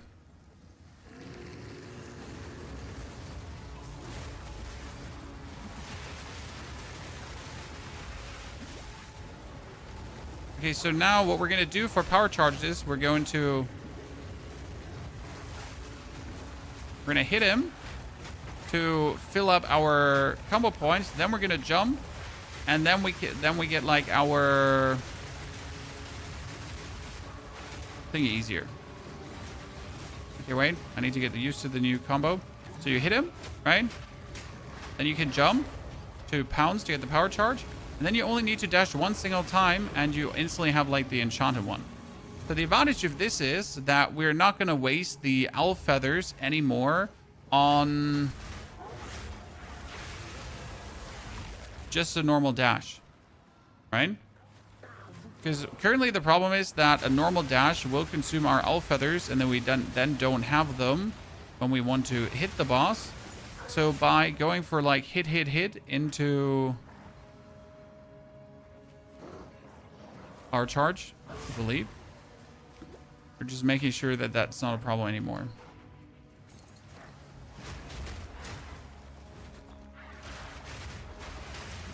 As you get still used to the game, that's okay. You should take your time. I mean, in the beginning, you're just going to die from enemy contact quite a lot if you're completely new to this. Right? I think most people that play the game for the first time have probably died to the Bloated Miller as well.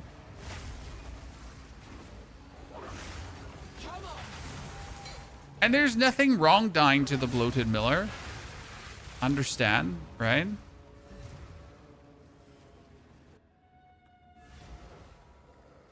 Any thoughts on trying to fit new unique chests Forgotten Warden into this build?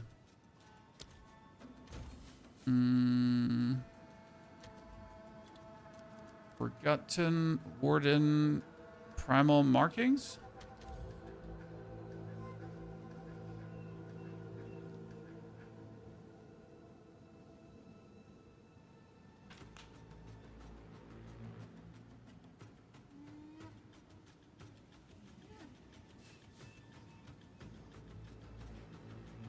Does Spirit Vessel do? What does the Spirit Vessel skill do? I can't look it up. I need to look it up on PO2DB.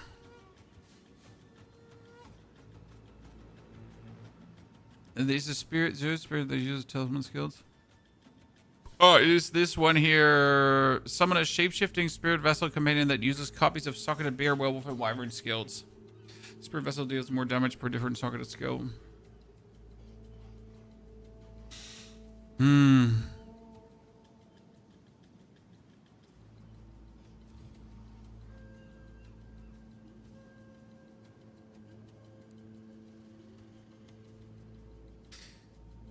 I couldn't say. Damage is taken from commands before life. Yeah, but we have Romirus Requital. 10% damage from hits is taken from supported companion's life. You recoup 200% of damage taken by supported minion this way of life. Minions have less maximum life. So obviously it makes my bear like squishier, right? He's only at 3,000 maximum life. However, though, again, if he just does take damage, I will recover damage that he would have taken. So that's kind of nice. Not sure how useful it is, really. Can you slot in the Devour skill so you can spam Oil Barrage more? We have the Devour skill slotted, sir. It's our main source of power charges still. I mean, the other way to make power charges is just to make the gameplay loop versus bosses better. So let's actually get to a boss so we can show you the gameplay loop that's now different.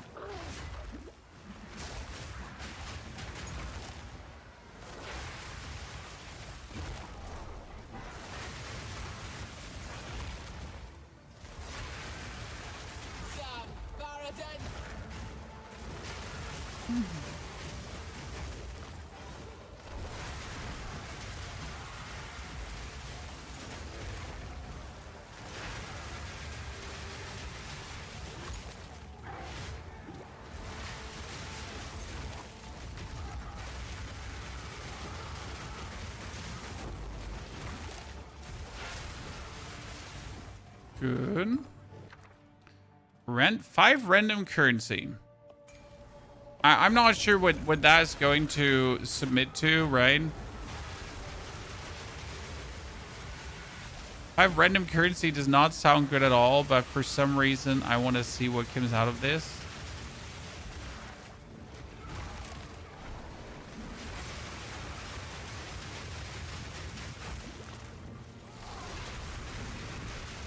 Did he just come back to life? Okay, 5 random currency. Yenta's propulsion increases and reduction to cast speed also applied to projectile speed for supported skill. That seems like I got scammed.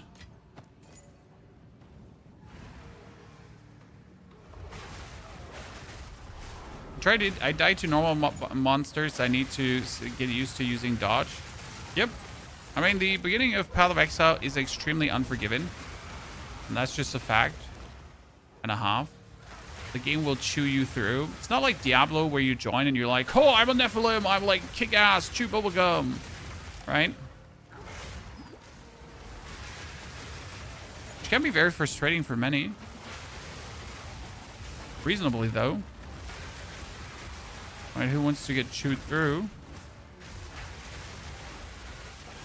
You plan to update your Raging Tactician build. The Raging Tactician build can be one-to-one played like that, sir.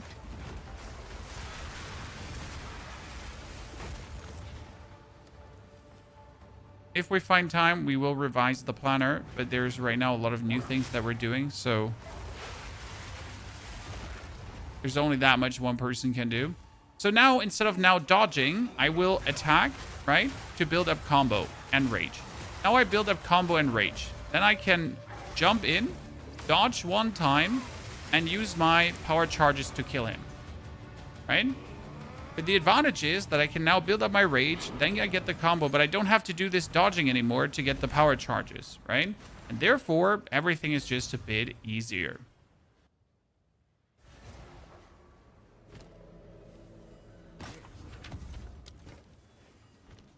Greetings, Quachik treasures. I'll take it. 174 max life. Is nice. Carry on.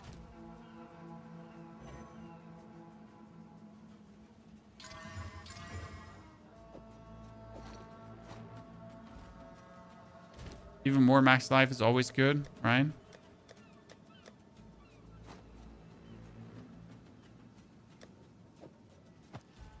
Okay, so what we're gonna do now is we're gonna take this tier 15 map.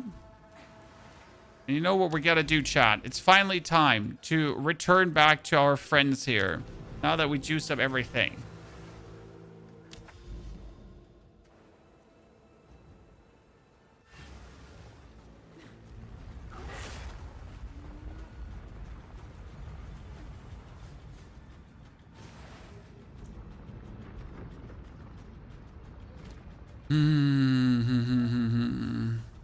Okay, so we got a stronger bear now.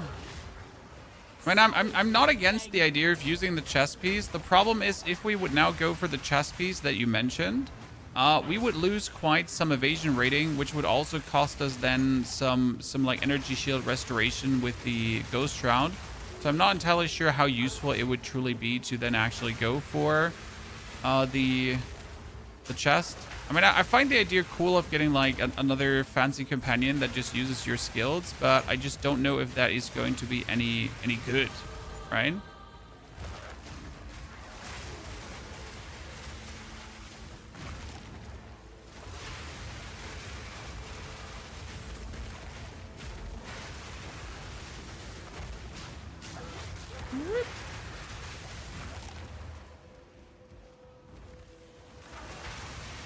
Problem is rather having to buy it AQ, right?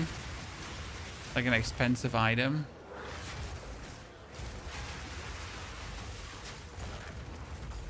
Oh, we have the funds. Don't. That's not the point.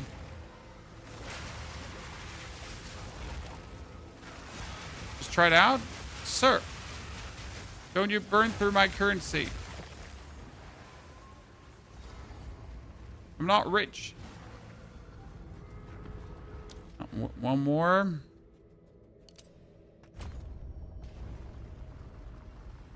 Or consider if we want to change like some passive points to go a bit smarter about things. Oh god, frozen ground for this. I don't like that. Okay, again, hit him, jump in, get the power charges, then I can dodge. And it works what we're doing, but we're still gonna look out that they don't eat us up because, you know, damage. I was just wondering if there's any way to update it for O5 using the new cluster grenade. Nope, Flying Bombay, you can't use the cluster grenade tech on the Raging Grenadier. You need to be a, what is it called for that?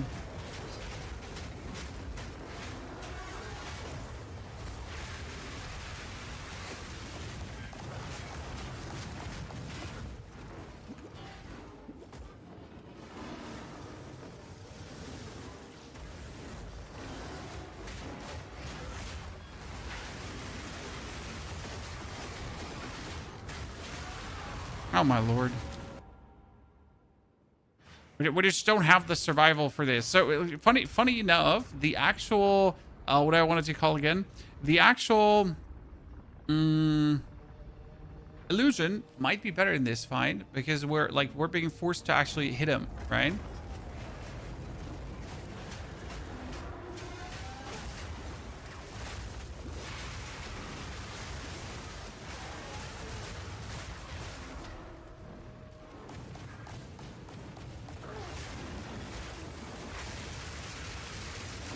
Now I unleashed it the right way. Thank you very much.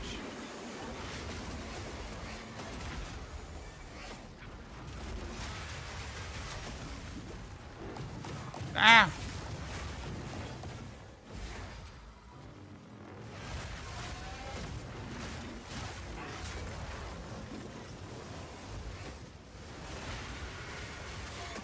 Good. Stupid random stuns. Goodness Christ. I hated these two. They definitely made my life harder than it had to be. But we finally got past this, and that was important because now that I'm past this, you know what we can do, Chan? we can get to the point where I actually wanted to get from the very beginning of the day. So where did I want it to go? I wanted to go right here to this map all the time. The only reason we actually did this.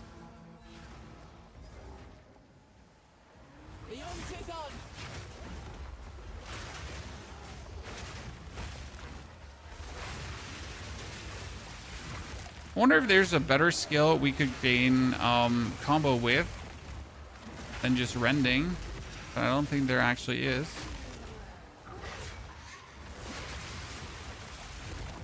Gotta rend it up. Rend it up.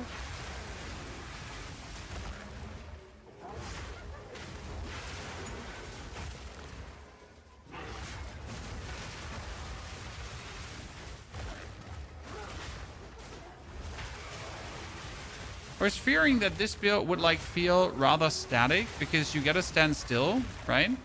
But considering that you pretty much stand still for a second, the whole screen dies. And then you stand still for a second, the whole screen dies. And you pretty much just like then jump forward, right? Nip at your enemies. Jump forward, nip at your enemies. Pounds. Next. Yeah, this doesn't really feel static, does it?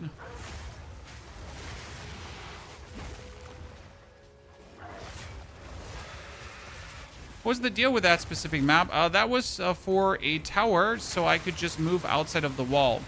So it was like a shortcut, because otherwise I would have had to go all the way around the fortress. And I didn't want to go all the way around the fortress. So it was literally just so I can shortcut shit. That's why I wanted to clear it. But those tower guardians were actually quite sturdy enemies, I will have to say. Did that breach just get absolutely destroyed? It wasn't even funny anymore. Or breach. Is this black smoke AoE clear? It's called Oil Barrage, my friend.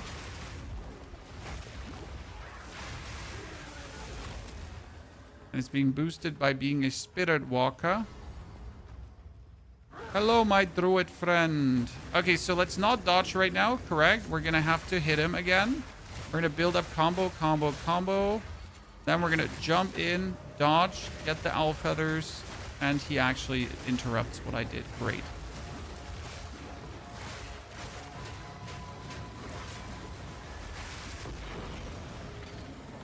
Godness.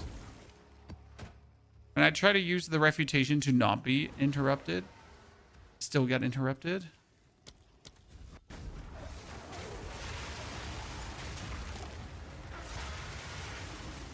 See how fast he died?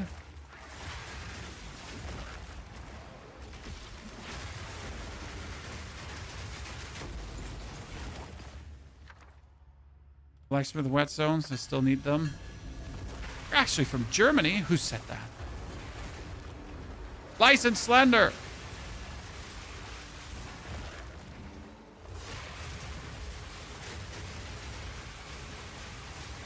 How dare you? No, I'm actually from Germany.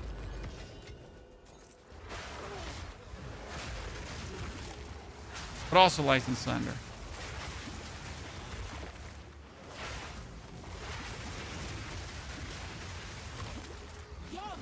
Hey, sir, stop interrupting me. Not cool. Okay, almost 85, chat. Jeez, my goal is getting closer. So why choose a Spiritwalker? Because a Spiritwalker has a skill called Machacha's Gift. Machacha's Gift. And Machacha's Gift allows you to shoot more projectiles faster, like a crazy madman on crack. And if you don't have Machacha's Gift, then you're not shooting projectiles faster, like a crazy madman on crack. Right?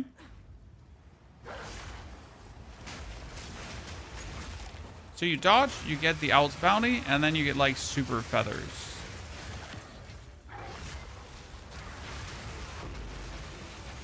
Problem with like without the feathers is that your projectiles are moving slow and sluggish. Who likes that? So what you're gonna do instead of having slow and sluggish projectiles, you're gonna dodge one time and then suddenly they turn into absolute speed demon projectiles. that will just spread everywhere around the world. Some merry, cheesy cheer.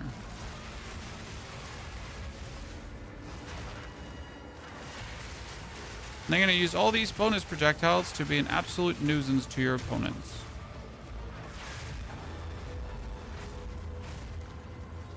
I feel like they reduced the chance of Rune to come, and I'm sad about it. Okay, Moss, thank you for the 99 months of support. One more to 100. I will be there next month. No worries. Not spontaneously quitting the stream. Looking forward to it, my friend. So yeah, and with this Machacha's gift and also the other spirit dude, you're actually quite agile on the battlefield. And as you can see, you don't have to actually target anything. You just click the button and the whole screen just goes kabloomy.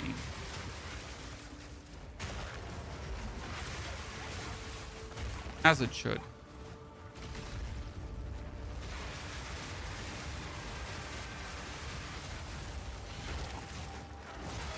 The only thing you're not allowed to forget is to dodge before puking.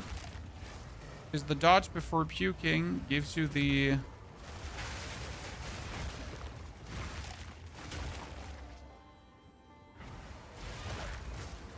Okay, so now we're sitting at 5 stacks. We have 3 owl feathers. We can jump and then unleash. Now we're gonna then hit. Okay, let's get her out. We're not gonna dash. We're gonna get her. We're gonna hit to stack up our things. Dash. Get it. Oh, I forget to dash, actually.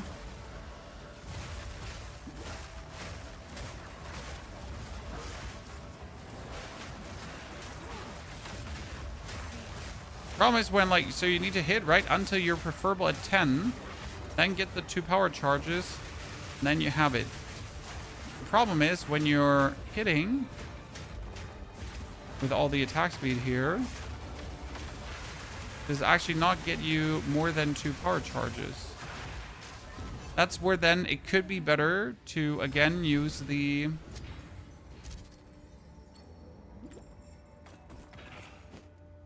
Lingering Illusion. Because right now the problem with Pounce is, right? So we have A-Less Chime. A-Less Chime gives you power charges the more combo you have. So you get 10 combo, and every hit gives you combo. I mean, you could technically consider actually putting in these chance to build an additional combo point on hit, right? This is what you could put 4 points in, that you actually build up combo faster.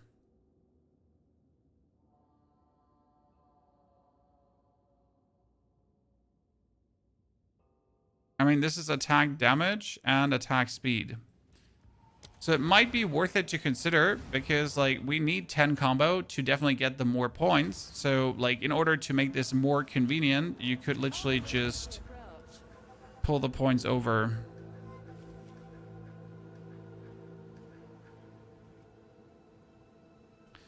But if I wanted to pull those points over, what would I pull out? That's the big question.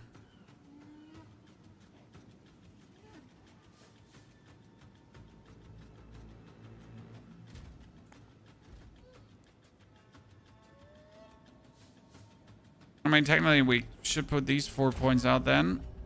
And then we need 5 more intelligence from... We need this then.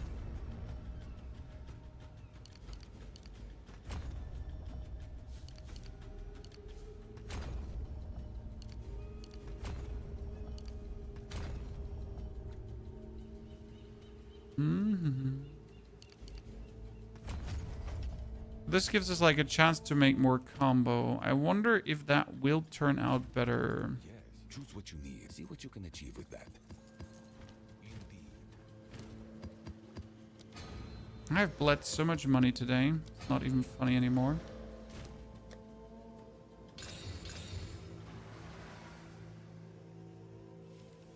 Sleepy, your brain exploded instantly? Nah, the skill tree ain't that much. You get there, brother. You get there.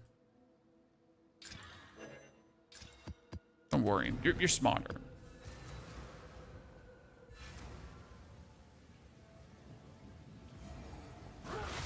Okay.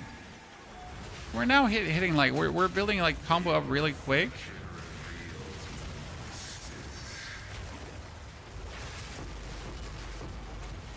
Oh damn. There's quite like a good outcome from like a little outing there.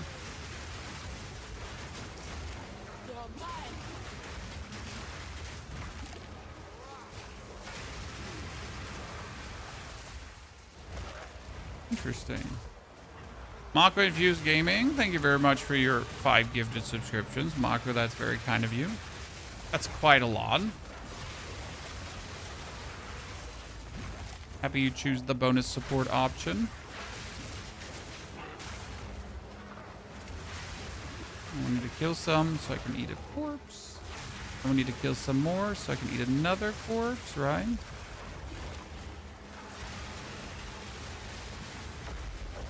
It'd be really great if you would get some...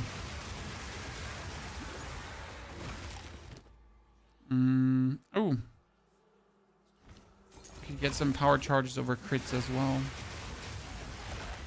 Okay, let's see if the bonus combo point thingy just works.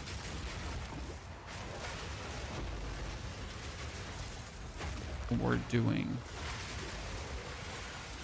Still not wholly convinced that letting go of the lingering illusion is the 100% way to play.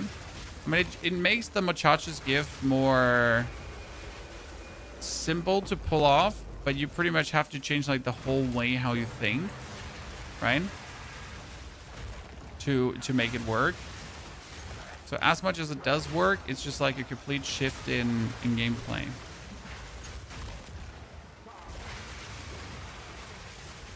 Thank you for the war plan video. Oh, no problem there. Can't wait for season 14. I mean, really having fun with Path of Exile right now, but also looking forward to dive into season 14 of Diablo. See what stupid things we can pull through there, right?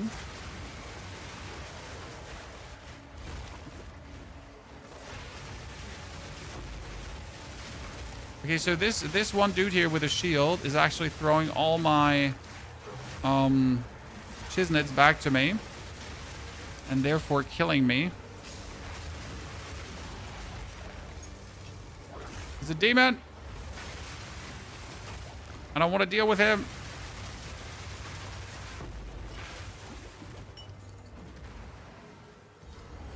Okay, we found the boss.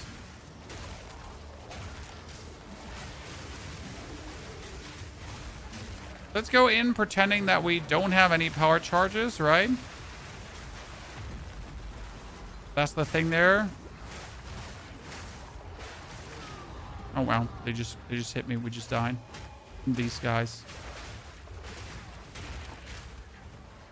There's Fear, Direct Consort. So we're gonna have to. Oh, we're gonna have to avoid this, sadly. We're gonna have to hit her. Eat some nerds. Dash.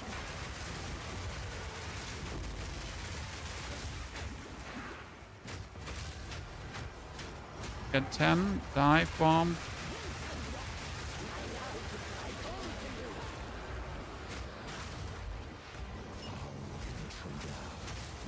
You hit her. We dash. Expand the feathers. Do the damage. This fog makes a mess of monsters. We still need to. We need. I'm not there yet. Where I feel like 100% comfortable. Like with a new play style.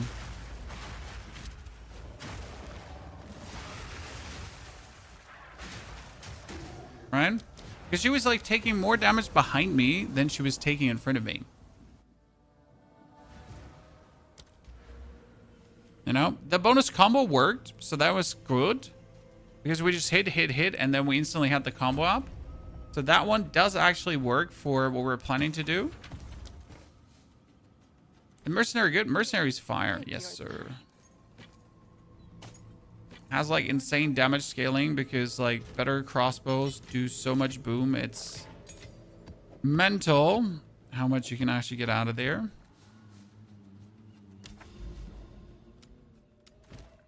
Okay.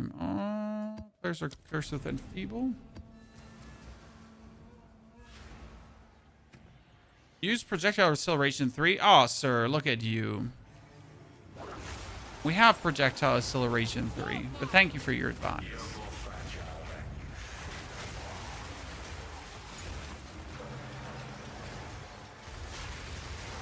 Come on now, sir. No cookie cutter advice.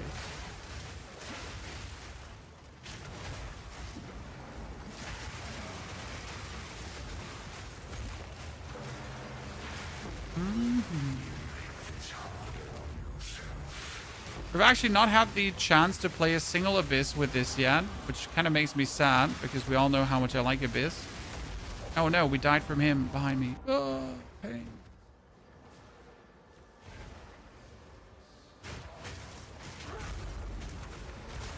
It's the updated cluster merc grenade tree. I mean, they're pretty much the same.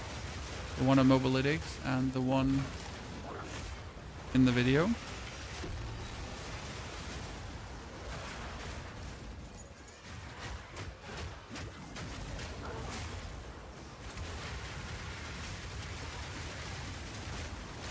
Ah, he does the diving. So like I'm killing him rather with like random bouncy shots than actually hitting him, right? Okay, so the bonus projectiles are working. The bonus combo points are working. We're skipping things. I like that.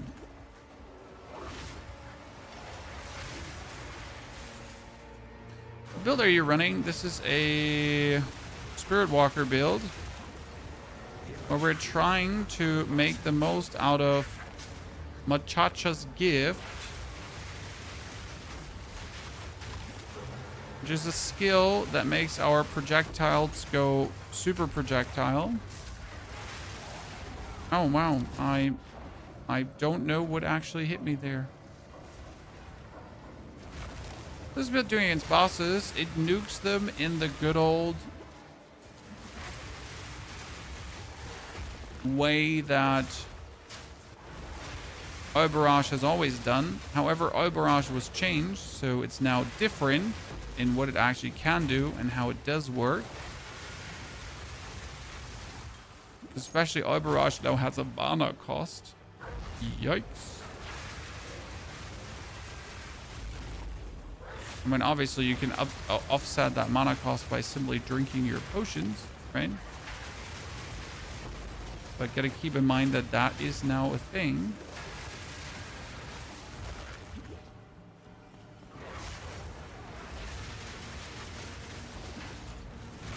What ground effect is just hurting me? Yeah, what ground effect is just hurting me so much that I just instantly die? Like, seriously. One button builds are counterplay. It's not really a one button build, but kind of like a one button build. So, like once you're zooming, it's just jumping forward and going boom, jumping forward and going boom.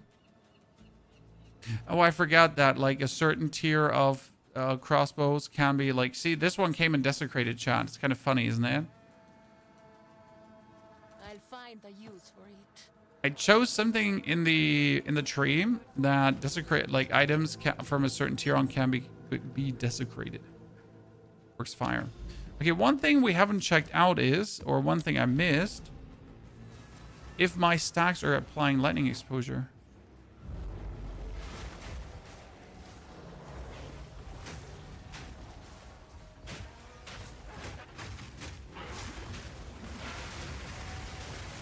I don't think my stacks are shocking right now.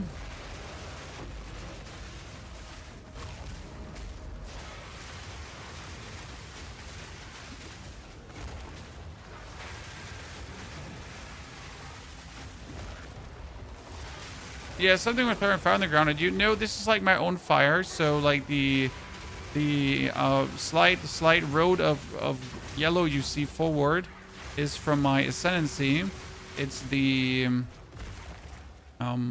it's some kind of sacred ground that makes me have more evasion rating, makes me attack faster, amongst other things. works as like super ground. Stinking egg. And that fire is my own fire, too. Okie dokie. Once again, we're gonna have to hit him.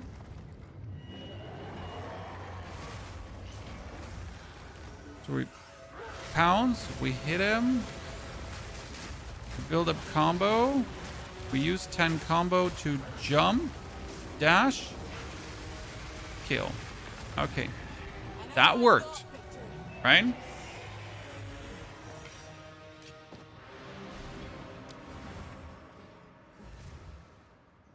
Jump, dash, kill.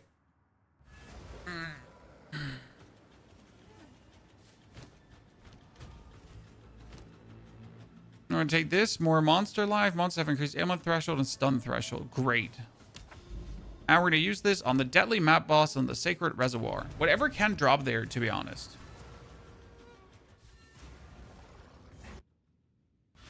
Oh wait, is like which boss is here? Zamir the Blade Sovereign. Oh no, he's gonna be absolutely ass to fight against.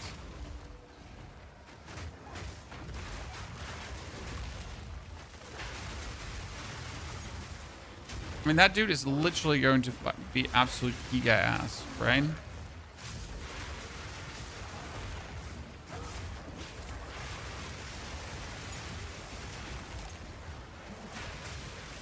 I have to see how that goes.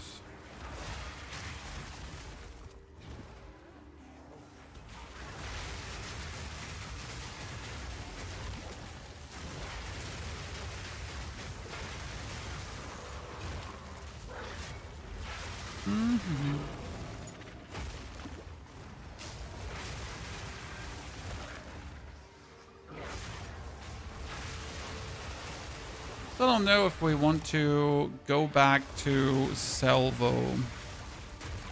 I'm decided about that yet. And Salvo was definitely like more projectiles by tenfold.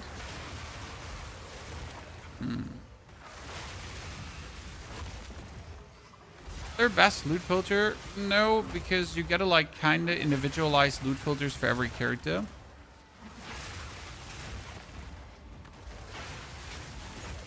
Right? Your jumping rampage warlock still viable. Which one?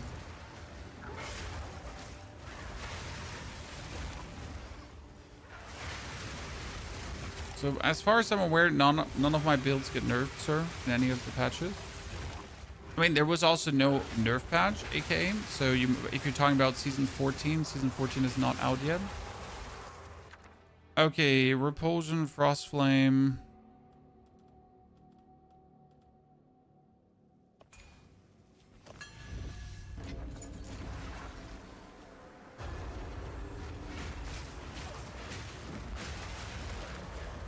Five. Da-da-da-da-da-da. See, now I didn't get the Owl's feathers, and you notice how when we don't have the feathers, how like the whole thing just doesn't feel that amazing anymore. Really want to have the feathers so it actually does feel good.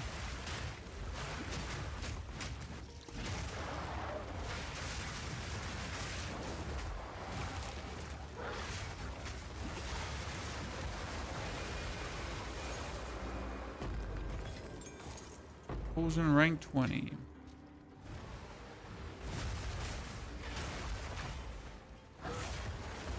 Oh, we finally got a monolith here.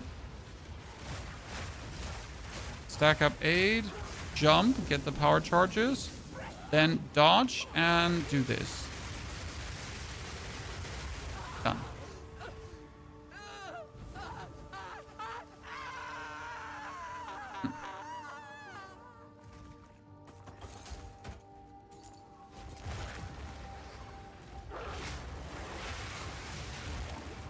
Okay, this is going to be like a deadly map boss version, so I'm kind of excited to see how hard that is.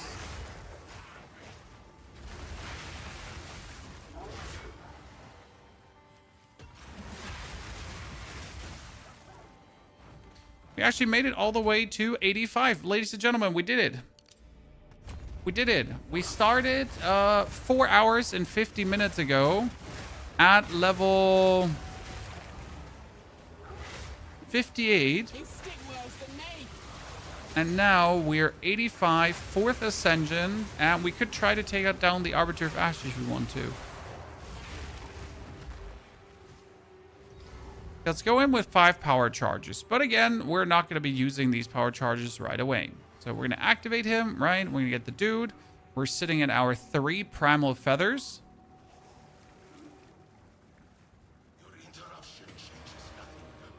We're going to have to activate Propulsion. Then we're going to have to hit him 1, 2, 3, 4 until we're at 8 stacks. Get that, dodge, and shoot. Then we're going to have to hit him again. We get 10 stacks. We have 10 stacks again, right? We have 3 feathers. So I'm going to hit him, dash, go, and go again for my... Then 1, 2, 3, 4, 5. Dodge. And win. He was like, as a hard, like map boss, he had a lot of life. We got Varashta's Blessing, ladies and gentlemen. Supported skills deal more damage for each different command skill you've used in the last 15 seconds. And that one is actually really insane for the Disciple of Varashta. I'm not entirely sure if that's actually an expensive one currently, but you definitely want to have it for the Disciple build, right? Because you're going to use a lot of command skills. Therefore, GG.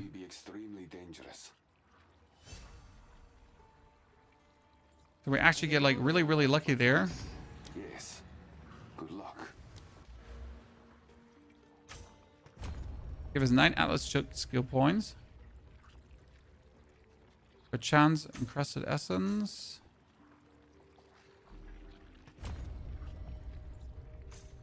Okay, I want to do more summoning circle stuff as well. So I love summoning circles. I think they're cool. Right?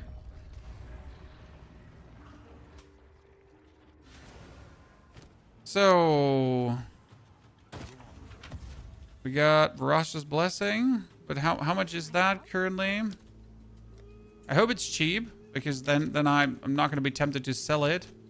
Yeah, okay, Varashta's Blessing is super cheap. That's amazing. Haha. So I got one of these now for my build. That's good to know.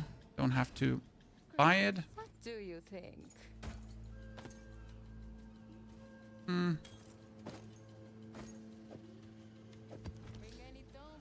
So we could take down a powerful map boss relatively easy. There's the last boost for Doriani now. Interesting. That would be... If I go 1, 2, 3, 1, 2, 3, the same. Oh, wait, which one is Forge?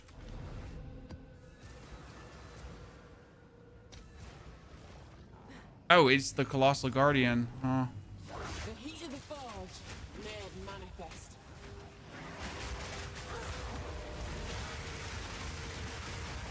What do you say, chat? What do you like more? The version with Lingering Illusion or the version with jumping around?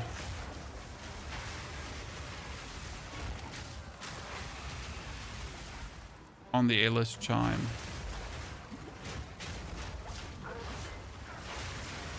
I'm honestly not sure which one I prefer. They both have their merits, right?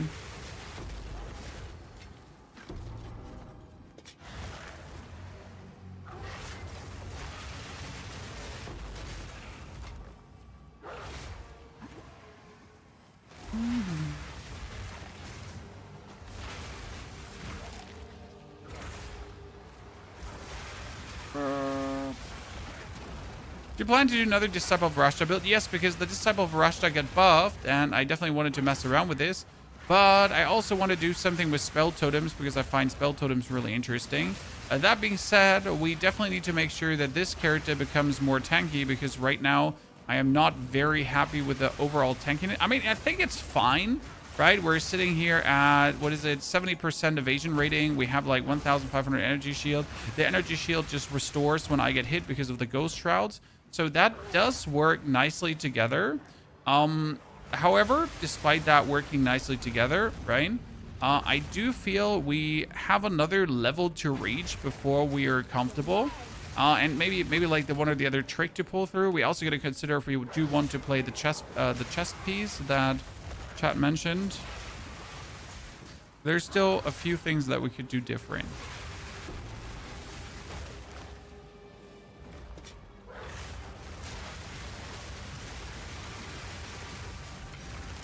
And about the Rune Master warding quarterstaffs, I saw a video about it. I was like, sure, they're not bad, but not required.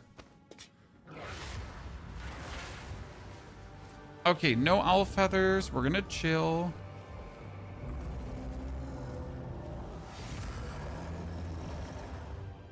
Hit him. Build up charges. Jump. Build up more charges. Make sure we have like all the thingies. 10. Jump. Dash. Ooh. Ah, I forgot you can't damage this guy. So there's a weird thing going on with him that in his first phase, you cannot damage him. I'm not sure if you noticed, Chad. But until he doesn't move, you cannot damage him. Whoop! That was good. That worked.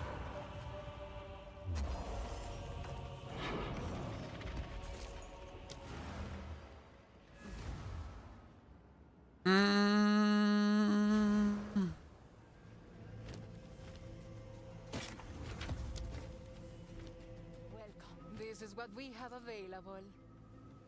Don't spend it. Yeah, I had this now multiple times, so I had to figure out what was happening because it was super annoying. Physical, no, not enough. We're going to take our fragment.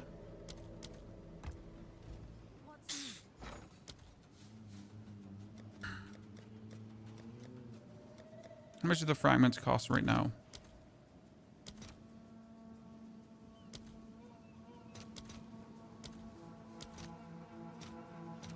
I'll fill that in as soon as I can.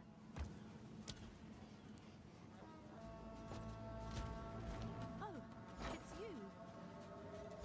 I mean, I'm not sure how people are actually finding fragments right now because are you actually searching for citadels, right? Chan, Right. honest Your question. order is registered. Are you actually searching for them?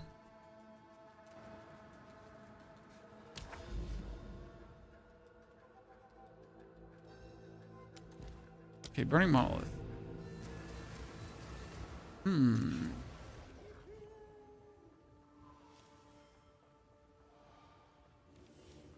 Are you playing any other builds on the martial artist? I haven't decided. Why can't I put that in? Chan. You have replaced the fragments. Stay sane. Is that not the third fragment? Eh? Is that not the third fragment?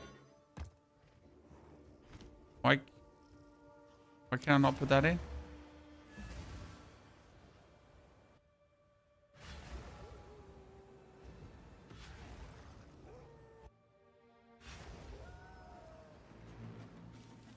Yes. That was the right one. There's the weathered. Or no, it's the faded I need. Oh. I'll post it Okay, I'm gonna right get away. 2 for 3, I guess. No. I made a mistake. I bought the wrong one. I'm an idiot. Okay, let's see. Like, we killed the story arbiter already, and the story arbiter was really, really simple. So I wonder if this one is actually going to be harder.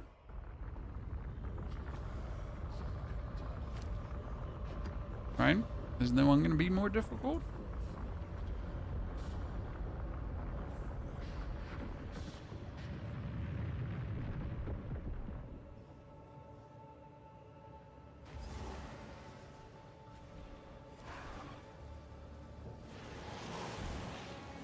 I really, really like the design of the arbiter, but I still have no clue who he actually is.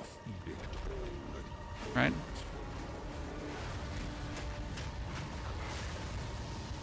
It all comes down to this.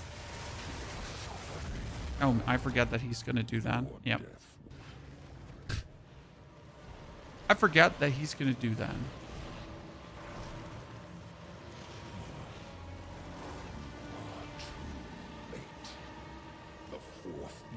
The story arbiter was like an absolute cake park walk, right?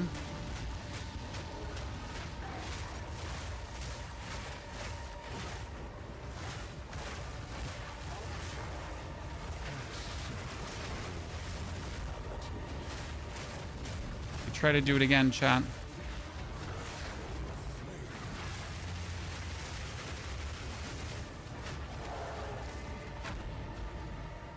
Oh. Wait. I forget.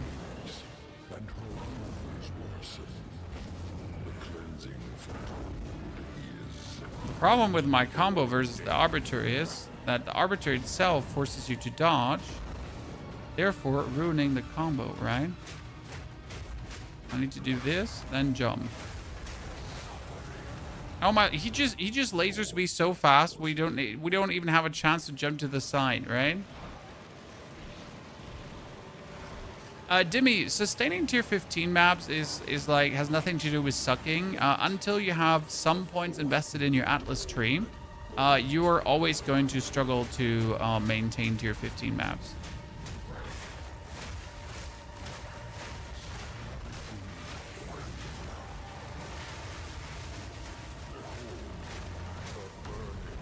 I just die instantly when he points that at me, like without a second reaction time right now. I guess I should have full fire resistance. That would probably help with the Arbiter. Here, let's do full fire resistance so we at least have that one up. It's just completely normal to not sustain them in the beginning, trust me.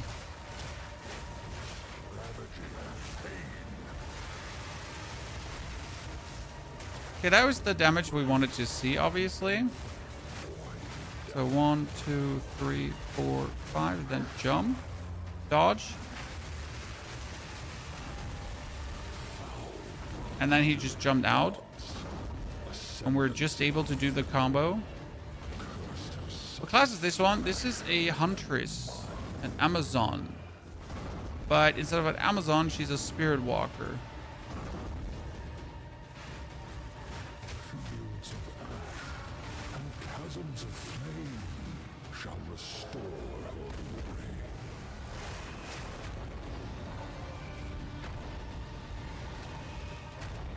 They make this slower?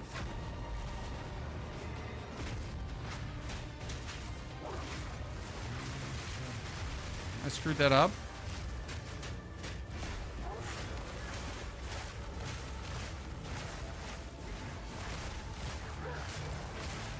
Dodge.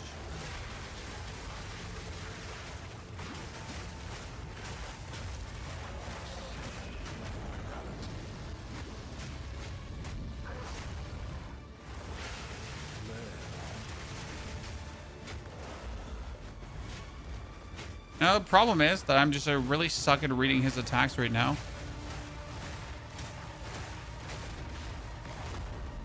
Oh, he does it twice. Yeah, well, we're not performing above par here for this one right now. Oh, this is not the story arbiter. This is the normal arbiter.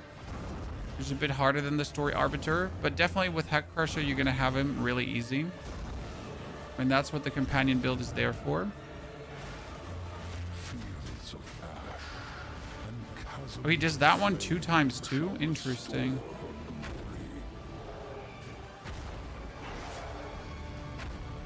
Today we learned that he does that one 2 times too. They were too slow.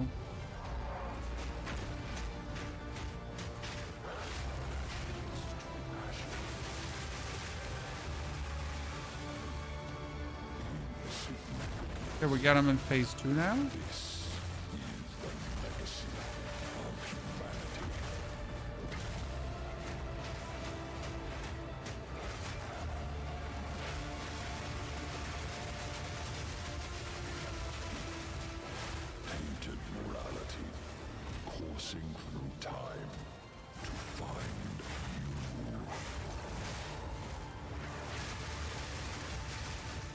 So like when we actually get to do our damage, then we kind of have it, right? Another vessel of sorrow.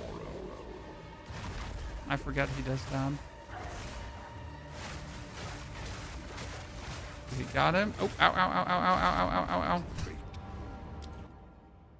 In between, we like do good damage, right?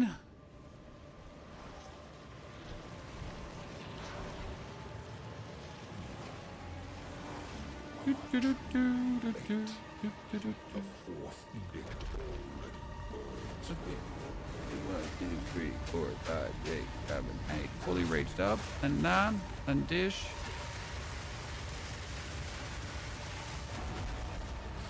Oh, almost came out. See that was a better beginning where you actually do the combo right away and don't get yourself scared off by any of his attacks, right?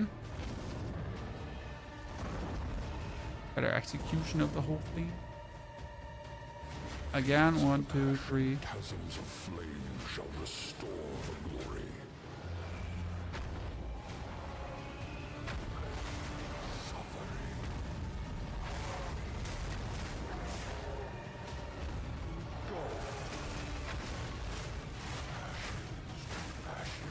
Okay, dodge.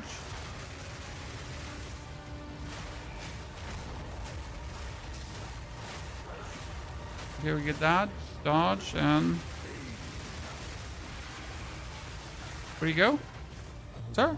Oh yeah, he's in the middle. See? Like we did it. But that was a way more fluent way of doing it, Chad. Okay, hit him. Hit that one.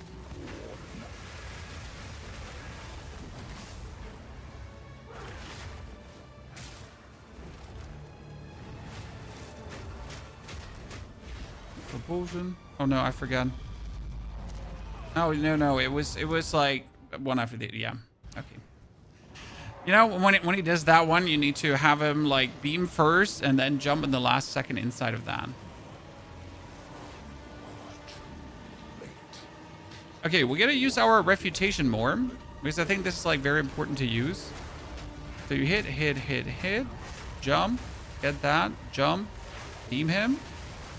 Then don't get hit. Jump, hit, in.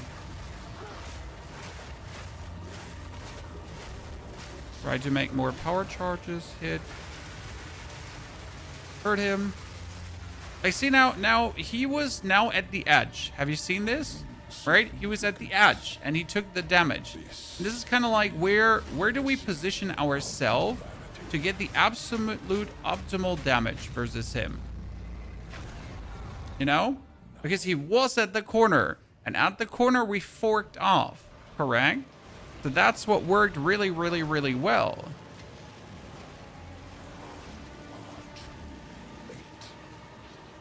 But how do we force these situations, right? For more damage? Do I just position myself in the corner?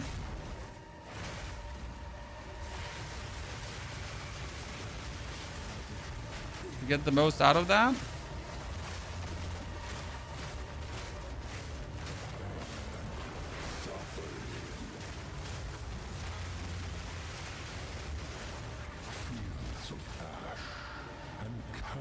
That's the big question.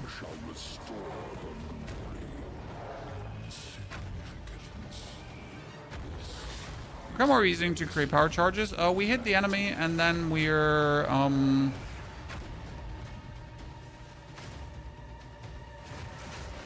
so hit enemy. Hitting enemy gives us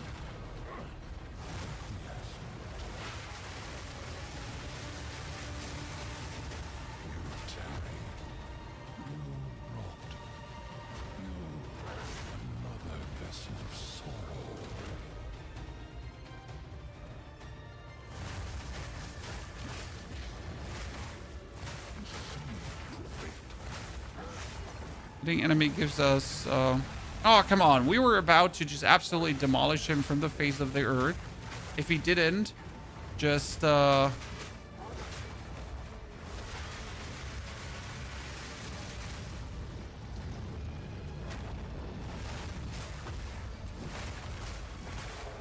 no, I made a mistake. So we hit him with our Rend. Rend builds up, obviously, Rage. Rend builds up heightened charges, which is amazing. And then we do Jump with Aelith's Chime and Culmination to make power charges. Now, obviously, the problem is that you have to hit for that, right? So I have to 1, 2, 3, 4 hit, then boom, get the combo points. Dash and do this. And we have to hit again. The combo points, dash, do this. See, now explain to me why that did so much more damage. What did I do different? Was it because I hit him, then I hit the terrain, and then it bounced back? Right?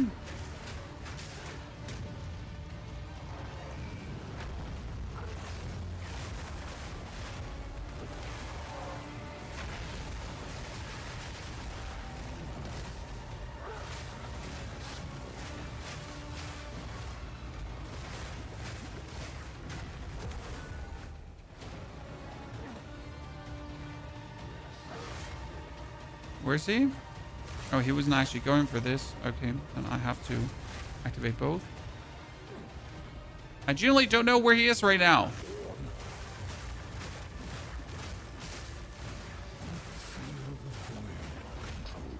Where's the Frost Crystal?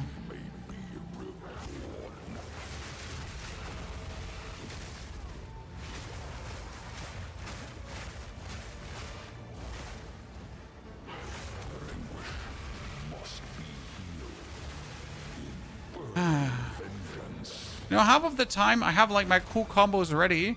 He just refuses to exist.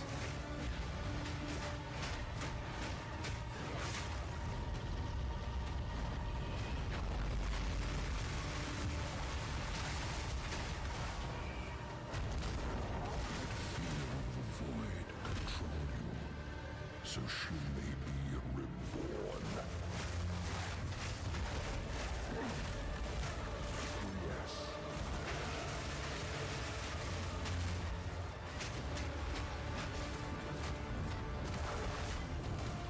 I'm burning!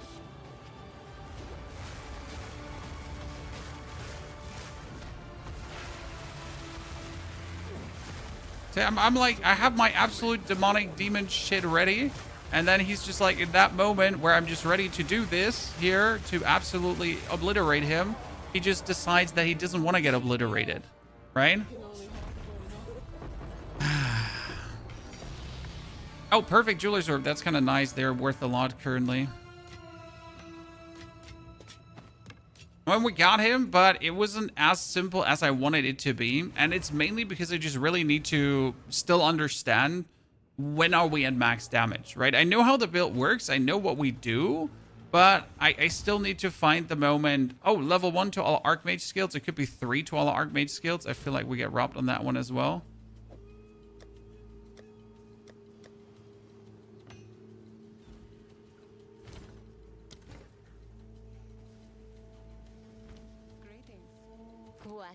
That one is easy 1 divine for 1 to Archmage skills. That seems not so much.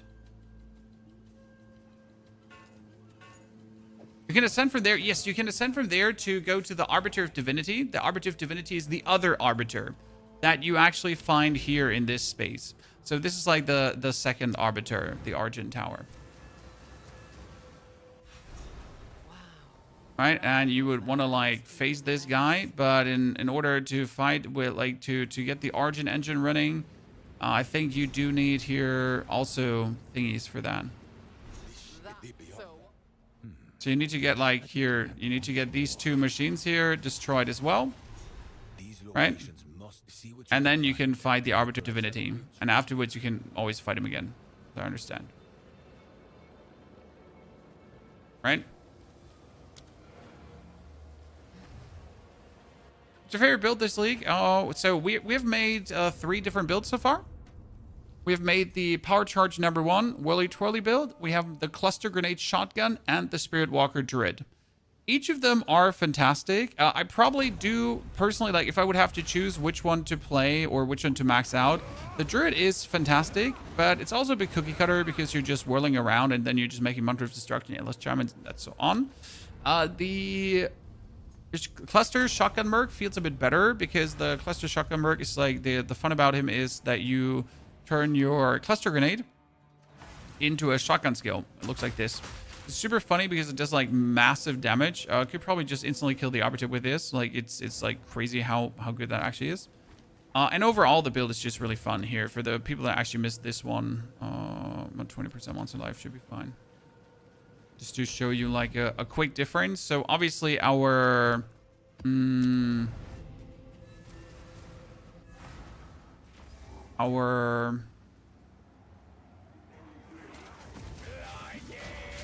So like you're just running around throwing grenades, everything dies, right? And you're just... This is a bit different to the other build because the other build was just all about just jumping into a board and then deleting the whole thingy, right?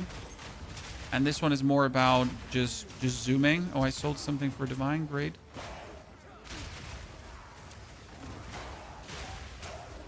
All right, so we're just zooming through. Not like whole screen clears, right? Maximum XP per second, like definitely not. But still very efficient, very quick, very nimble, very fun in my eyes. Way better if I had like the Herald of Hunting attached. And then when you get to the boss, that's where it gets like really interesting because now we're going to load the different shot. And then we're just going to unload here this. We're going to break his armor. Then we're going to shoot him with a shot and then boop, boop, boop. See, that was the boss. You know? That was the boss. That was a tier 15 map boss. That's why he's actually so funny. Right? And the thing is, like, you have this shot on demand. So, like, it's really easy to pull this off, as you've seen there. Like, not the other combo is definitely a bit more complicated with the oil. That's why I like this one. Because it's just really that just a very simple, like, forward zoomy character. Right? The other one takes definitely more effort to play. I mean, this one's also more tanky, as you can see. Like, I have only 2,000 life, but I have 80% armor. And due to, like, always stunning everyone and having, like, a good amount of life regeneration, wind dancer, and so on, like, he just really doesn't die, right?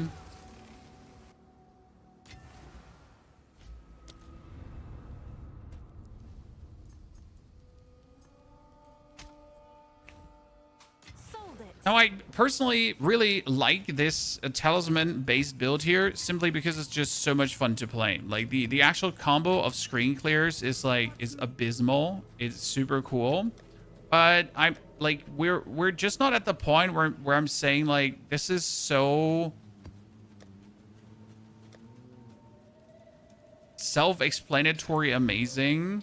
Like, right? Well, we need to reach another level of understanding with the build, and we need to reach another level of gameplay with the build to really feel like we're there. You know what I mean? It's yeah. I don't know how to say it, but I don't feel like we're there yet. You know? I mean, we just killed the Arbiter. That's nice, but you notice that it wasn't like if you would now have to kill the story Arbiter, super simple. But if you wanted to regularly kill the other Arbiter, then I'd have to think about how to make it easier for you, right? Because obviously that story Arbiter, you're just going to poop on him. Story Arbiter is a joke, honestly. And I think that's also a good thing. Story Arbiter needs to be a joke. Like, he shouldn't be... I mean, well, I say joke, but probably... Well, who actually, if you died against the story Arbiter, please tell me, Chad? I think he should be, like, just achievable, right? If you just want to kill the story mode bosses. Like, the reality of, like, story mode versus try hard.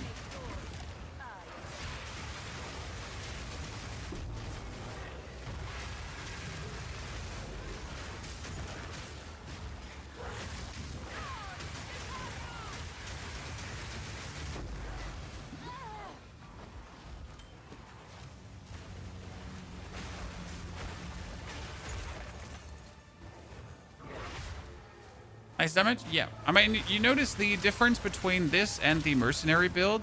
Here, I just get more XP per hour, probably, because I'm just simply clearing the whole map. The mercenary does not care about clearing the whole map. With a mercenary, I can speedrun every map. and just get from start to finish in record tempo and then just delete the bosses. So I guess if I want to get from A to Z in the like on the maps, right? If I don't care about like actually clearing out the abyss or something, the mercenary will always be ahead of what this one can do.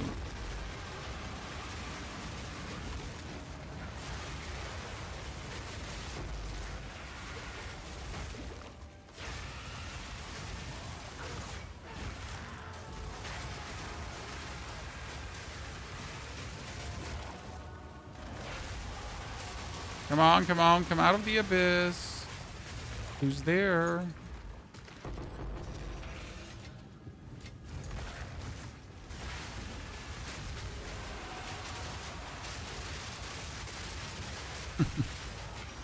Poor guy.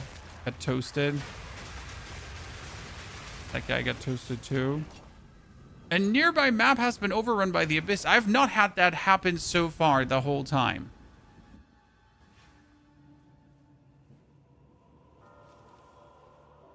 Did you have any uniques? Well, we were thinking about playing the new chess piece. I forget the name already again. That works together with companions, but not because it works together with companions, but because it actually would allow us just to be tankier.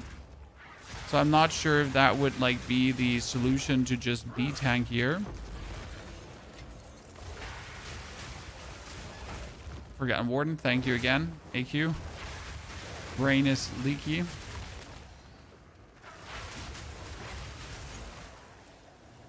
Does that mean another map get the abyss in it? No, no, no, sir. It means the map is literally overrun by the abyss. Like there's like 40 abysses or so on that map. So I choose in my abyss tree in the atlas that like adjacent maps could get overrun by the abyss, and that then really means that overrun. Okay, there's abyss everywhere, left, right, and center.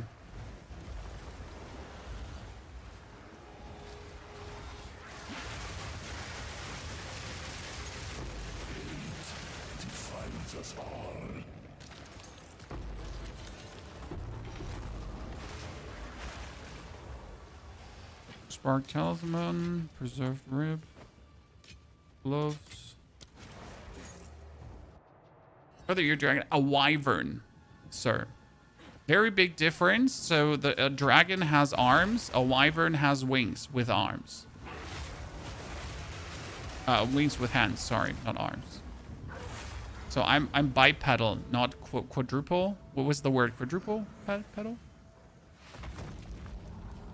So again, rotation, ladies and gentlemen. We will activate...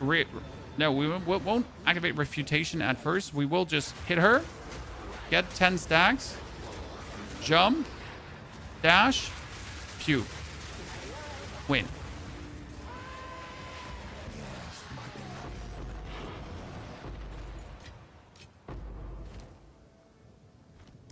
I got multiple of these Pilgrim Vestments already.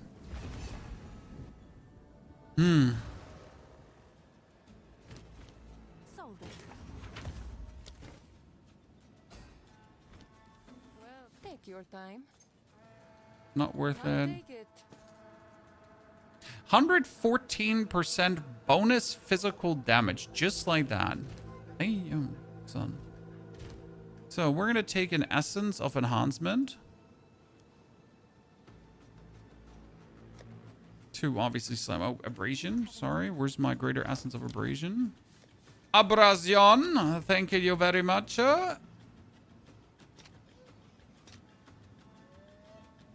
they just dropped down to 1-1. Thank you very much. So that brings us up to 41. That's obviously a dud. So what you're gonna have to do now is you're gonna have to take your exalted orb, your divine orbs, to just slam it on and hope that a better outcome is. That is actually a really good outcome. So we got 400 physical damage on this one. Now my question is, would I try to desecrate a prefix on this one, or would I try to desecrate a suffix on that one? Probably a prefix. Do I have a... I don't have even an omen.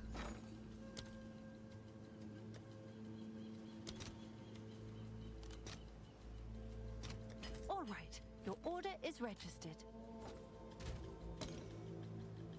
Okay, we're gonna prefix on this. Plus 2 attack skills? Nah. I mean, we could have gone with plus 2 attack skills, but I just like to make big weapons currently.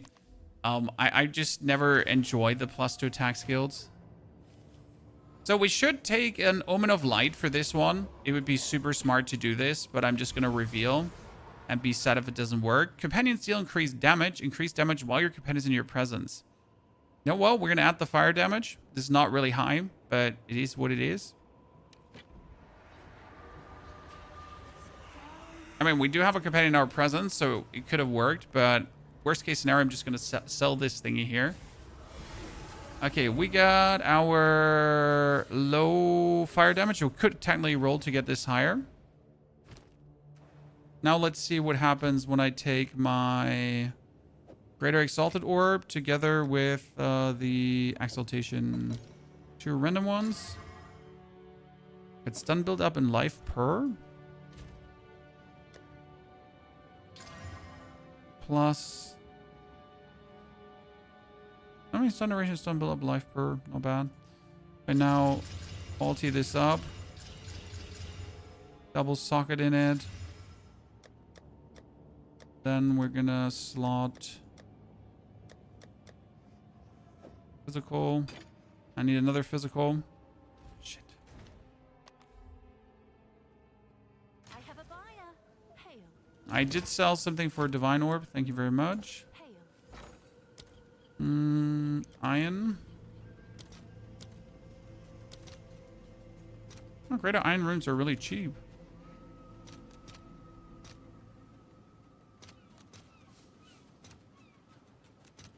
Let's see if there are any takers. Oh, did I just buy iron or fire resistance? I bought... No, I want the same, yeah. Okay, so this one is now up to 600. Could have been better, honestly, if I went for the iron rune rolling. I mean, it's still like a 588 DPS weapon. So, like, if I deactivate these 2 things right now, 588 DPS is going to get me probably a divine orb, safe call.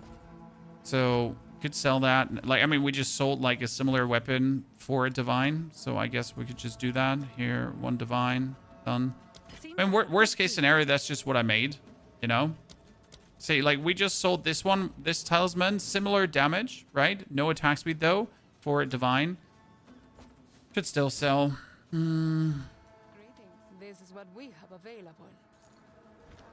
Okay, yeah, we'll have to think now how to make this one here more tanky, how to merc around with this. I mean, it is working, so I'm not mad.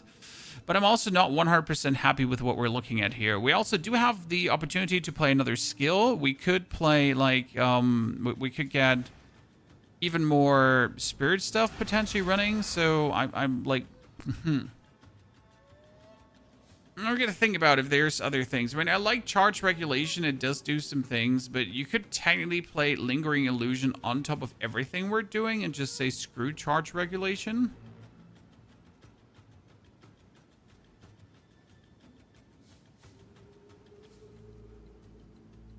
Definitely gonna try out Nova projectiles again if I like that.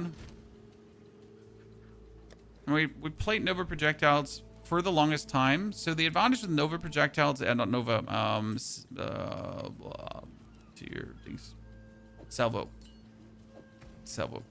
adds like bonus projectiles per seal, right? I just can't get warm with that.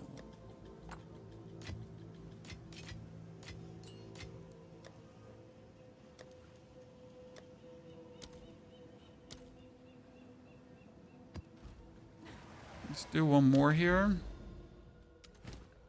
Arid Plains. So now we don't have Burgeon, but how is it gonna feel? So now with the seal, you notice like how many more projectiles there actually are. So we're gonna jump, we're gonna puke, and all of these, like I'm not sure if that's just wholesale the betterment. Because what you have to understand about the seal is, right, that it is for the whole channel, right? So for the whole duration of the channel, the seal counts.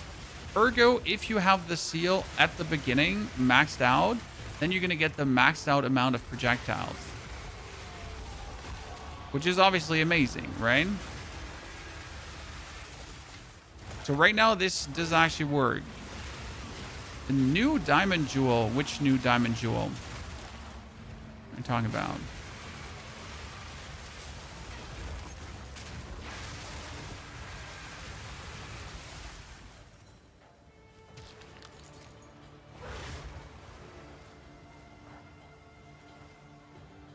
Zigard, you might not have enough physical damage. That's the only thing I could think about why your Staggering Palm doesn't stack up. I had the same problem when my quarterstaff was mainly elemental and not mainly physical. Then my shit was also refusing to stack up correctly. It's a bit weird.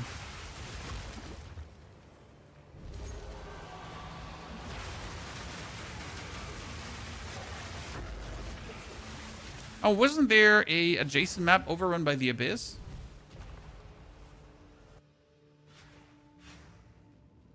You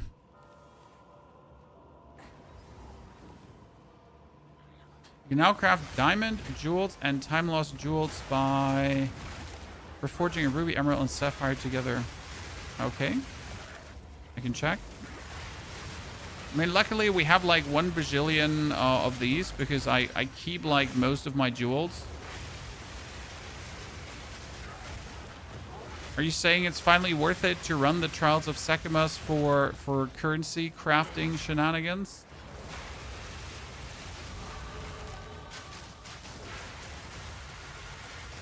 Okay, we made it to 86, ladies and gents. Good progress. Dude, that guy got eaten. So we got birds up, ladies and gentlemen. Birds. Okay, right now, I'd easily say that the salvo was worth it again. After now playing a while without salvo, I do notice the big difference, right? I mean, this seems very good. That druid with a bear pat? No, this is Spiritwalker with a druid talisman.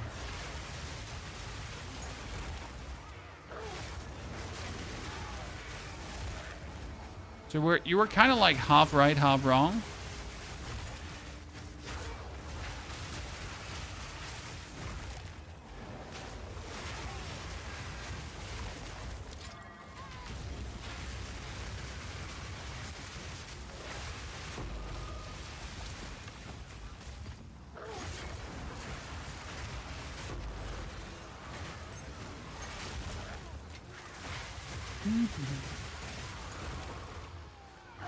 Okay, I assume like we gotta go. No, wait, you know what? We gotta go probably here. Okay, let's not go in with. We're gonna 1, 2, 3, 4, 5. Jump, dupe, and voop. Okay. That worked pretty good. That worked pretty good, chat.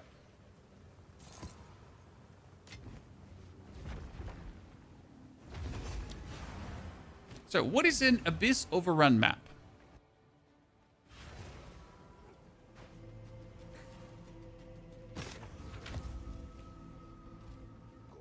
People were asking. Gold is useless to me. Take it. Yes. Time is of the essence. Okay, Abyss Overrun map. Bong, bing, bong, bing, bong, bong, bong, bing. Okay, so wait, you said when I reforge an emerald, a blue, and a theme. If I put that in the reforging bench. Oh wait, they're not all rare.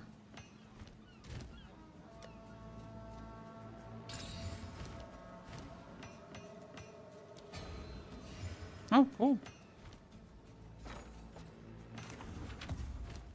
What does the diamond do? Minions have resistance, maximum rage, increased thorns. Oh, nifty. That's going to set me down like a very annoying rabbit hole trying to actually get like decent stuff together, right? I really don't want to do that. So an adjacent map is overrun by the Abyss here. You can see that this map here now is officially overrun by the Abyss. That means that there's like 120 bajillion minions over there.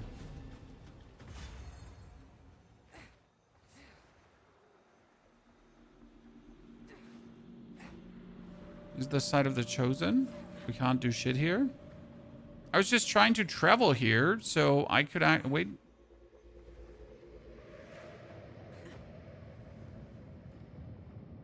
Where does this side of the Chosen take us?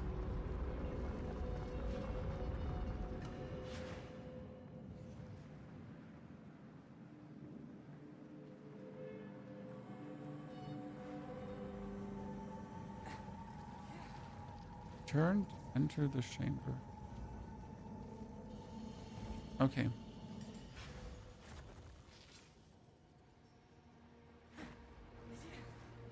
I was trying to go like over this middle part so I could instantly go to the canyon, but I can't do that. I now am forced to like go all the way over the left side to actually make my way there. Ow.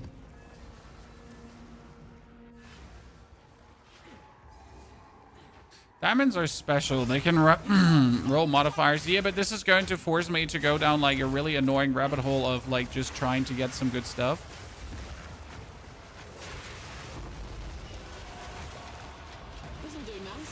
But already enough chase happening. Like putting Abyss on maps is great, but the problem is when you're putting Abyss on maps, then you're also having to like do all the Abysses, right? And if they lead you down into the Abyss, then that's always...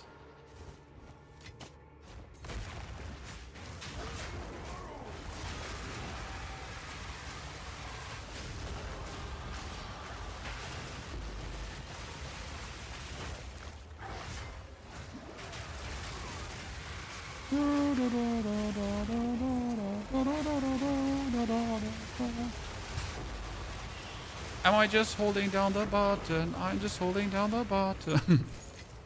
Isn't that great, ladies and gentlemen? Isn't that great?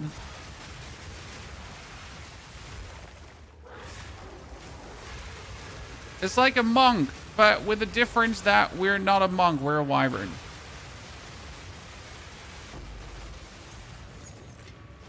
And this is not maxed out yet. Game went from not enough stuff to do to all the stuff to do. Oh, absolutely. I mean, the thing is, like, do you need diamonds, for example? No. So the question is always like, oh, how much do you require, right? If you just want to finish the game, aka, let's say you want to beat every single story boss one time, you're good to go. Right?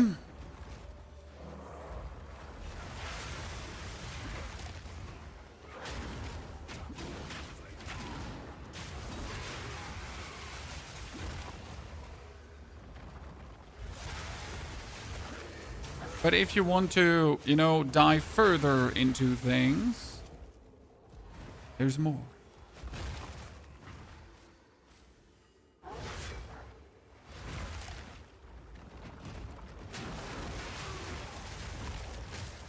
Mm-hmm.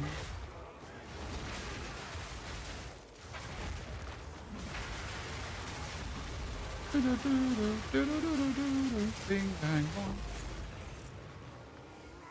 This map is obviously perfect for this build because right now you're like you have your shit just bounce off the walls, right? And obviously if there is like every tighter corners and everything, this just helped tremendously. Okay. 2, 3, 4, 5, 6. He just get absolutely send chat. I mean, he didn't just get like a little bit send. He just got like sent. But so hard, it wasn't even funny anymore. Poor guy.